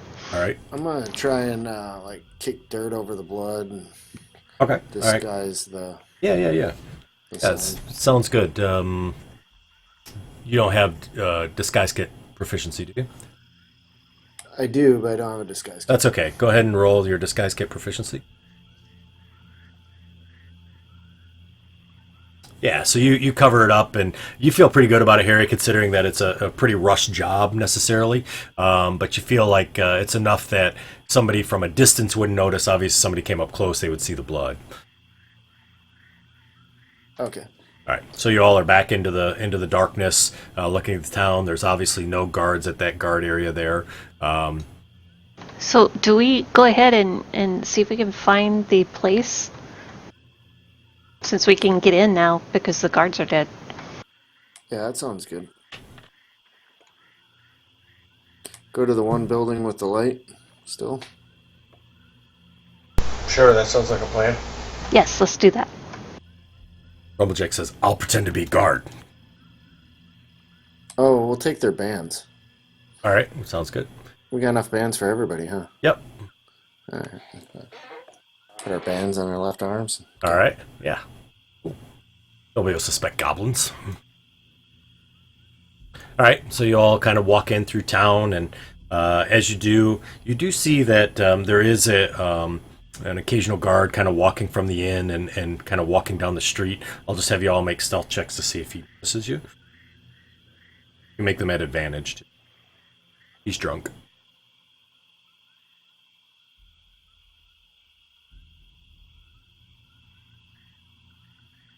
Nice. Yeah, Grumblejack.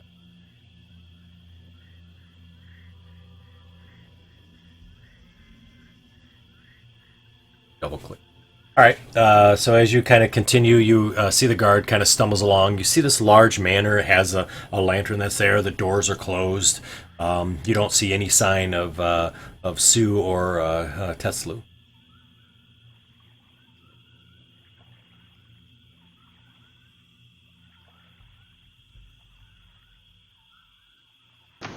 So we're looking for the house with the lantern. Yep, you found it, and you can see it. It's not very far away. The streets appear to be empty, and the door is closed. Go up and knock, I guess. Or is the door unlocked? No, the door's not unlocked. So as you knock on the door, I assume, since you said it's. Yep. So as you do, Ssue and Teztsz, you guys are sitting in the kind of the parlor chamber that's off to the left. You hear a knock on the door, and you see that Theodora comes down in her dress. She's kind of got not a sour face, but she's not like super happy when she walks down. And you see she sort of stops and she kind of takes her hands and sort of straightens her dress and puts on this huge big smile on her face. Again, has that sort of angelic kind of look to her. And she opens up the door and she says, "Hello." And you guys see her again, kind of in that white gown, very smiling. You see Theodora standing in front of you. Hi, Veil Lady. Had we seen her before? I think she peeked in through the door and looked at you guys as Ssue was going back into his cell. You haven't actually met her though. Kind of looks down, and immediately when she does, and she sees that you're all ogre and goblins and kobolds, and her face sort of gets a sort of a forced smile, and she says, "You guys made it. Good. Please come in." Kind of peeks her head out and looks both directions. Opens the. We burst in. Okay. Teztsz and I are sitting there having tea and crumpets. Right. With these slaves that are sort of rubbing their shoulders and kind of brushing the hair and kind of washing their arms and things, getting blood off them. She looks and she says, "I'm glad. You brought your friends. They're all here, I see." Yeah, we got tired of waiting in the woods. There's a few less evil people in the world, though. The lady asked us to wait until it got a little later, and then we were going to come out and get you.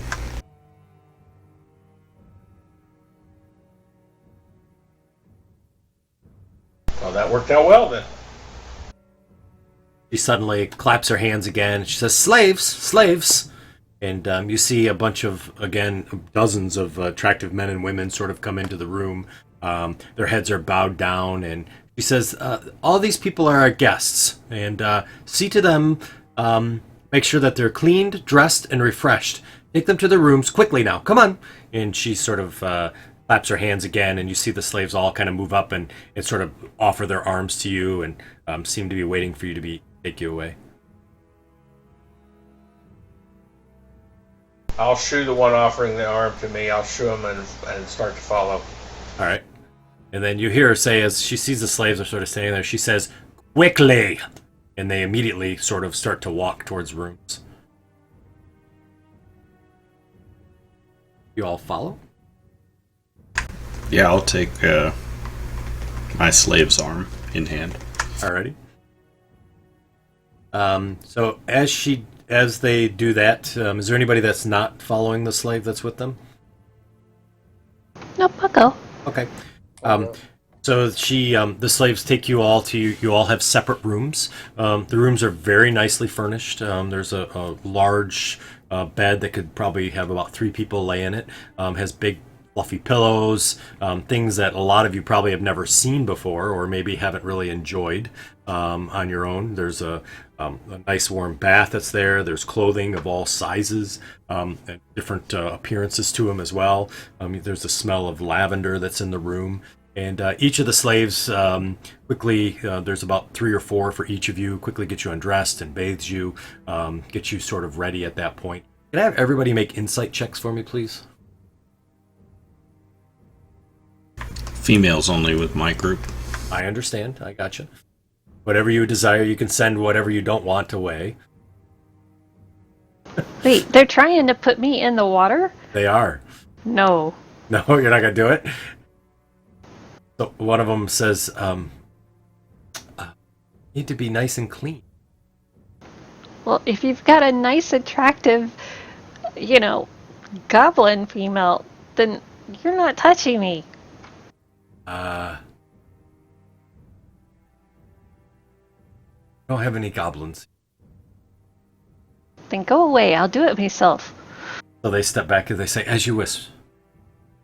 And they sort of stand there. They said, "Anything you want, just ask. I'll be happy to bring you." You need soap? No. You need fragrance? No.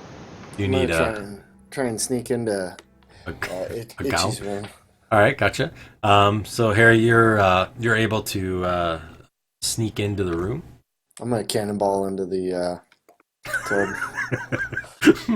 You see Harry suddenly cannonballs into the tub. He's all naked. Big splash, water everywhere. Where's balls? I don't know. Hop in, Itchy.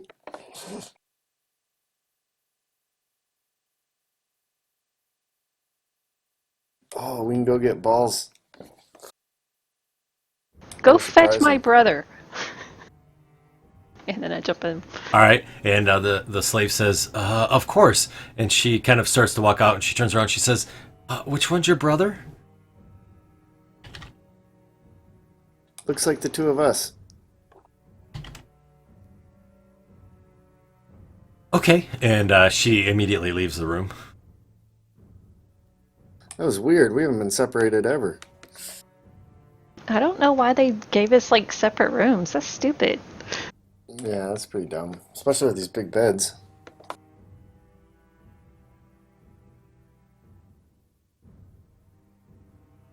So for the rest of you guys, they continue to help get you cleaned up and everything. I'm fine with that.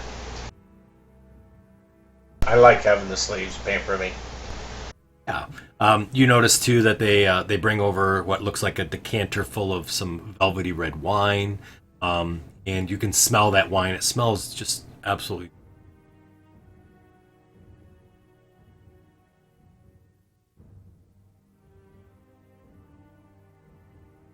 I'm gonna make one of my slaves take a sip of the cup first. So you ask her to do that, and she says, "Of course." No, I tell her to do that. Yeah, you tell her, and she says, "Of course, sir." And she takes a drink from it, and she says, "It's delicious." She hands it back to you. She's not shaking or doing anything weird yet, right? Nope, not. Then I'll drink it. All right. So, Squee, as you drink it, it has just a wonderful taste that goes through, and you feel almost rejuvenated with this. Gives you a little bit of pep, feel a little bit of energy that's there. It's probably the best tasting wine you've ever had.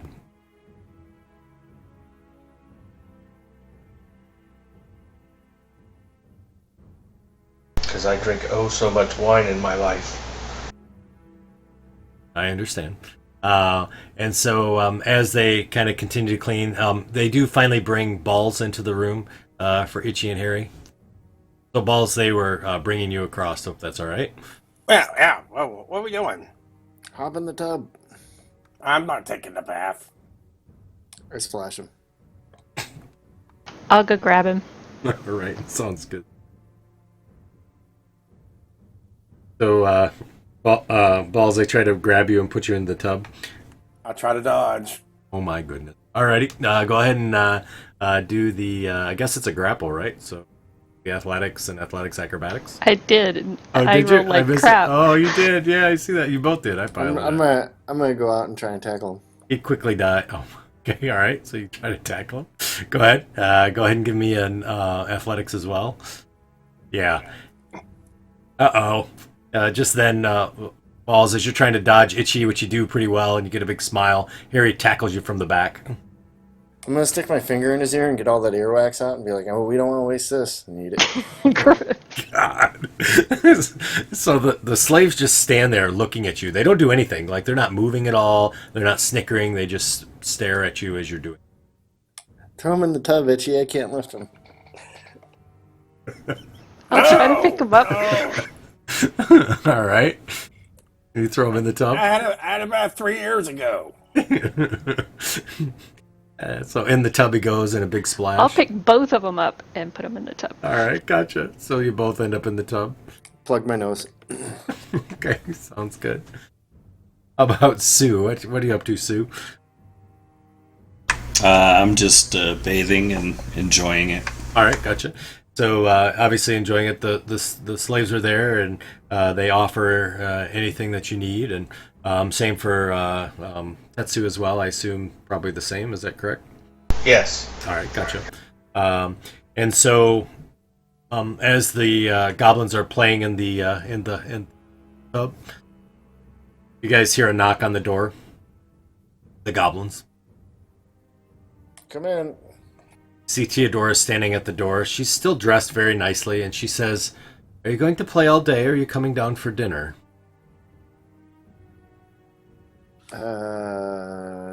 Coming down for dinner. I'm hungry. I'm gonna hop out naked and just go down naked. All right. She looks and she says, "I do think you probably need some clothing." Oh, yeah. I put my hat on. Shakes her head. Very well. She says, "Why don't we collect the others?" Fine. I guess I'll put the rest of my clothes on. I don't want to be without my component pouch. Do they have clothes in my size? They do have clothes. Everybody has perfectly fitting clothes. Because they have all the various sizes. And the guards are just, the slaves are just standing there? Standing there waiting at your beckoning call. They have no facial emotion at all. They're just sort of staring off at you. I'll poke one of them, in the stomach and see how they react. Yeah. So as you poke her in the stomach, she initially flinches, and then she stops and she says, "Yes, I'm not sure what I'm supposed to do when you do that. Am I supposed to laugh or cry?" I don't know. What do you want to do? Whatever you desire. Hop on one foot. She starts hopping on one foot.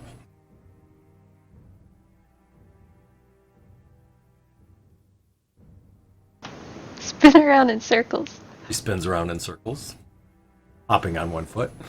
You forgot to say Iche says. Oh, so she loses. You can stop. She stops. Continues to stare at you. She said, "Is there anything else you desire?"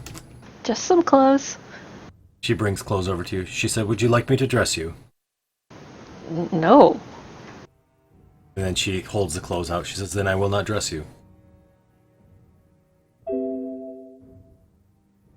Harry, is there something wrong with her? She's enthralled. It's like mind control. Kind of what I'm studying. Huh, that's weird. I'll put my clothes on. Alrighty, gotcha. For the rest of you, Ssue, you hear them kind of knock at the door, and you see Theodora comes in, and she says, "Please, could you please join us? It seems your little friends are having a bit of a fun and are taking a bit of time." Yes, of course. Thank you.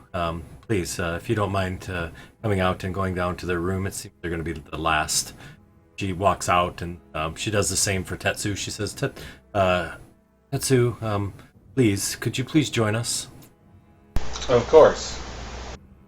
And finally she goes to Squee's room, and she knocks on the door, and she says, "Hello." Hello. He's dressed like Little Lord Fauntleroy. My God. She kind of looks and shakes her head. She says, "Could you please join us?" Of course. And it's weird. Squee and Teztsz sound exactly the same. No, the inflection's slightly different. Oh, Squee's trying to copy Teztsz, right? It's the other way around. Ah, gotcha. And so as we get out in the hall, I tell Teztsz that they're under some sort of trance, that the lady must have charmed them or something. I wondered about that. So as you see, the rest of the group is outside the door of the goblins. The goblins are getting dressed, and you see the party is waiting outside. Well, you guys don't look any better, but you smell better.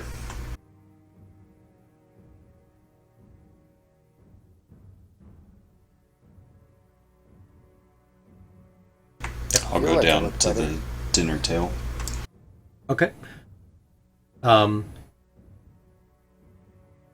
as she brings you down, you guys see there's a very opulent sort of dinner table that's there. It's very long rectangular table. There's about 12 chairs that are there. You see there are plates that are there, and there's huge amounts of food and whatnot. And as you kind of sit down or come into the room, you see that your slaves have followed you, and they stand behind your chair. You have 2 of them that are there. And they stand there just staring off, waiting. See, there's fresh water, there's huge platters of food. You do recognize that they didn't bring down Grumblejack. He probably couldn't fit in the tub. He's doing room service. Right. I'll wait to sit till the lady sits. All right, gotcha. So she sits down and she starts to eat. As she's eating, she indicates, "Please, sit, everyone. Let's eat." Where's Grumblejack? He is, not needed. Is he your pet? Not really. It's good to have pets, don't you think? I think of him more as my stevedore. Your what? My mount. Guess it's good to have a mount. She looks back, and you see that behind her she has 4 slaves, all male, standing behind her, and she kind of puts a wry smile and kind of goes back. And So are those your pets? we'd call them that.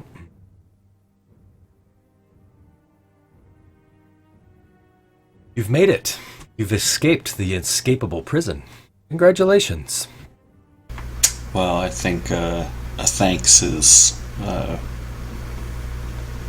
you deserve quite a thanks for assisting us in that, and for housing us this evening. She nods and she says, but I am not to thank. Our master is to thank. And who might that be? You shall meet him soon enough, but please, let's eat. We'll talk about that later. Squee, you see one of the servants bends down, takes a bite of the food on your plate, eats it, and looks to you, and she nods, and then she stands back straight up, looking straight ahead. Then I'll start eating. Alrighty.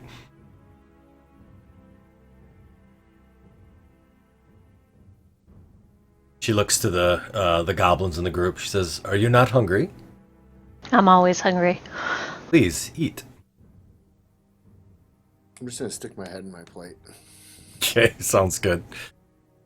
She kind of continues to eat. However, as you guys sit here, you see that she moves food to her mouth, and she makes that movement like she's eating, but she's not really in.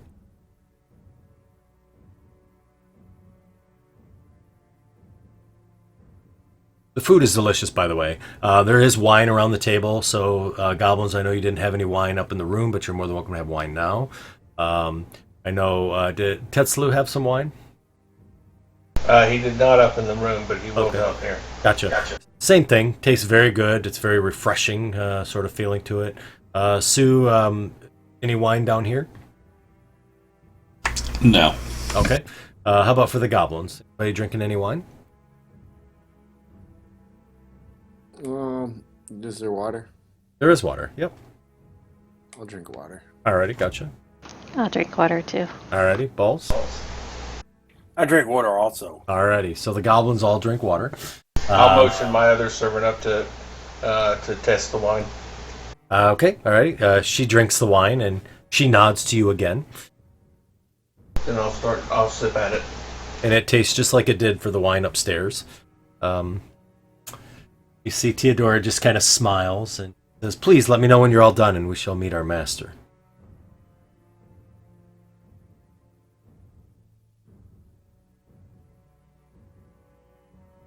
I'm 2'6". I can't imagine it's going to take much to get me full. Right. So I assume guys eat your food. No small talk seems to occur. Theodora continues to sort of pretend to eat. As she sees everyone is done, she sort of stands up and she says, "Are you ready to meet the master?" Sure. You said that it was a mutual friend of ours. But of course, broke you from prison. And we all have the same vested interest.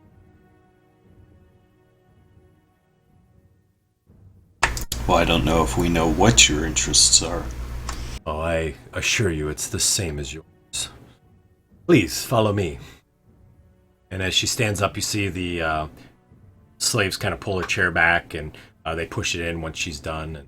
And she immediately takes her napkin and sort of drops it, and the slave picks it up quickly before it hits the floor and sets it on the chair. You feel the slaves behind you start to pull your chairs back as well. I'll follow. Alrighty. I'll hop off the chair and follow. Alrighty, gotcha. I assume the goblins follow as well? Yep. Yeah, we're following. Yep. Alright, That's sounds good. Teztsz. Alrighty. So, at last you finally see that Theodora kind of leads you into this beautifully appointed office of sorts. It's got dark teak wood from ceiling to floor. The ceiling's about 20 feet high. You do see that there's these beautiful sort of tapestries that hang down. The tapestries themselves, though, are not what you typically see in Talingarde. Normally in Talingarde, you see tapestries of Mitra and tapestries of beautiful landscape and whatnot. This you see is more tapestries of what you would consider the Northlands, things that are sort of out in the rural. You do see tapestries of cities, but these cities seem to be cities of old, because you can see symbols of other clerical gods and or deities, I should say, that are in these tapestries as well. You see that there is a very high leather-backed chair that is sort of at the end of the room. And you see there's a rather, maybe a devilish handsome gentleman that's sort of sitting there. And he smiles as he sees you come in. And as he looks towards all of you and sees the group enter, he says, I believe this you will be the first ever to escape from Brandiskar's prison. Kind of does a little bit of a clap. Well done, well done. Of course, you had help from the outside, he said with a big wicked smile across his face. You see that Theodora sort of walks in, and she continues to walk across the room and sort of stands at his right side. The slaves obviously stay outside the room that are there. You guys walk in, and you can kind of standing in front of him. There's no chairs necessarily that are here for you, though, and there's no chairs for anyone else. It's just his. And he says, but enough with the pleasantries. You must be curious why I helped you. As we walk into the room and I see him, I'll pull my symbol of Asmodeus out and put it up on my chest. Yeah. He smiles and nods to you. Says, of course, you know there are no random acts of altruism, right? I brought you here for a reason, of course. And how rude. My name is Cardinal Adastrus Thorn. Pleasure. I once was and still am a priest of Asmodeus. However, I am the last high priest left on this island of Talingarde. As you know, the Prince of Nessius was rightly revered alongside other great powers, but now the King of Talingarde, I'm a puppet to the Mitrian fanatics who wish to destroy any religion that does not have this insipidous sun god. See some anger comes across his face, and he sort of calms himself for a second. He says, for their blasphemy, you will see the same people who imprisoned and condemned you suffer. Understand what you went through. I have faced it myself. That he pulls down his sleeve of his robe, and as he does, he pulls it up, and you see he has the branding of an F on his arm. I'm going to burn Talingarde to the ground, and from the ashes I'll build a new nation that knows its rightful master. I can't do this alone, of course. I seek servants worthy of our infernal father's majesties. Majesty, you think I found them in you? I do believe you've picked a couple of the right people. Question is it, have I picked all the right people? I'm happy to see them all burn or die. I think you picked the right people.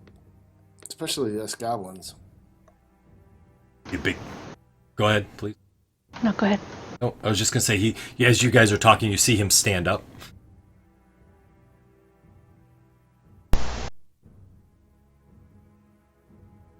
See his eyes sort of get this flash of hellfire in them and sort of this almost divine purpose in his eyes, and he says, then join me. Serve me in this holy endeavor, and I will raise you up in the eyes of our gods and of men. I will make you the princes of the new Talingarde. Today, swear your fealty to me and to Asmodeus if you have not already. I'll nudge balls. Who's Asmodeus? I don't know. I thought you knew. I don't know. As you guys are whispering, he sees some hesitation and he says, put aside your forgiveness, and I shall give you vengeance. Put aside your mercy, you'll be made powerful. Put aside peace, become my harbingers of war. What do you say? Will you swear your allegiance, or will you burn with the rest of the blind? Oh, I'll happily join your allegiance.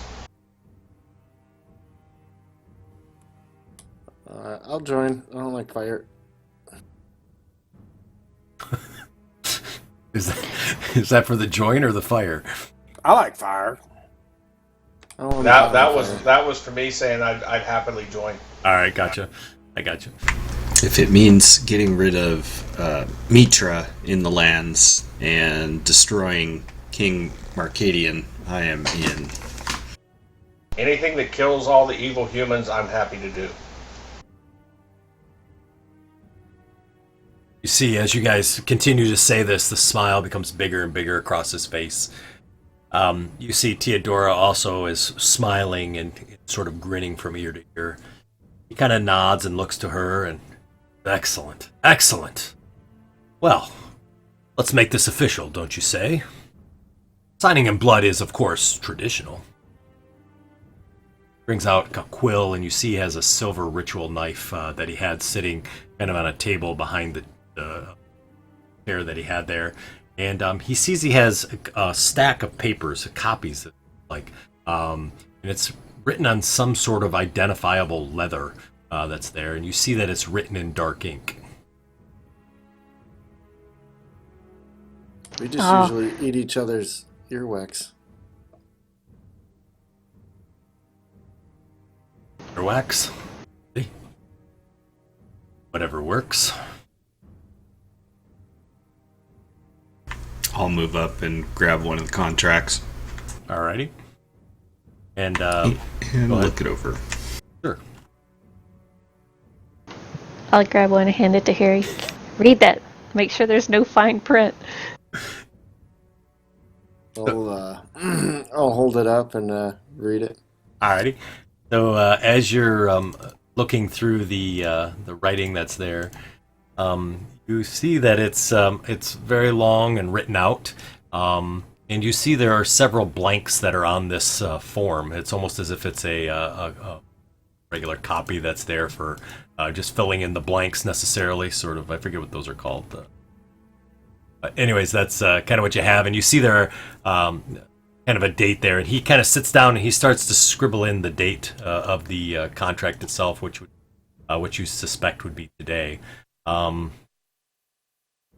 And as he does that, he kind of fills out the rest of the papers, and he says, let me make sure that it's official with the correct date.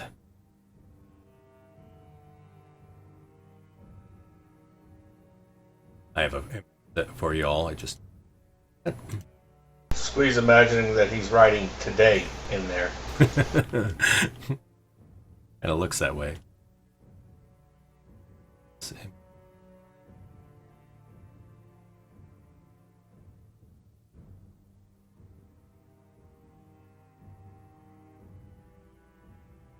You see that the slaves have now left the room. And you also see that Theodora has this sort of almost maniacal, that's not the right word, but kind of like a maniac. You know how they kind of have that weird sort of smile that occurs as you all are signing your paperwork, or at least looking at he's signing his paperwork and looking at it. And there's this uneasiness that you sort of feel as that's occurring.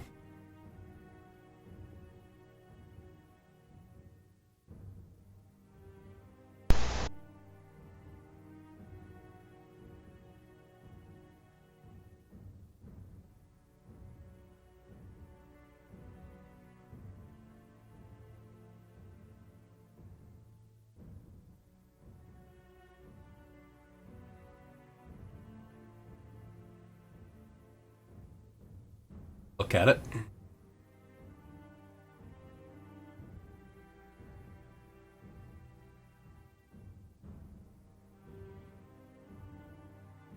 As you're looking through it, he says, there'll be 2 copies. One I will keep, one you will keep.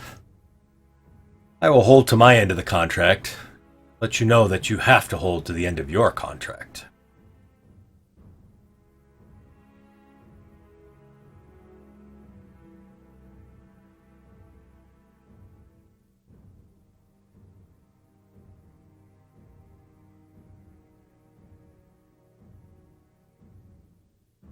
I grab it up, don't really read it, and I sign my name. Alrighty, gotcha. So you sign it. He has the quill that's there. He does take your finger, pricks your finger, drips some blood onto the paper itself, and he nods to you. And he also does the same for his finger and drips it on the paper. And he takes one copy and gives you the other copy. Looks good. What do we get out of it? Wonderful powers. You'll be my princes, Asmodeus's princes, right? Yeah, but what do we get out of it? treasures, lands, slaves, whatever you desire, of course. What do you want? I want land so that we can rebuild our clan and lots of riches. I will give you whatever land you want. You'll have first pick. And I want my chemistry set back and some chickens. he kind of rubs his chin. Chemistry set, huh? I think that's able to be done. He looks at Theodora and she just smiles. Chickens Also, too. My children's book, I lost it. They took it. And my axes. I want my axes back. You can get axes. And maybe we'll get you a children's book. I'm not sure if it'll be the same. What else? I'll sign it. Alrighty. Well done. Is there anybody that hasn't signed it? I haven't. I'm still reading. Alrighty, sounds good. So, yeah, go ahead. Is there a possibility a very special horn of mine was taken by the guards in Banderscar? Is there any way to get that without us going back to get it?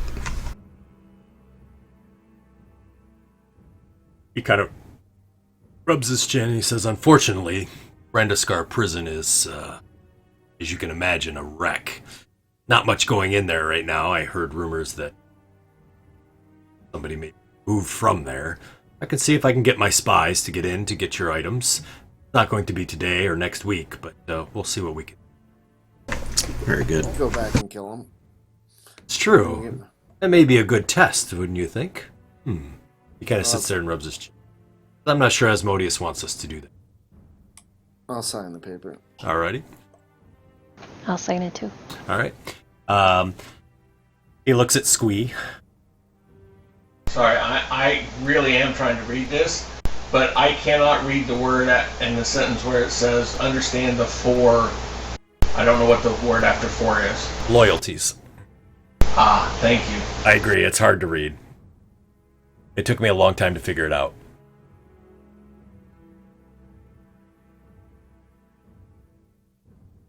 I don't see in here anywhere where it says I get to kill humans. You will kill lots of humans, I promise you that. Matter of fact, you'll be killing so many humans, you'll probably be tired of it. Okay. I'll grab the pen quill out of Harry's hand as soon as he signs. Okay. And I'll try and scribble. I'm going to try and scribble it as quickly as I can. Okay. With the blood that's already on it. So you're not going to try to use your blood? I'm going to try and make it look like I am, but I'm going to try and not. Gotcha. I can't help but lie. That's what I do. I know. So go ahead and give me a deception roll. Good. I don't really care. It's just the nature of the beast. I gotcha.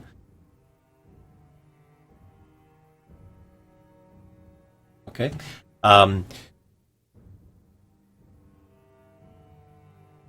Bear with me for 1 second.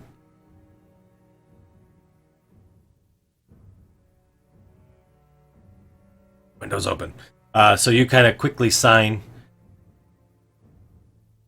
And as you do, he takes the paper and rolls it up. He says, very good, very good. He says, well done. Your first command is, prepare yourselves. Stay within the manor. Obviously, it's hot out there, and you killing guards, from what I heard. It's going to be a little bit before the area is cleared out. Still hunted by the Telerian soldiery. No. 3 days we begin your training. If we give you a list of equipment, can you procure it for us?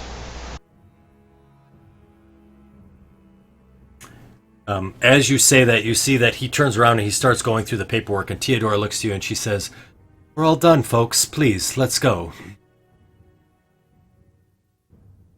Cardinal Thorn wants to relook over all these contracts. Please. She starts to usher you out. Wait, where are you taking us? Back to your rooms, of course. Oh, okay. She claps her hands. It's Slaves. probably time for bed. It is, she says. You've had a long night. You survived something that we thought was unsurvivable. He brings you guys out, and you see the slaves are behind you. Squee, you recognize that he did not answer your question, obviously. And she kind of takes you up to your guys' rooms.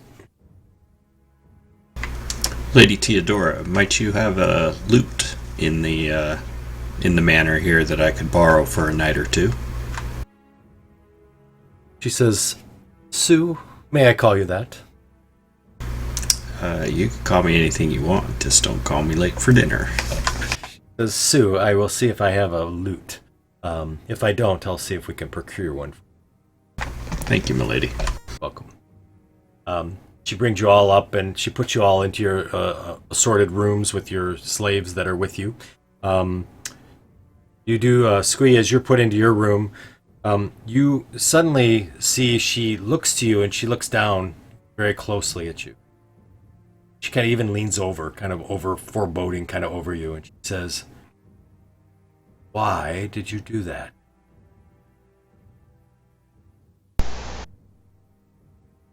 I get asked that a lot. What did I do or did do, or what did I did not do?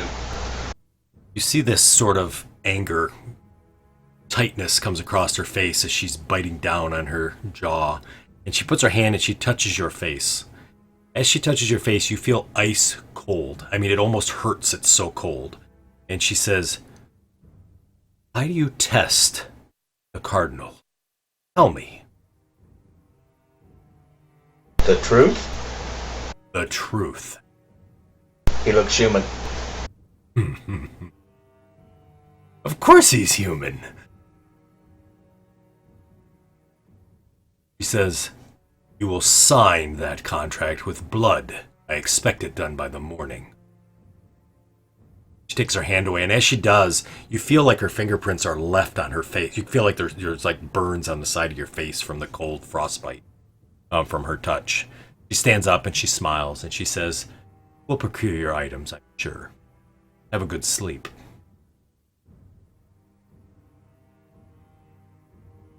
You too. He walks away.